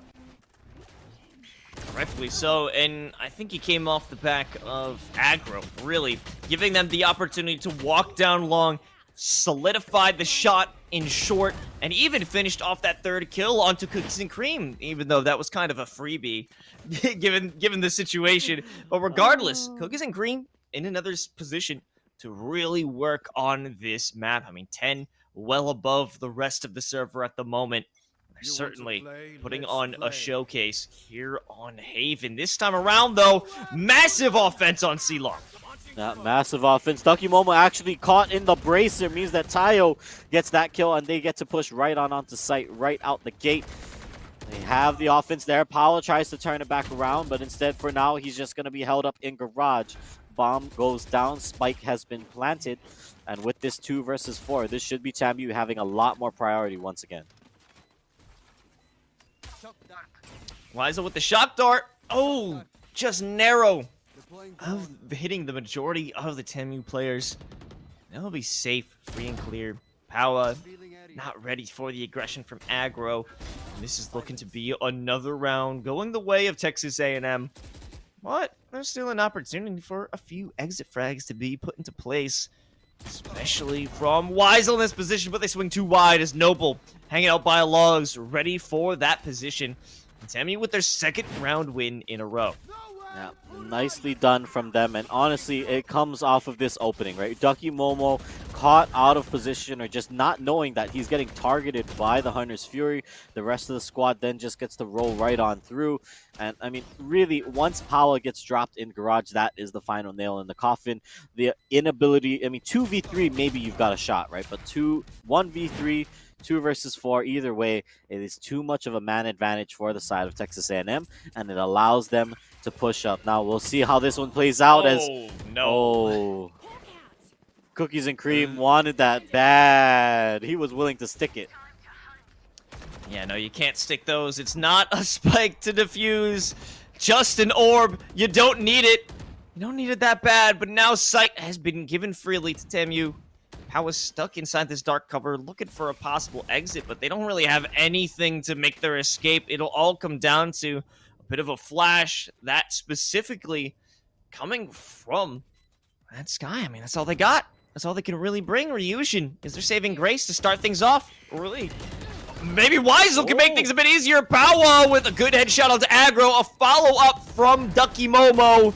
And just like that, Sam Dolphin has pulled off the 3K. It's the Commissioner's clutch.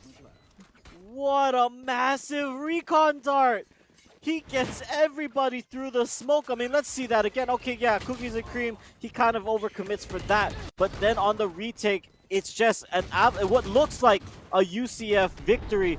The dying breath of Tayo means he shoots out this recon dart. 1, 2, 3 pickup, and that is so massive. That's the clutch. I mean, what a play from Sam there. I mean, the assist credit goes to Tayo, but what a good job for them to get their 3rd round on the board.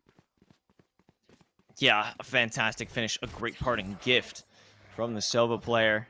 And this is beautiful. It's what you love to see. Hey, there you go. Uh-oh. A bit of trouble starting things off for Powa. They have to commit the dash as well as the cloudburst. Losing a bit of utility, but I'm sure they'll be okay. As long as they got the blades in hand. Ryujin, however, playing it much closer. Sam Dolphin there for the swing, but they don't get the kill. Oh, the immediate guiding lights.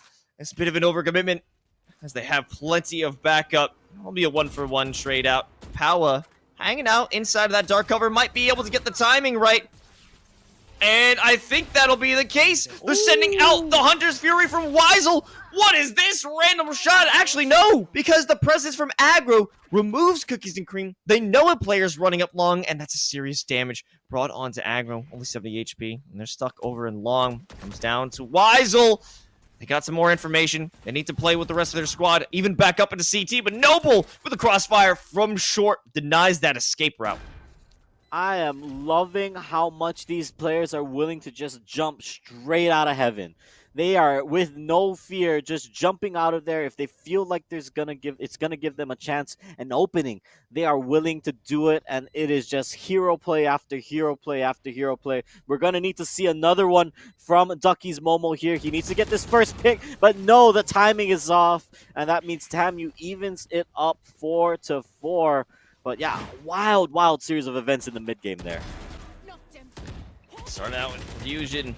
Had the advantage, but they wanted an escape plan. Unfortunately, it wasn't given to them.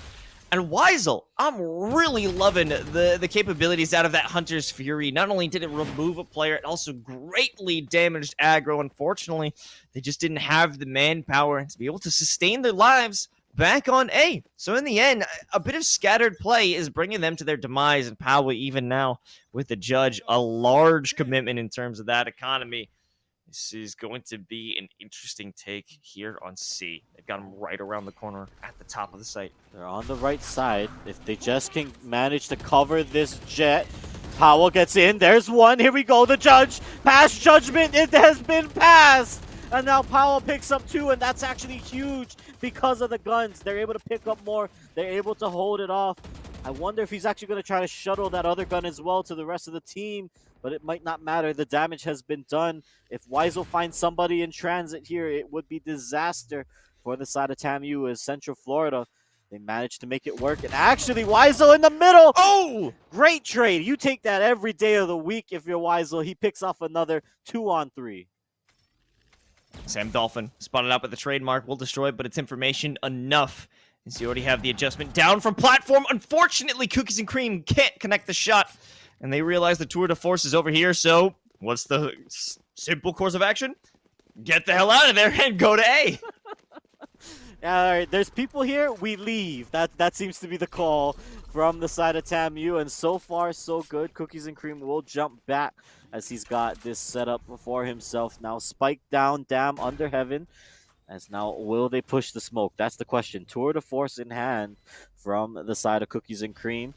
But he sees one, pops it, knows there's one behind the door, and instead, Sam will find the counter kill and trade. One more dash out, and it is Powell once again. Like I've been saying, straight from heaven, down onto the rooftops. As there it is, the kill goes across, and that is UCF back on top. You know, it's often seen that jumping out of heaven is a weakness, but not for this crew, not for this squad, as Paula made a heavenly play, going away from that window, able to get behind Sam Dolphin, and despite the fact that He was in a great position. He was unable to isolate those gunfights. It was Power with their distracting power to come out through. And I also have to give props to that initial Judge double in the beginning. That's really going to set them apart away from TAMU, and it denies the accessibility of them getting a leg up over onto UCF.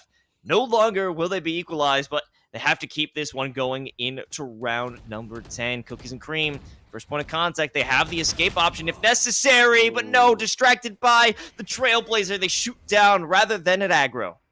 Yep. Opts to take out the dog and thinking that it was going to give away his position, but the swing was coordinated there. And now that does mean TAMU with the opening pick, they've got options. Where do they want to play it? Feels like they're sussing out that somebody could be lurking around A side. They're checking their corners. When they're finally aggro, it costs him a little bit of his health, almost all of his health rather. But they do get the pick. Now Weisel trying to lurk around, sees one, gets it. There's another orbital strike as well, so they're forced left. They don't have too many more options. Ducky Momo wants to get onto site, but it looks like for now they will just let the spike plant. Cloudburst, giving them some more availability to walk on through. It's a new avenue for Ducky Momo to walk through, but Noble there with the shot. I mean, they had too much control. All the angles were covered, even if they had that additional maneuverability into hell. You know, you had 2 players short, 1 on long, 1 on the site itself by default, so it doesn't matter what angle you're taking. Someone will be on you with the shot, the trade, anything else. I'm really curious too to see why Ducky Momo commits the orbital strike there, right? In such an off angle, it doesn't choke anybody out, and that only works if Weisel was able to stay alive, right? But with that fact that Weisel was pinched, he didn't have very much support. It almost felt like just a Hail Mary throw to try and save your Sova, but at the end, it doesn't end up working out. Trailblazer actually doesn't catch Cookies and Cream. This could be huge if they're able to keep him here. I think that might have been enough information with the guiding light. However, Trailblazer in response gives them an opportunity, but it is snuffed out. And on the other side, there's a bit of an advancement here for Ducky Momo. The second they walk on through, there's the trademark. Spotted out. No flank to be found here. And everyone looking for a cheeky play with a frenzy. No, doesn't even destroy the Sova drone. Here comes another one, but still not hit with the dart. Oh my god, how are they still alive, K-Tad? Ryujin was ducking, dodging, and diving around every bullet that came his way. He will go down in the end. This save round will not get them any sort of traction, save for some crazy headshot, but that doesn't work out for Ducky Momo. And yeah, I mean, all right, we are now last round before the half, Los, and I gotta tell you, I couldn't predict where this is going next. I mean, look at this guy, Ryujin spraying through the smoke, but then nobody else shooting him until the last second. The rest of it ends up being clean headshots, but overall, both sides, I think, kind of just leaning more and more into the chaos, Los. Yeah, it's just a very wild setup that we saw from them, and definitely a difference in performances from UCF. They've constantly been on the back foot ever since they got to 4 rounds in a row. Once that happened, it was the exact opposite. TAMU, they started to put their foot on the gas pedal. Now they have even more pressure going down onto C. Everyone hoping to get in the rotation in time, but Aggro, Noble, everyone's got each other's back. The spike planted, the avenues cut off with the dark covers, so there's no way for re-entry. They are just not able to get there. I don't even know if they have the guns for what they need to do here. Power needs to be the one that makes this play. They've got rifles in hand. Can he find the headshot? The one taps, misses it there, and that means he gets taken down. Meanwhile, Cookies and Cream in the back line does find the pick through CT. Sova pushing up from Garage, but instead it's the Cypher in the back line, or rather the Chamber in the back. Weisel gets a trade, and they know the dash out is there, but can he play this quick enough? Cookies and Cream, tap is there, blind goes wide, looking for the headshot, not able to do it. 7-5 at the half for TAMU. And they've certainly put on a clinic in this latter half of the first half. And this is a very, very opposing and oppressive threat that UCF has found themselves in. Maybe now that we are heading to the attack side, this could be their moment to rise up. They had a great flash in the beginning. but simply fell apart. It seemed that all of their defenses were scattered, and that is definitely one of the downfalls of defending here on Haven. It takes such a long time to rotate and assist the rest of your team when it comes to an attack, but this is going to be a full-on stack here for A, save for Noble on the opposite side of C. So it's going to be a brawl here on the pistol round. It is going to absolutely be a brawl. I mean, it seems like, UCF taking a page out of TAMU's book. Let's just full send it in the pistol round. Why not? Everybody rush the site. Who cares about playing off sites? We'll just make it work. And now Sam Dolphin, the spearhead of the defense here, trying to hold back the line, but instead gets picked off through the smoke. The dash in from Powell, as it looks like they've gotten there. They are here and ready to stay. Tayo finds one. They're trying to hold back behind the boxes. They tap him up a little bit more. Straight blind on Powell. Shock darts going across. It's madness on site, but they do find the last kill. Ryujin gets 4. UCF pick up the pistol. Yeah, it's a bit of a poetic thing. And initially, we had Cookies and Cream pick up 4 in the first pistol round. Now Ryujin, a 4 of their own in the second pistol round. If they could take that advantage, bring it into another couple of rounds to get things popping for themselves, this could be a good sign, especially now they're rocking with plenty of cash going forward. This should be a guaranteed win. But Aggro, damn, they've got those shorties. So they're going to be waiting by short. This is another stack, another bum rush for A. Now another bum rush we go, full send it. They find the shotgun or the shorty, Cookies and Cream, not wanting to play this one yet, but they don't know that they're walking into a crossfire. That's one, Cookies and Cream, damn! Almost gets a second. It will be a hit up, but they are able to heal it back up. The rest of the squad, meanwhile, there is one on the flank. The chamber is lurking. Sam Dolphin, if you can just get to those guns, that's the thing. Gets a headshot, but no, it's not able to close it out. And that means now all up to Noble. 1v3, what can you do? Looks for it, not able to finish there. More and more damage across, and yes, he will drop. Another one of those, I guess, anti-bonus or anti-force rounds that actually find a bit of success. They get 2 kills. It really comes down to the back of damn baiting the hell out of Aggro, but that was the plan. That was written in the strategy book. It was only good for 1, as much as we expected. That's all you could bring out.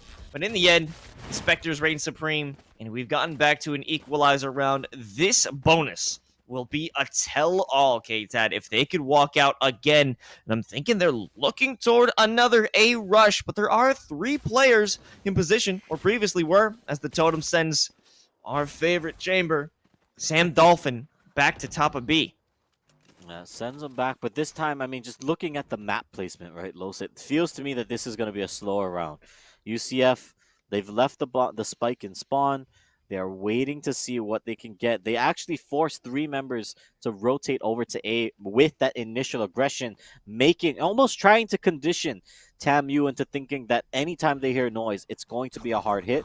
As now the rest of the squad on C, though, this cover will find one. Damn, nicely positioned, and that means he gets 2 right out the gate. He is hit with that shock dart, but it's not able to finish him off, only 19 HP, but now the rest of the cavalry is here. Maybe a bit of help from Ryujin over in Garage. No, the guiding lights don't guide them to victory. It only leads them to their inevitable defeat. And of course, it would be the Esports U Flawless. Yes, it is, and a flawless worth off of Damn. I mean, really, that smoke, it just leaves the positioning on it, just leaves just enough room for him to see if anybody was creeping forward. And then from there, I mean, that seals the deal because the rest of the squad forced to just commit to that C play means that TAMU, they just have that one in the bag. Now, yes, that was bonus. So that means now we get to see the true test, the true matchup here in the second half. UCF having full guns, an operator in hand, actually, from the jet down C long. I'm curious to see if that's going to pay dividends or if they're going to be held down these long sight lines. I'm not exactly sure. I mean, Powell already taking quite a bit of damage from sprays through the smoke. So I have to think twice. Damn, it's still an impressive presence on C. I'll make him think twice. Oh, Cookies and Cream getting the shot into Garage. Now that opens up a few options for the UCF crew here. But we also have Damn making their way down C long. They want to push the advantage They're going to hang out in Cubby. They're going to be a bigger threat. But someone is even greater. It's Cookies and Cream, removing 2. They wanted to get back into the garage. And damn, getting a bit crazy. They want to have the advantage here. But now the Seekers, they forced his hand. He has to swing. Only good for power, though, but it is damage enough. They walk on through. Tayo, good for another 2 headshots. The Seekers don't stop him. He's hanging around the other side of the site. And they're backing off. They don't want to fight. The guiding light sent to cover their tracks. And Cookies and Cream in C-Link. If he walks on through, wants to take it through B. So B crucial, but he gives it away. Tayo currently with a 3K. What a swing from Tayo and what a hold from him. He's got the drone ready. He's just trying to cover his bases, make sure nobody else is in his area. But as it stands, the Sky could be swinging around now. Ryujin, they know the plan is going down in this. Okay. I got worried for a second there, Los. I'm gonna be honest. I thought for sure that was gonna be a turnaround swing. But Tayo put the round on his back, but also you gotta give it up to Dam for starting that off, removing the operator from play, stalling things out, forcing them to walk through the dark cover so they don't have any information going forward, and it's a 4K for the Sova. Absolutely insane setup. TAMU stealing back the momentum, and they're holding on to it. They've got the guns, forcing them back into a pauper's buy of Sheriffs and Classics. yeah, it forces them back. It means now that TAMU can start pulling away with this one. That was a great opening. I mean, the strategy there from Central Florida was good, right? They had the push, but how do you predict for a Sova of all people to hold the line there at C, to get a 2K, not get traded out, and then finish out the round? That is a tough one to lose if you're Central Florida, as now they need to slowly creep through. They need to find their way with these utility weapons. But there it is. Noble finds one. The rest of the squad forced back. And the bunny hops. Oh, Ducky Momo. We'll see. Can he get this shot right out the gate? They're going to clear it now. That means they know he's there, but no. Just the immediate right click from Noble. Doesn't even reload his Phantom. He doesn't even need it. As the rest of the squad forced back. Nice kill from Ryujin, though. And that means now it's 2-on-2 at the end of it. Oh, Weisel! Great shot. And now Aggro, the last man standing, has to turn this around. Could be a thrifty for Central Florida if they're able to finish it. Time on the clock. Ryujin, as well as Weisel, they're hanging out with each other. This is not a fake out. It's good enough for a half. That's providing some safety. Oh, spot realized. Aggro takes the shot. But it is planted over here for Weisel. I think he landed it. No, he did it. He missed it. And it's a commissioner's clutch for Aggro. How heartbreaking. They had such a great moment to come back with Sheriff kills, a spike plant, and 2 players alive to defend it all, but it came down to an ego duel. The shots did not work out in the beginning. And oh, so close for UCF to turn the tide, but it did not come to fruition. Ryujin wasn't able to make the shots connect with the Vandal in the end. They lost it out thanks to Aggro being agile and dodging that Owl drone dart.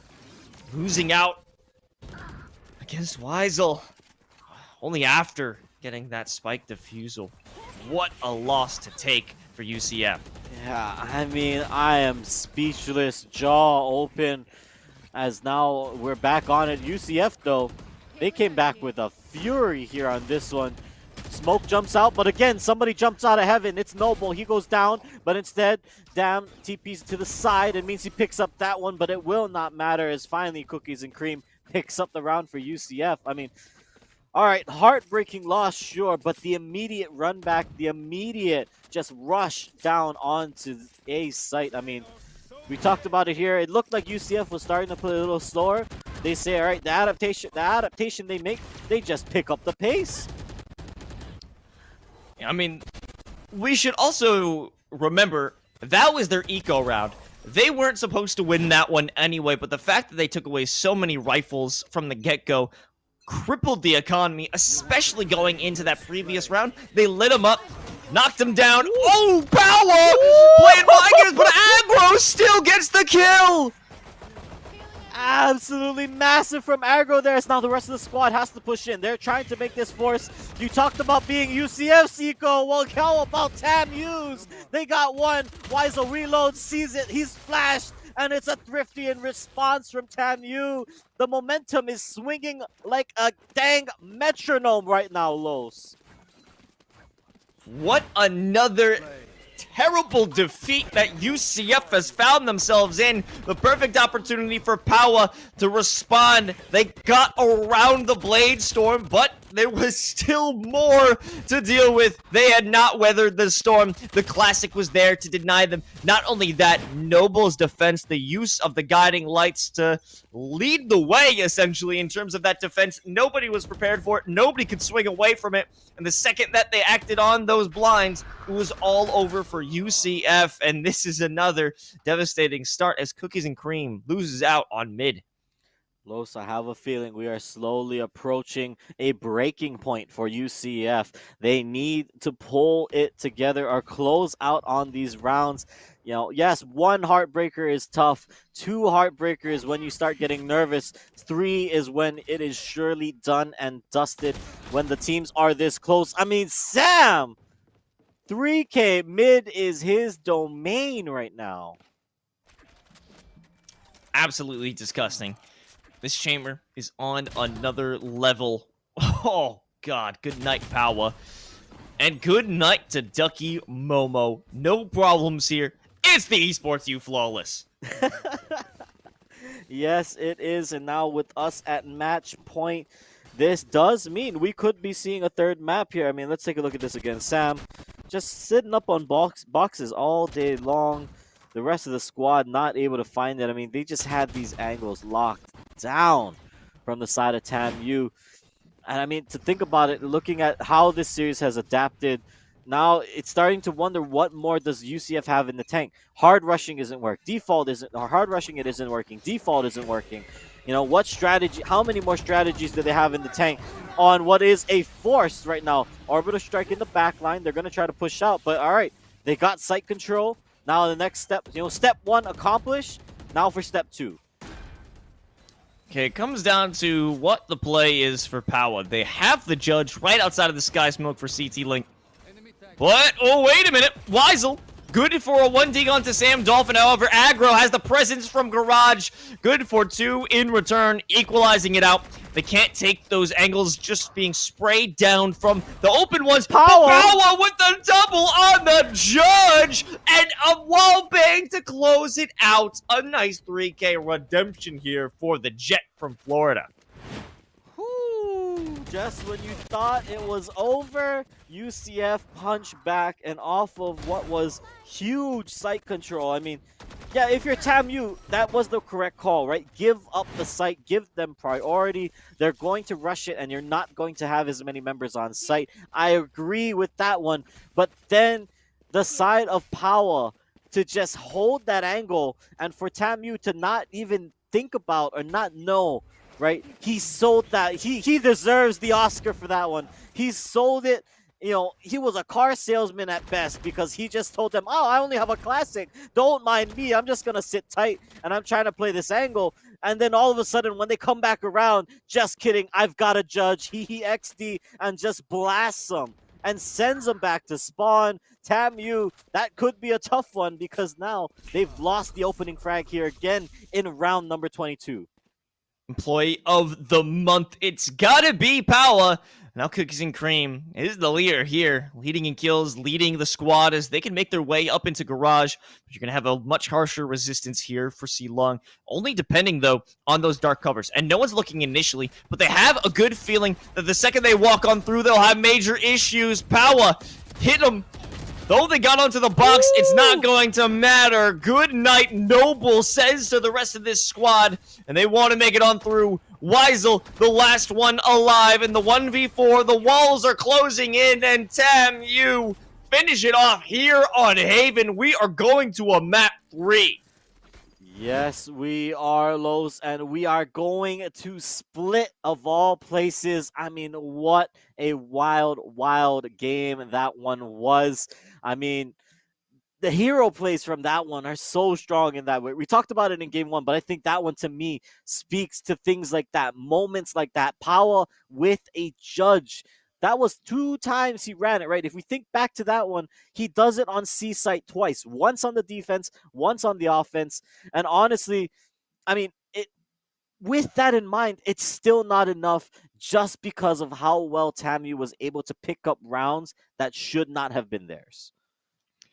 Yeah, and I also want to talk about Noble's ability to hold it down, not only with the guiding light, but even in that previous round. 2 kills, sending out the Seekers, get the information you need. Go back to a few rounds before when they were on the Thrifty. It was supposed to be the winning round that allowed UCF to get that equalizer, bring it back, get to double digits, but it was another case of denial. The guiding lights to stop on the push. It forced out some bad plays, and the more mistakes that we saw from UCF, the more capitalization we saw out of TAMU, and if they're going to continue in this effort, it wouldn't be surprised to see TAMU take it all the way in the end, but we'll find out after we head over to Split right after this.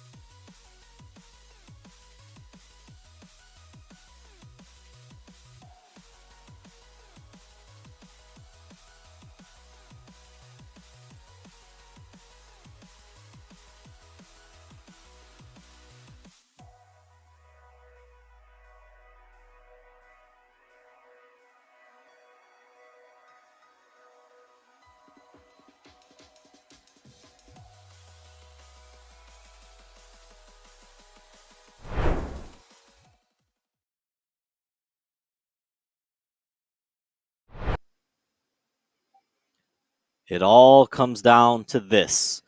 After over 125 rounds of Valorant, University of Central Florida stands at the precipice of their ticket to Atlanta. On the other side, Texas A&M, after losing their first map, they come back and they take Haven. And now we only have but one map left to play, 13 rounds to win, and 5 tickets to book as we finish out here in the last chance qualifier for the CECC. I'm K-Tad, that's Los, and here we go. Let's get into it as we're going not to split, but to bind.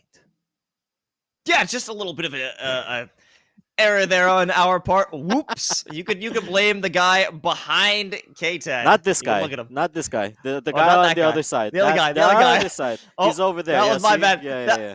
That's Scoots. He's cool. don't mind him. He's the observer. Anyways, we're here on Bind, Texas A&M, Central Florida, the university of that place. Here to bring it down. I mean, this is going to be the similar situation from what we saw last time around. Power, however, this time on the Rays, and rightfully so. Aggro, though, doesn't believe in that sort of activity. They're going to stay where they are on the Jet, and rightfully so. But, you know, you want to take advantage of this tight corners. So that's why you'd have those ping shells, the boom bots, the Roombas, if you will. So it's what we're expecting. Almost one of those mirror match scenarios. Actually, no, not even close this time. It's 2 differences this time around, K-Tad. But the initiators, the Sova, the Chamber, of course we're going to see that again. Yeah, and I think that is kind of how we've been seeing UCF adapt and change over the course of this series. But now I'm really kind of wondering how that's going to pay out for them, because last game they switched to the Brimstone, didn't end up paying dividends for them. I think only one really good, I think, orbital strike that we saw gave them site positioning, but not a lot of post-plant scenarios where they got to use it, not a lot of opportunities where it ended up paying out for them. We'll see how that changes up this time around, because for the most part, TAMU, they looked like they were picking up steam and picking up confidence towards the back end of round number 2. So here we go. Bind. Teleporter Central on the map. That's right. That is right. And to speak further on the Brimstone, I mean, the Molly capability that comes on through, I think, is important to note, because there was that moment where Ducky Momo had just an incredible defense of C-Site by themselves utilizing that. And we got a bit of aggression coming here from TAMU, something we'd expect, but they gambled wrong. They went over to A short, but no one's there to greet them, and now it is a full-on easy site control. Tayo, they've been a hero before, potentially can do it again, but in a 1v5, I wouldn't say so. Spikes planted, and Tayo about to be engaged by 3 players from Florida. Yeah, Tayo unlucky there, walks into the firing squad, as now the rest of TAMU now have to play retake. A lot of chaos going down, utility getting burned. Nice headshot from Dam there, as the rest of the squad has pincered out. Elbow is now the position, the last bastion that Central Florida is trying to hold. They're going to clear out for now. They swing out of the smoke, and they find 3 just like that. A great flash from Ryujin, picks up the pistol. Not only was it the flash, it was also Weisel who sent out the dart. You followed the vision of, I believe, it was Noble, I believe? In the last moment, no, Aggro. In those final seconds, you saw them follow the dart, knowing they had to shoot it to stop the oppression, the retake out from Elbow, and in that moment, they were completely distracted. It's almost punishment for being a good player and destroying the dart for your teammate.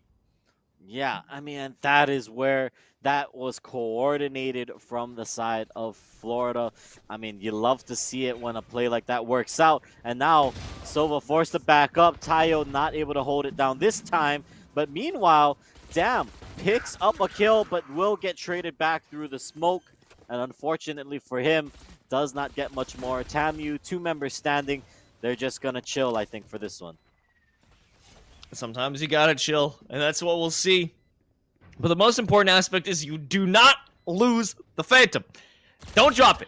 You have to have someone with it at all time, essentially escort it, protect the president. If that goes in the hands of TAMU, Sam Dolphin can be a menace. Okay, 1 death goes their way. Not a crazy loss, though, as they can hold on to it, and Ryujin won't let the gun out of their hands. That's a crucial one. Yeah, I mean, crucial one for it. I mean, I love the play, though, from Dam, and that's something I've wanted to point out for a little while now in this series, that I'm enjoying. You know, if you're going to have somebody be a rat and play those, you know, really tight corners like that, Dam has been doing an excellent job of that all series and really all tournament long, I would say, of just getting in the head of his opponent, and he's playing these angles that nobody expects him to be at. It's allowing him to pick up, you know, 1 kill, 2 kills for free, and that was a round where had he gotten away with that, that could have been a big difference. But unfortunately for him, he goes down, and they're not able to have that hookah control anymore for the defense. And now UCF in the bonus. What else can they get? Some information down on short. Yeah, there's the spot onto aggro. Oh, don't need to heal that anymore, but you can get a rifle instead. Ryujin still has that presence. They got to walk on through. Dam hiding inside of the sky smoke. The second that is brought out, the guiding light is good enough for 1. Cookies and cream out from the showers is providing 2 more. The value is insane. Picking up the Phantom. There is aggro inside, but the reload sound cue causes aggro to push on out. Weisel, the last one alive. Oh, he's already been spotted out. Hanging here with the Spectre. They're not going to give him any quarter. It is possible the shot on aggro can come through, and it will. However, the maneuverability, this player has just been pinged for like the last 10 seconds, K-Tad. Yep, ping, ping, and they know every single second where that man is standing, and that is a tough one to lose if you are Central Florida, because they had the motion, they had the setup, but then right when they go to plant the spike the second time by triple box, the reload sound and just overall the positioning with 2 members being unable, combat ineffective, right, so to speak. One guy's reloading, one guy's trying to plant the spike. They are able to just swing out from TAMU. It gives them the bonus. And all right, yes, that wasn't a round that Central Florida was expecting to win anyways, but it does mean that TAMU gets themselves back on the board relatively early. And now we'll see how the adaptation shifts, as now it looks like pressure returning to the B site. There's 4 players here waiting for that response of aggression. It all depends on what information is gained here. Who are they going to spot with that owl drone? At this point, Ryujin has slipped out through the dark cover unnoticed. They don't know that he's here. But in the end, a lot of pressure being put out on those hookah players. Even on long, they've lost one. So this attack is getting stifled before it can even begin. Yeah, curious to see how Cookies and Cream is going to play this lurk with the Tour de Force. Knowing that, all right, they sent 3 to A, the 3 failed. Now it is up to the 2 on the other side to make this work. They're going to play off of it first. All right, they're going to clear the trademark. Now looking what they want to get. Ducky Momo, that's a huge frag, because now that does open up the site. They just need to smoke out what I would believe is heaven, but instead, no. They're going to smoke the bathroom to cover the plant.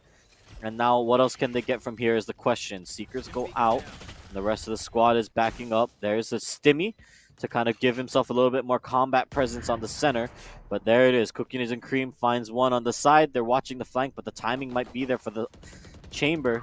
As Sam not able to get it as the rest of the squad falls in the back site. Sam finds another one. Sam finds 3. It's a 1v1 now, Los. Oh, here comes the guiding lights. And for a moment, I thought Sam would be able to clutch it out again.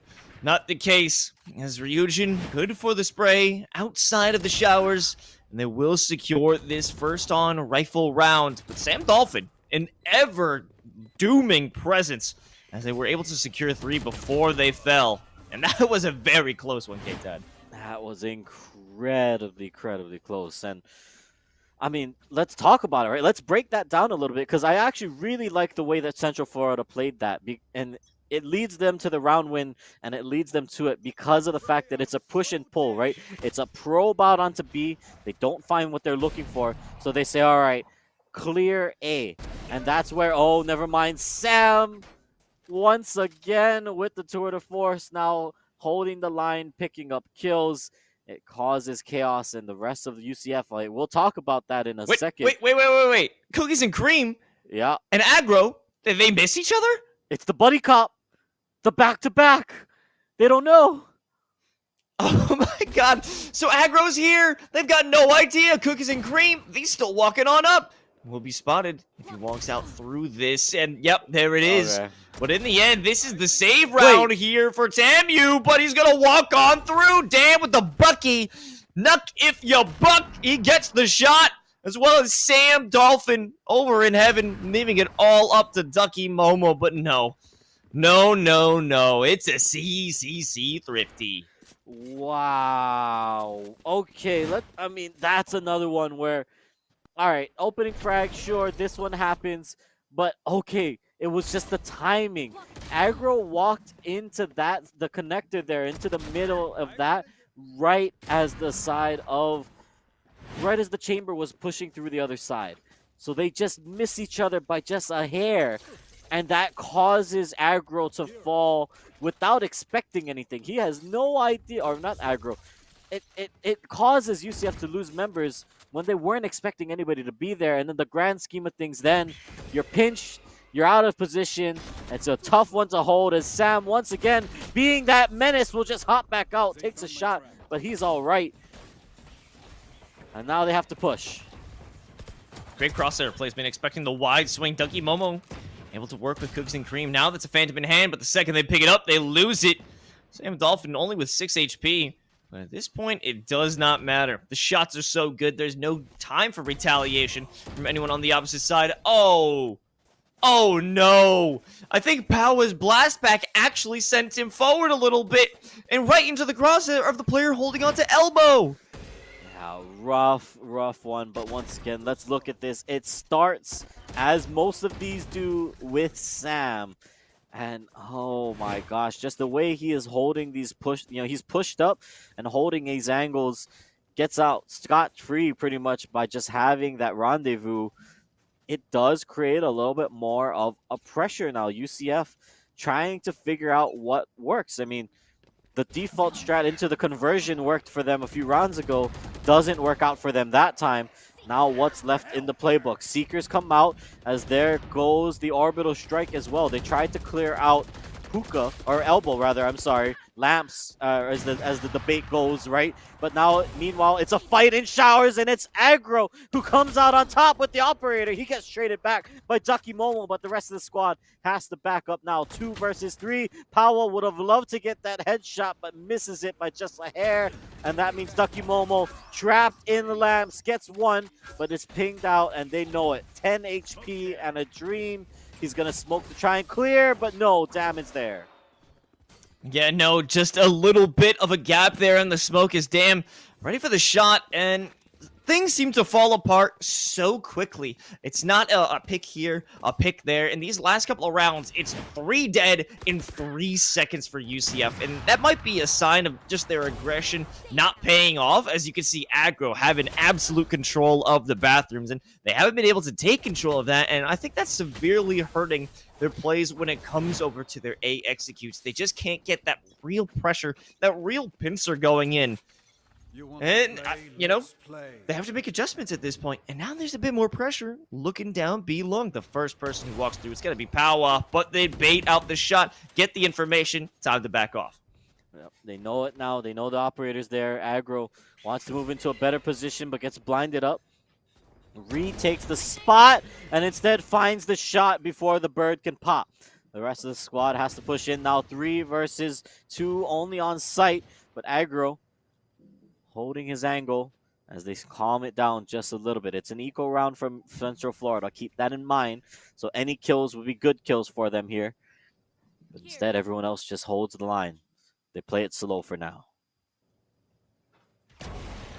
Any kills would be good, but the question is, can they get any of them? Aggro with another 2 from the op. You know exactly what's going on. You know the vibes.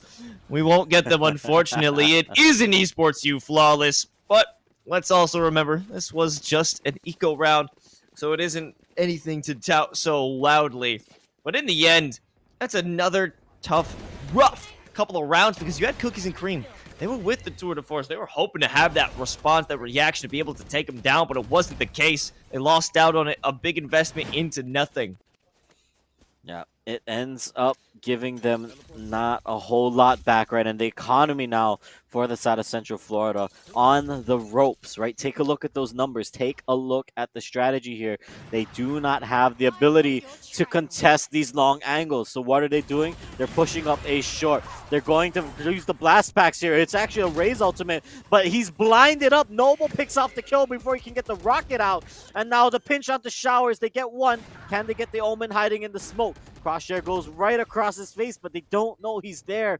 The rest of the squad, they are just holding onto this angle. Now they see him, but no, Tam gets that one. That's a huge pick. It evens out the man count, and actually Sam gets the kill on the flank. The last two members have to hold it down and bunker up in lamps.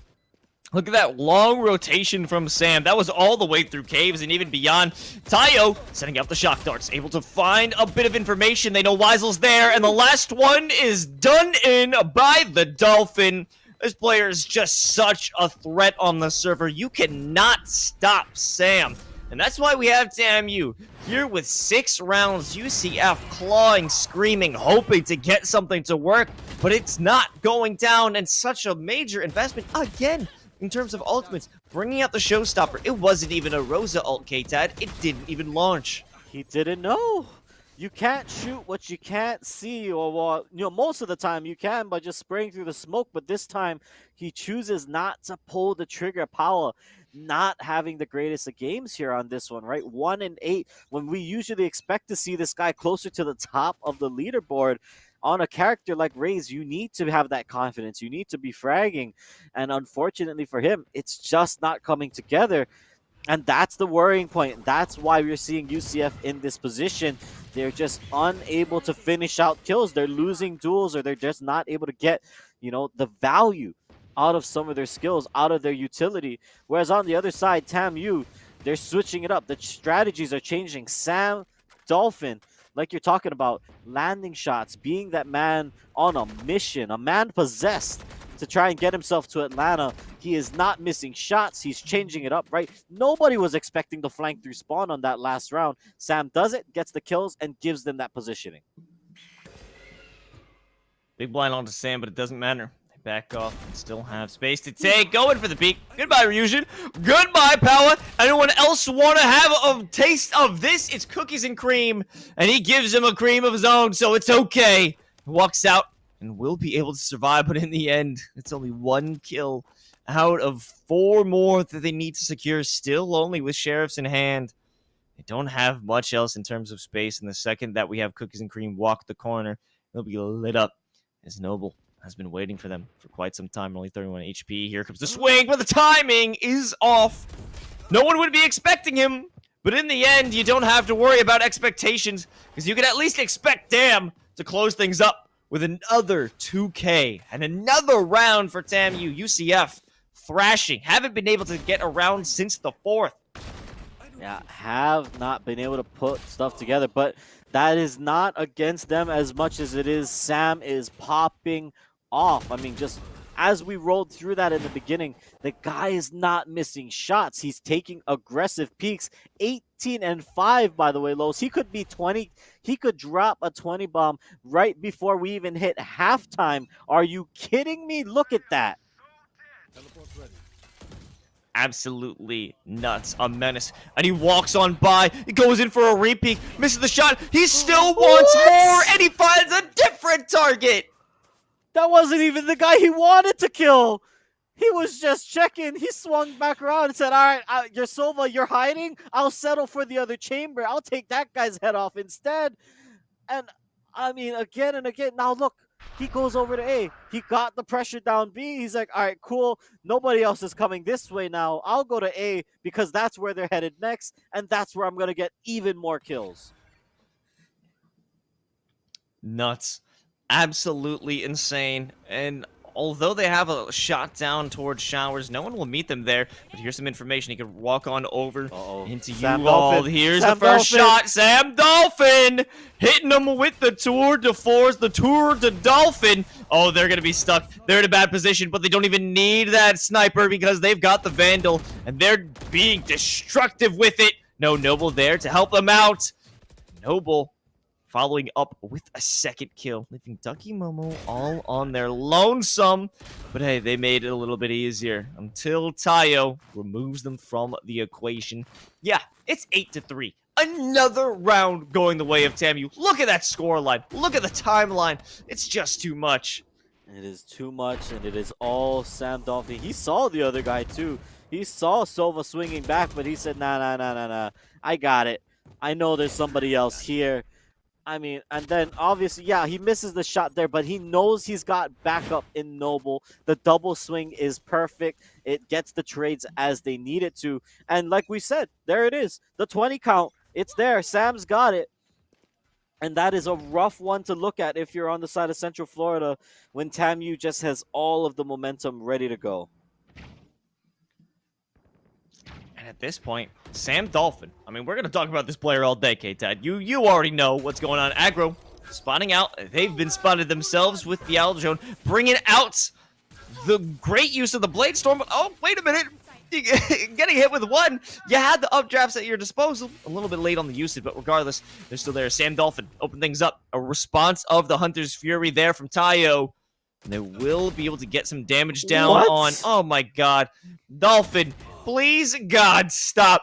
We're talking about you too much. It's getting bored for the fans. We need another player to step up, please. I mean, he's just hunting at this point, too.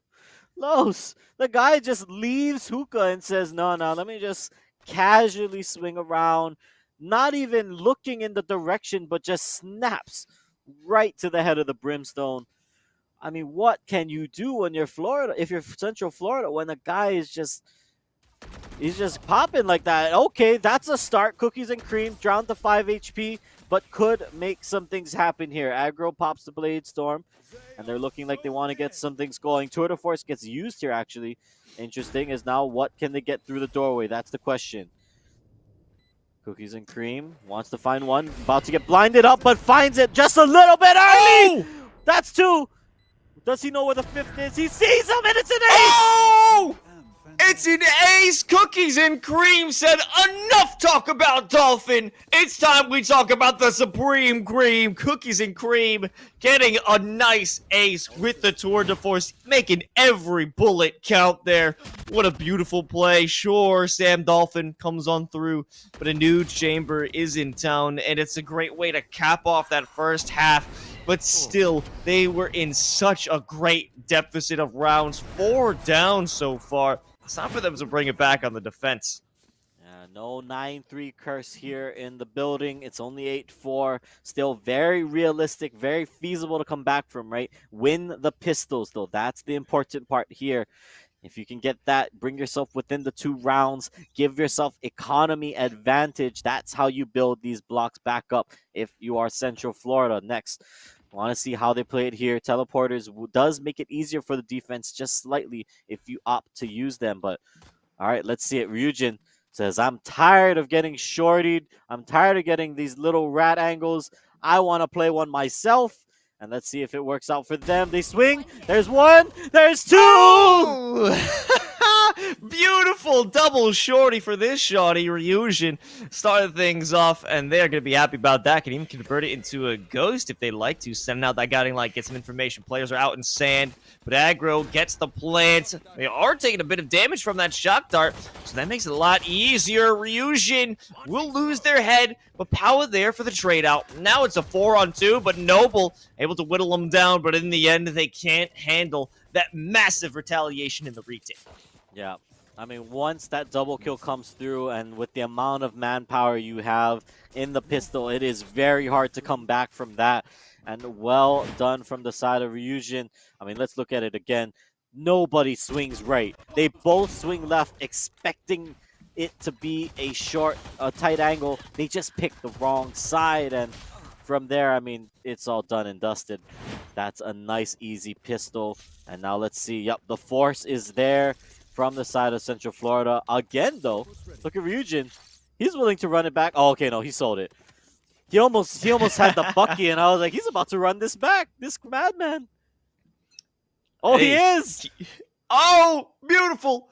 Judgment to be passed, but none to step into the courthouse of Hookah.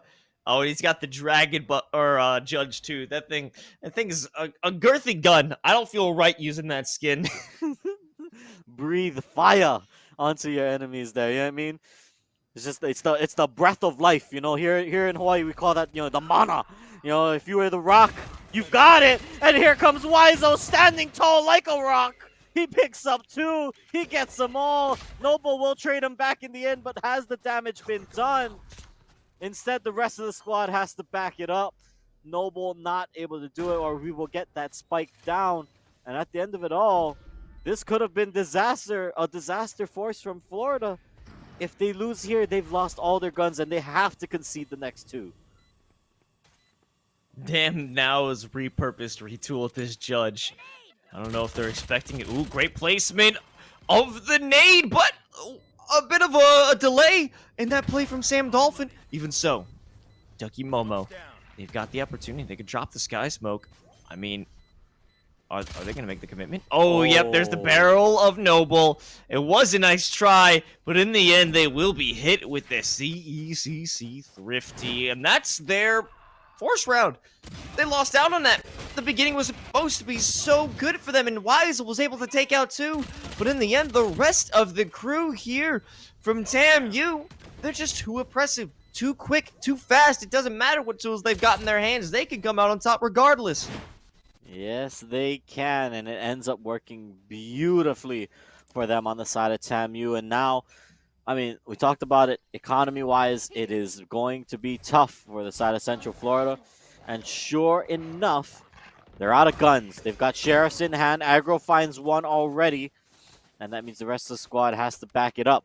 Sheriff, or rather Classics in hand for Ryujin, not willing to spend too much money. And the rest of them now pushing up. TAMU, site control is theirs, but they haven't quite cleared out Elbow, and they haven't quite cleared out CT. For now, they will be happy with this, but will Ryujin push out a smoke? That's the question. Currently, no. As now the push comes in, but they're just getting picked off one by one until they all fall down. A swift execution of that retake, or the denial thereof. I mean, they didn't have much to work with in the end. I mean, unless they could pull off an amazing thrifty round like TAMU, but that won't be the case.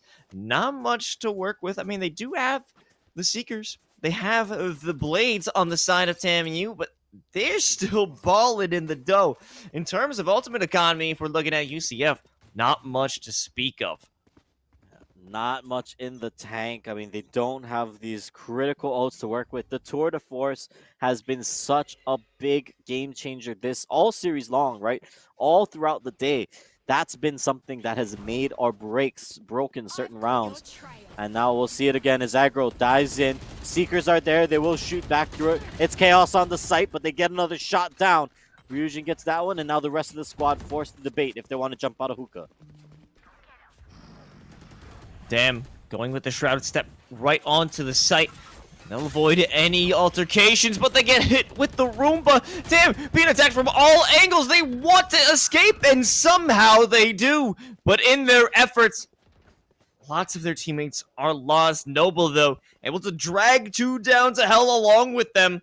It's time for the rotation, though. They will be hit with the trademark, so a bit of a slowdown, and it stops Dam from getting quickly to the site. Cookies and Cream takes down Sam Dolphin, and now it's up to Dam. 1v1 in lamps. They lose it out. Dam even has the option to run it back. And without the teleporters, they'll be a little more quiet. Wait a minute. He's slowly working back around. I don't know. He's looking like he wants to play showers. Maybe he's trying to bait Ryujin into thinking that he actually gave him the loop-de-loop, the do-si-do, the one round around. It looks like instead, no, he's just going to opt to play from showers instead. That's going to be the call. Didn't go to planet B, but that could be disastrous for him if Ryujin swings quickly enough. He does, but no, damn, it doesn't matter. He just clutches up and picks him off instead. And this has been such a dominant map for TAMU. Again, look at the timeline right now. It is so destructive in favor of TAMU. And damn, being able to get hit with all of that utility, being shot in the back, teleports back into Hookah, able to win out the fight against Cookies and Cream, run through showers, get the play in the last moment, get the kill into CT. Damn, ran the race, and they won it. They beat the case. It wasn't just a race, Los. That was a marathon, a biathlon, and then, I don't know, a triathlon. Is there one higher than that? I think there isn't, but we're going to call it anyways. That guy just did everything he needed to. He went to hell and back to finally pull that one out. And honestly, because of that, now look at where this puts them. They get to just walk in. They've got, again, weapon and economy priority. They are playing into a pistol round from the side of UCF, and that means that it is just disaster for the defense. They are not able to hold. Pawa has a judge. Pawa is dead. Tour de Force goes out, but Sam Dolphin just whips out the headhunter and just says nope. This kid's too crazy. He has to be stopped. We have to nerf him, K-Dad, because the impact this singular player has had cannot be measured. I mean, we could look at the kills, 27, a 30 bomb, surely to make its way through if they don't win this round. Hell, even if they do, it could be a 3K from this player. They have just been so impactful throughout the entirety of this series. Without a doubt, an MVP if it comes to head that TAMU does win it out, but it's map, series, point. It all hinges on one more round victory for TAMU, and they'll be making their way to Atlanta. It's the last chance qualifier and the last chance for UCF to stay in this fight. One more round. They need to run it back 7 more times if you're on the side of Central Florida. Can they do it is the question. We've seen crazier, but here we go. The swing from Aggro. He picks up 2. That is not the way you want this to start. They need the Sova to hold out long, but instead, no, he swings and misses, and it's just down to 2 now. Cypher, or Chamber and Raze, that's all that's left. And Cookies and Cream being spotted out a bit by that room bubble. We have Aggro already jumping through. They're taking the fight all the way to the end, and it's a flawless with the paranoia, the daggers to the dome, and Texas A&M University won the last chance qualifier. They will be making their way to Atlanta for the CECC Championships. What a show from TAMU at the end there. They just start picking it up, and they don't let up. They put the pedal to the ground, and they didn't hit the brakes once on Bind. And honestly, credit to them. Welcome to the pool. Welcome to the team.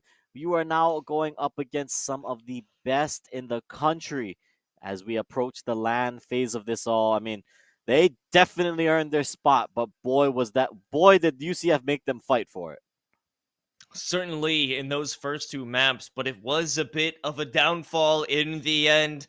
As we saw, it was a 13-9 scoreline in the beginning. Then they flipped it over finally. It was TAMU who were in control again, and on their attack, their aggression knew no bounds. And we saw a similar situation, but this time they did not hold back. An even greater round deficit, 7 away from their opponents. And my God, K-Tad, it was an amazing performance by Texas A&M. Also, you got to shout out UCF, University of Central Florida, for being able to make their way into the last chance qualifier grand finals and put up a great fight. But in the end, you got to give it up to TAMU. You got to give it up to Noble, Tayo, Dam, Aggro, and who else but Sam Dolphin. What a phenomenal roster that we've seen today.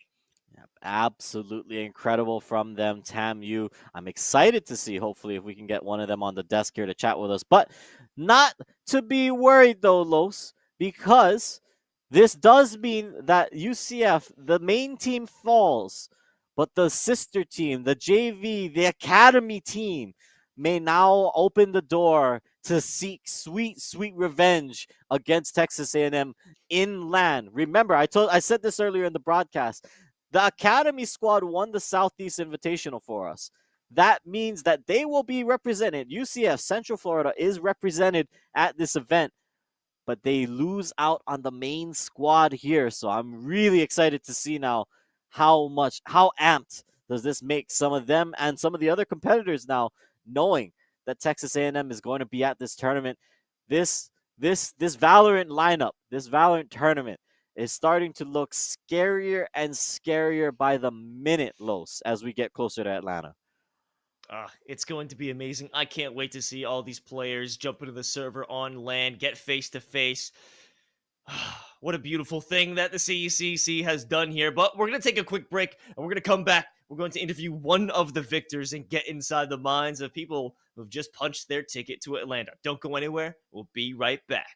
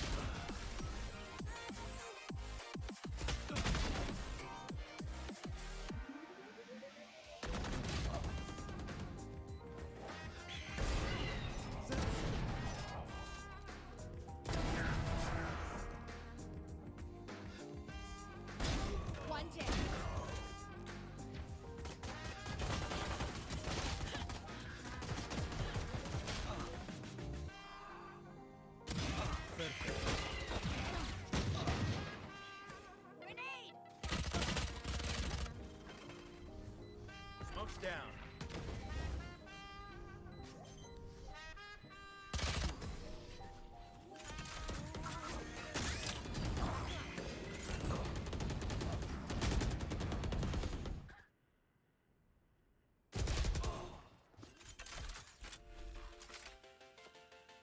Spike planted.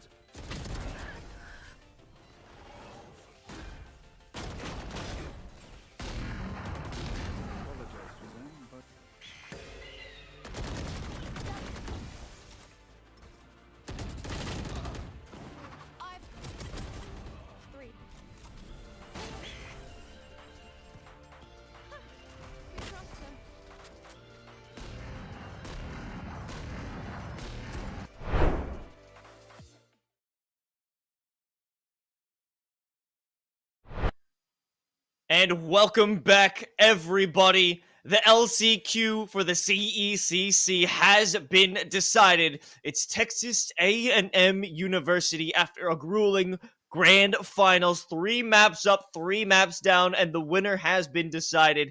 And joining us here to give us some insight on how it all went down, we've got Dam.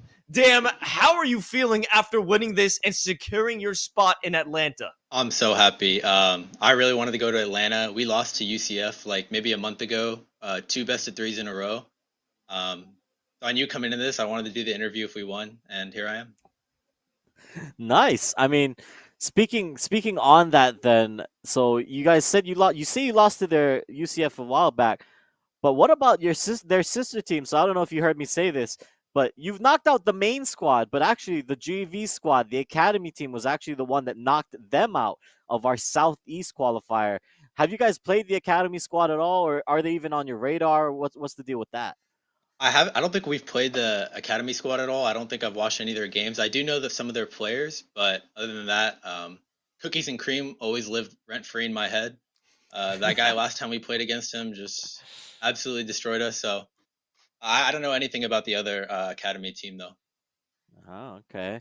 Well, I mean, then speaking to that, with some of the other names that are going to be down there in Atlanta, is there anything you guys are specifically prepping for? Is there anything you guys are kind of now doing, knowing that you were going to walk into this qualifier, but now even more so, you guys have about 2 weeks to prep.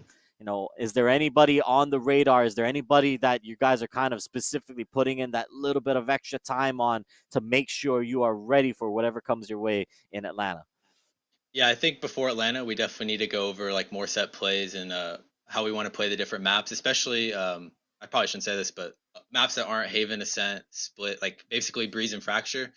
But I think the biggest team on our radar is probably going to be SJSU. We played them a lot last semester, the semester before that, and they're always consistent, and it would be wonderful if we could beat them. Hey, that would be amazing. I mean, you've already had a great accomplishment winning the last chance qualifier, but let's take it back to the series you actually went through. So you lost back on Ascent and started to pick up the pieces over on Haven. How did you absolutely dominate on Bind? What was the secret sauce to let you win?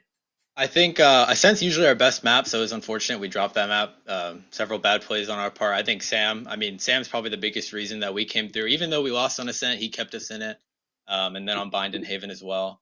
For Bind specifically, we had the momentum after we won Haven. And yeah, we were just hyped. We knew what we wanted to do. We watched some of their stuff on Bind, and we just wanted to win really bad. Sometimes you just gotta want it more. Well, you don't need to want it anymore because you've already earned it. The last chance qualifier and the ticket to Atlanta is yours and the rest of Texas A&M. Now, before we send you off to celebrate and enjoy the night, is there anybody you'd like to give a special shout out to? Oh yeah, I want to shout out all my teammates. I mean, Sam obviously for the wonderful performance. I think I end up playing with Noble on site a lot of times, and like he's so easy to play with. I always know what he's gonna do. It's always the right play. Tio is the best Sova I've ever seen, and Aggro has really changed his play style from how he used to play. Very aggressive, very consistent now, and make smart plays. Absolutely fantastic work, Deb, and congratulations again on your win, and good luck to you as we head over into Atlanta. But ladies and gentlemen, that'll be it here from the Esports U, the CECC Last Chance Qualifier. The winner has been decided. All the teams are heading over to the LAN in Atlanta in May, but that's going to be the final broadcast in the run-up to this event. So we won't see you until then. We may have simul broadcasts with the other orgs underneath the Esports U umbrella, but until then, we'll see you for the action in Atlanta. I'm Los, joined by the God Prod, K-Tad, stepping in on the mic. K-Tad, thank you for joining me here on the desk. Yeah, it's been fun, Los. It's not that often that I get to step out from behind the shadows, behind the scenes, and come out into the light on the camera. But I definitely had a great time tonight. It was some great Valorant action. And honestly, it has me so pumped and so excited to see what happens and really what the future may hold. This is only just the beginning for the CECC events, and who knows where we'll be this time next year, Los. And I'm sure we'll be having a ball and we'll have having so much fun when it comes to that point. But thank you, man. It's been a blast, and I can't wait till the next one.